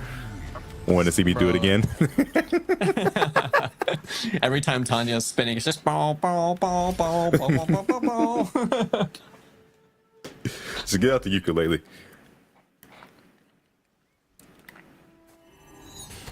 Once again, we find our hero, MK Azerbaijan, in a tough position where he must weather the storm, being down 2-0, and take out Tekken Master, who was just spinning to win.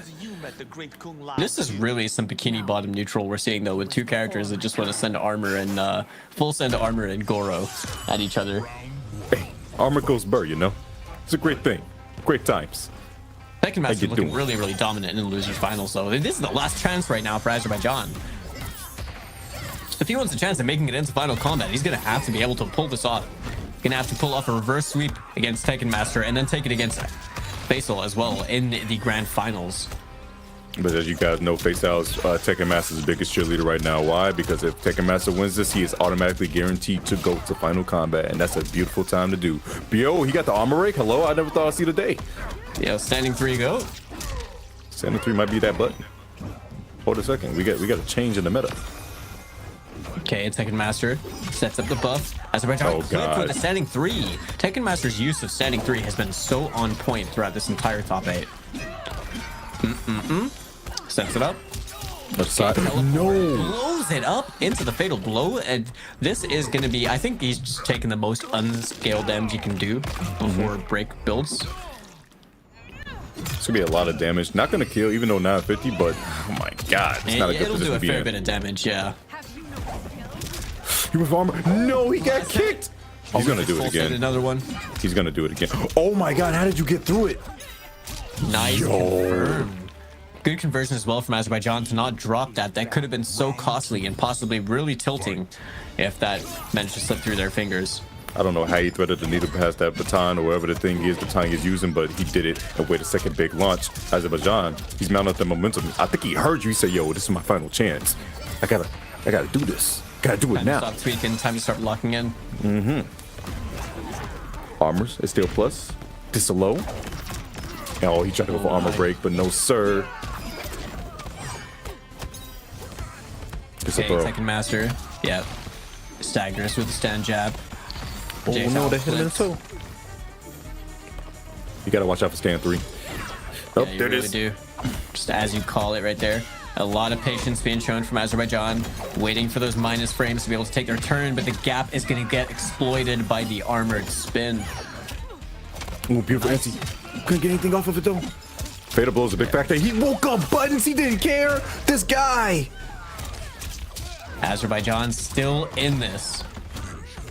Oh my god. 2-1 is the score. Tekken Master has given this man a game and given this man a chance.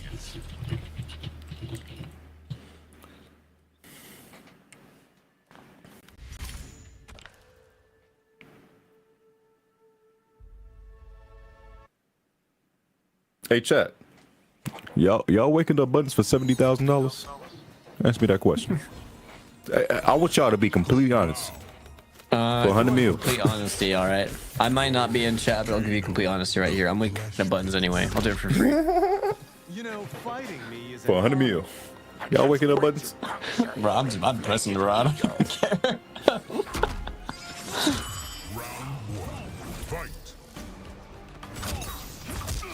Oh, we switched to the Baraka. Wait a minute. But Changed in the pace.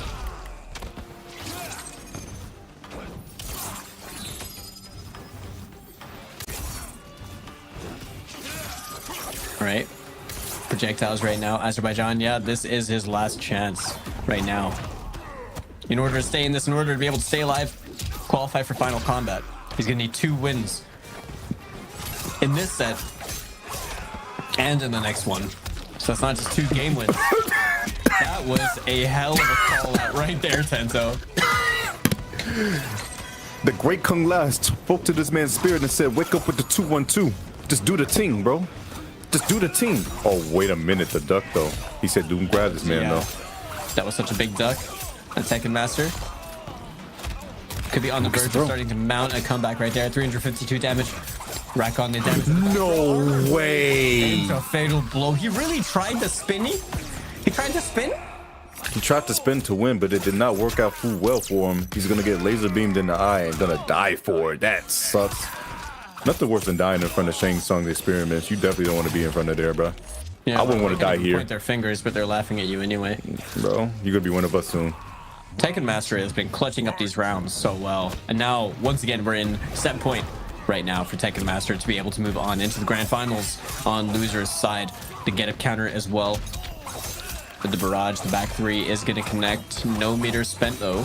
Standing 4 string being blocked. That is so much chip damage that is building up, and the 1-2 is getting confirmed. Azerbaijan has to break over here. Oh no, yeah, it's over. That is going to be it. Faysal is going to end up facing Tekken Master in the grand final side of things. I'm sorry, the story is already done. It's already been completed. Tekken Master has taken out Azerbaijan in 3rd place.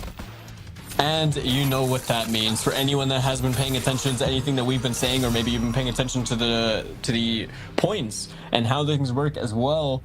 That now means that because Tekken Master has gone on to qualify for the grand finals in the regional finals here, that now means the Middle Eastern representation that we have in our hands is Faysal Kombat. So congratulations very much to Faysal Kombat as well for being able to qualify in for Final Kombat due to that win. Because Tekken, for anyone that might be unaware or is confused by this result as well, Faysal Kombat and Tekken Master need to play their set over here. That is going to determine first and second place, which determines the payout as well. But quickly, before we get into that stuff, we'll go over some of the replays, just some of the things from the set that we just saw in our hands. But basically, they have to play against each other. That's just going to determine first and second. That's the cash payout they're going to get. Because Tekken Master has already qualified through points for Final Kombat, the qualification spot of this regional finals then gets passed over to second place if Tekken Master is one of 2 remaining players. And due to that win, that now means that Faysal's victory earlier cements his spot into Final Kombat. So huge congrats. Also big shout outs to Azerbaijan as well. I know this dude is a really, really like hardworking player. He's a really, really lovely guy as well. And put on a hell of a show for us, honestly.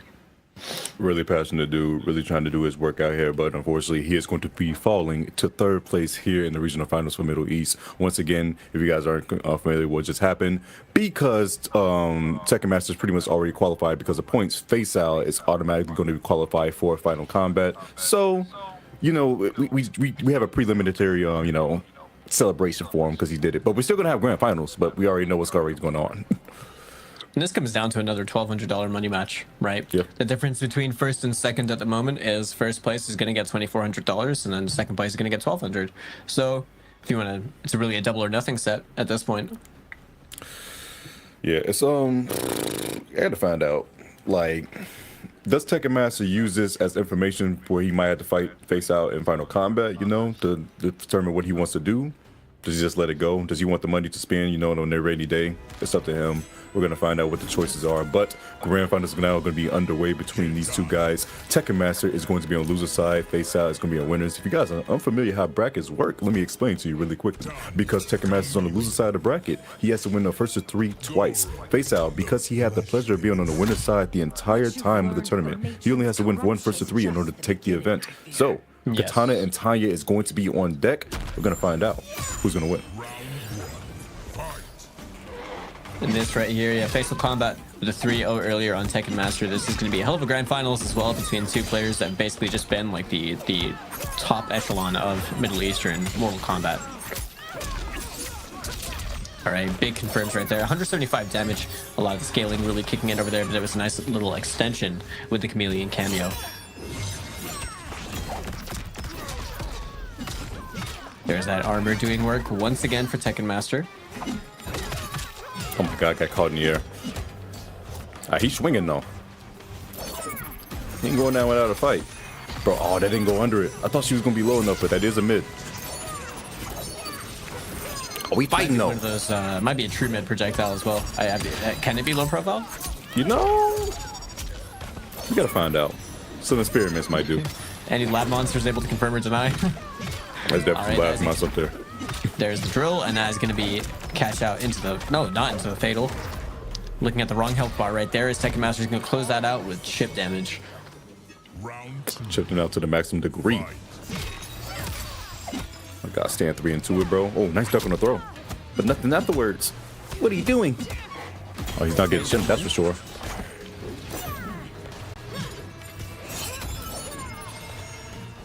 Faysal now trying to establish more of a space on the screen that's comfortable for them to be able to play at.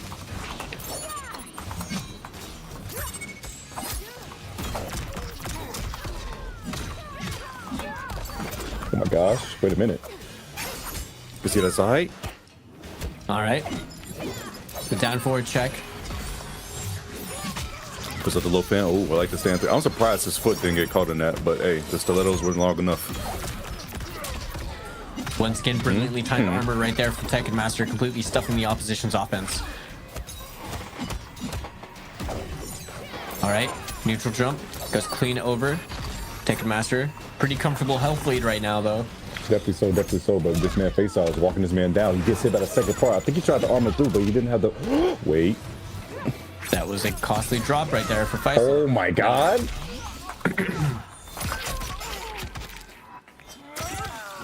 Not gonna kill, but put him in a decent position.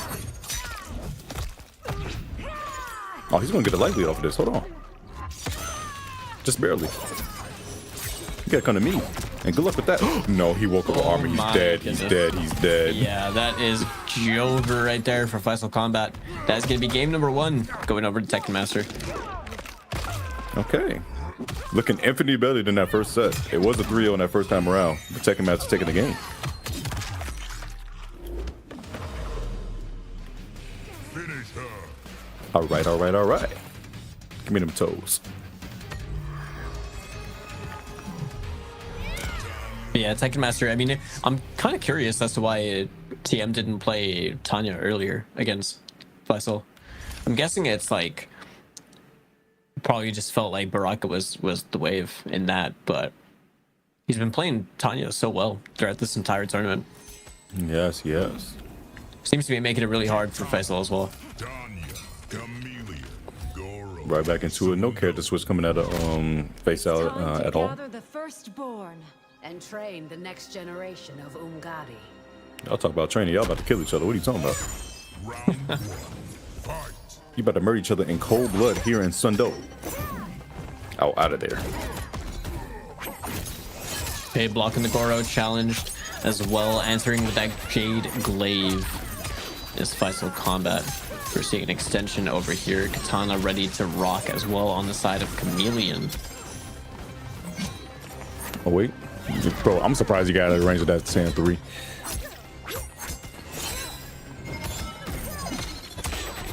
Okay, nice. Another clean hit. Doing so much work right now. Oh, that is big right there. Okay, so that is going to be the round. Clean stuff right there. Tekken Master about to build his breaker, though. Very early on in this round. See, that's better, but wait a second. Armors through, raises the roof. Keep this man in the corner. Buffs in his face is crazy. And the bait, but no, he couldn't get anything because Katana lifting him out of there to get out of jail free card. And a beautiful duck from Faysal. Oh my gosh. Yeah, setting things up. Glow into the ground trap. I like the ability to control neutral. Just like that. The setup is great. And the duck on the stand 3 one more time into a clean punish. Look at that. The extension with the Katana, 360 damage. The stand 3 is going to connect for Tekken Master this time as he goes into the EX drill. He goes to the fatal immediately once it's been the breaker. Yes, he does. 3 bars is gone. That's actually kind of huge. Tekken Master, if he finds a hit, but it's about finding the hit. That wait, he gets the corporate right now. But this is huge. The fatal blowback. He does. It's not gonna kill though, but it's gonna be some damage. Gonna scale quite a lot now, isn't it? Pretty sure there's like a fairly lengthy combo beforehand. It's probably gonna be like what? Oh wait, that is hitting a lot harder than I thought it would. Yeah, 503, my gosh. Chip is an issue. Chip is an issue. And it was. And just like that, Tekken Master tying up the rounds 1-1. Tries to go for a poke, but just backs up afterwards. Faysal doesn't want to go down 2-0 because I dare I say if it becomes a 2-0, we're looking at a reset here. Yeah. I don't think you'd be wrong in assuming that. Right now, Tekken Master is playing super clean.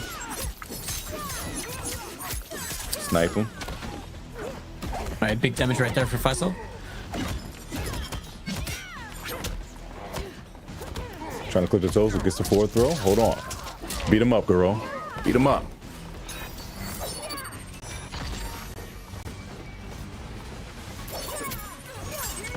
Oh, goes for the toes once more. Armors once through again. Oh my god. Went through the Belina ball roll as well. Didn't come out early enough for it to break the armor. The escape failed as well on that back throw. That is going to be Oki right there for Tanya. Goes to lows. Wait a second. Gets the back throw of his own and gets the full combo. I forgot. Had a Katana available. Gets a DP afterwards. Nice low fail. Wait, but gets the low. Has to break immediately. Yeah. He's going to have Jade. Okay, nice. Delaying that throw. One more hit is going to do it for either player, though. Nice. Katana fan right oh my there. god! Beautiful. The fan into the immediate brutality with the square wave turned that woman into dust, bro. Melina gonna be really mad when you find out you killed her girlfriend, bro. I'm gonna keep it a buck. Like, why you do that? Just kill Melina, a whole girl, bro. That's not it, bro. That's Just not it. kill Melina, whole girl.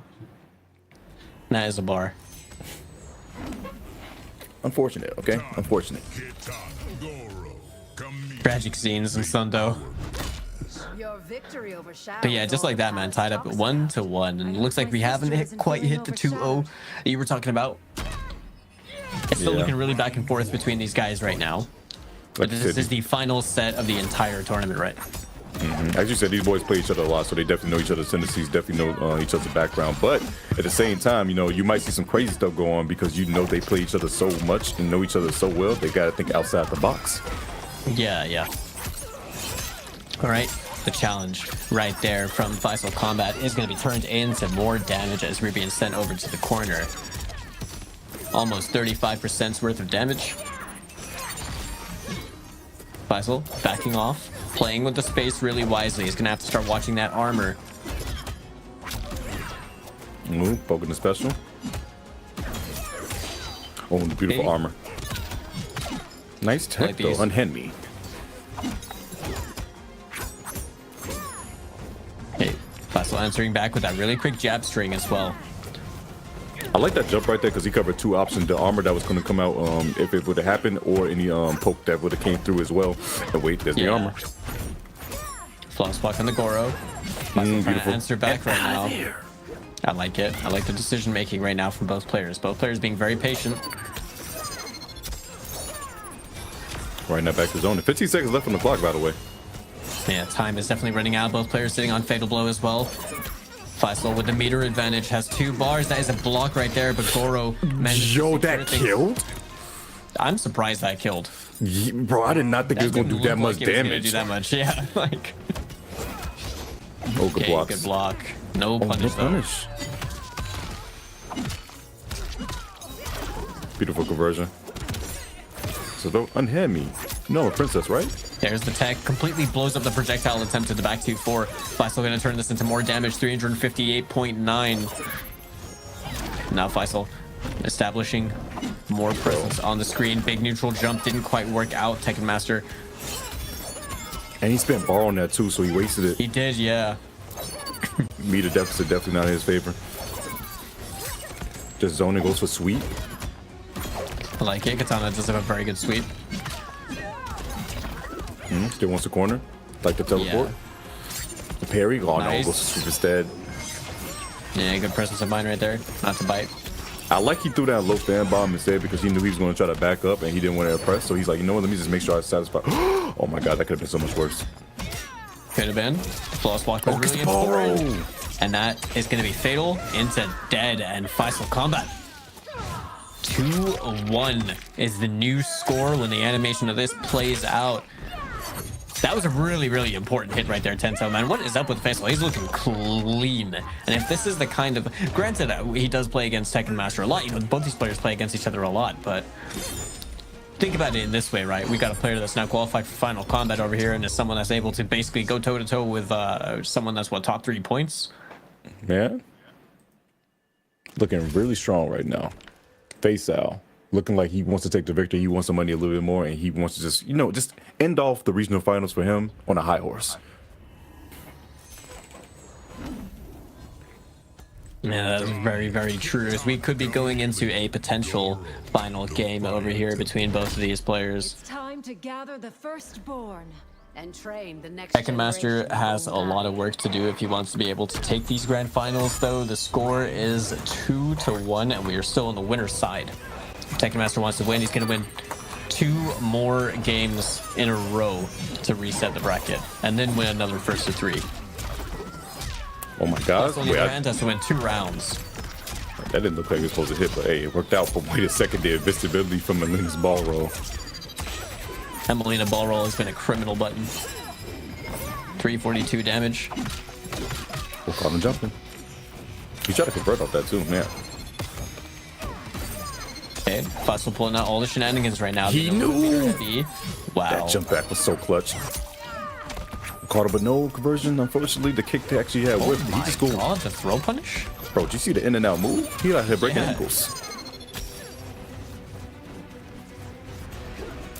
The duck, dip, dive, and dodge.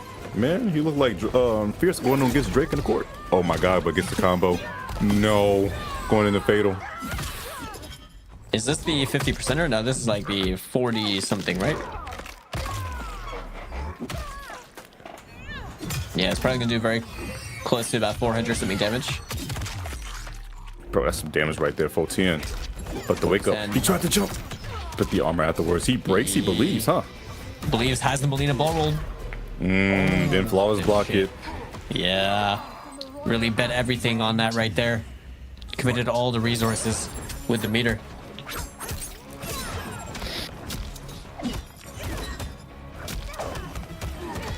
Tekken Master playing a little bit more aggressively, I think. Yeah, he feels that pressure. The change in aggression as well that we've been seeing from Faysal.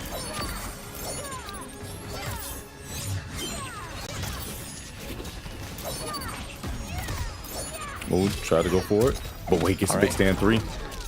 Yeah, very big stand 3 right there. Oh my gosh. Conversion as well in the corner. The conversion was so good. And this conversion was good too. Wait a minute. Tekken Master.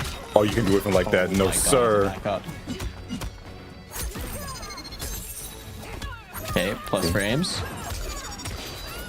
Gets the conversion as well off that back throw. Oh my gosh. Maximize the chameleon. But that should be it. Oh, the drop block. No way. No way. No way. No way. No way. No way. I don't believe. He flawless blocked again. That's it. Oh my god. Face. No, he's a god. He's a god. He's a god. He's a god. He's a god. There's no way. There's no way. He did that with the combo and didn't even spend the fatal blow. How much composure? Bro, he's cracked. He held the fatal blow. He's cracked. This dude was amazing. 3 bars of meter, full cameo to work with, and has fatal blow still. Jeez. Can we talk about the flawless blocks in order for him to get all the chip, bro? This dude. Crazy. This dude. Faysal's on the verge. He's on the verge. He is on tournament point, on finals point right now as well against Tekken Master. Gotta watch out for that stand 3 right now.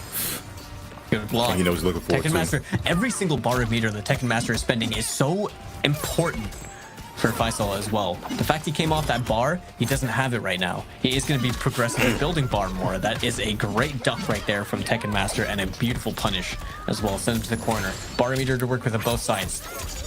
Seeing conversion as well. 232 is pretty good damage off the armor reversal. Bro, we about even up on life too.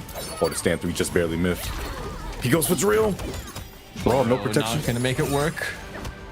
Okay, the forward 1-2-2 goes to Jake Glaive this time. Trying to bait something out. Why did it not come back? Did it? Oh my god, converted too? Is he gonna kill off this? He has katana. He has katana. It's not. He has not quite. As well. But Faysal looking real strong with the big jump too. Faysal will take your regional finals over Tekken Master 3-1 in grand finals and will be your champion of the Middle East. Yo, Faysal. What in God's name did we just watch in that last match? He just completely unlocked. That guy was so locked in right there. The flawless blocks, to be able to bring that back and reduce all the chip damage. And then the jumps as well, and completely scouting out Tekken Master. Faysal has double eliminated Tekken Master today, beat Tekken Master in the grand finals in the last qualifier that we had, in the final qualifier, and now has gone on to qualify for Final Kombat and has won the regional finals today, scoring himself $2,400. And I mean, look at this run that you've had to make. It has not been easy to win this entire thing in winners. Huge congratulations to Faysal Kombat, and obviously what is showing as well from Tekken Master. That has been a hell of a grand finals. Both of those boys are going to Final Kombat no matter what, but Faysal definitely making sure he wants to end it on a high note, like I just said. Winning it on winner's side the whole time, and did he only drop one game for real the whole time?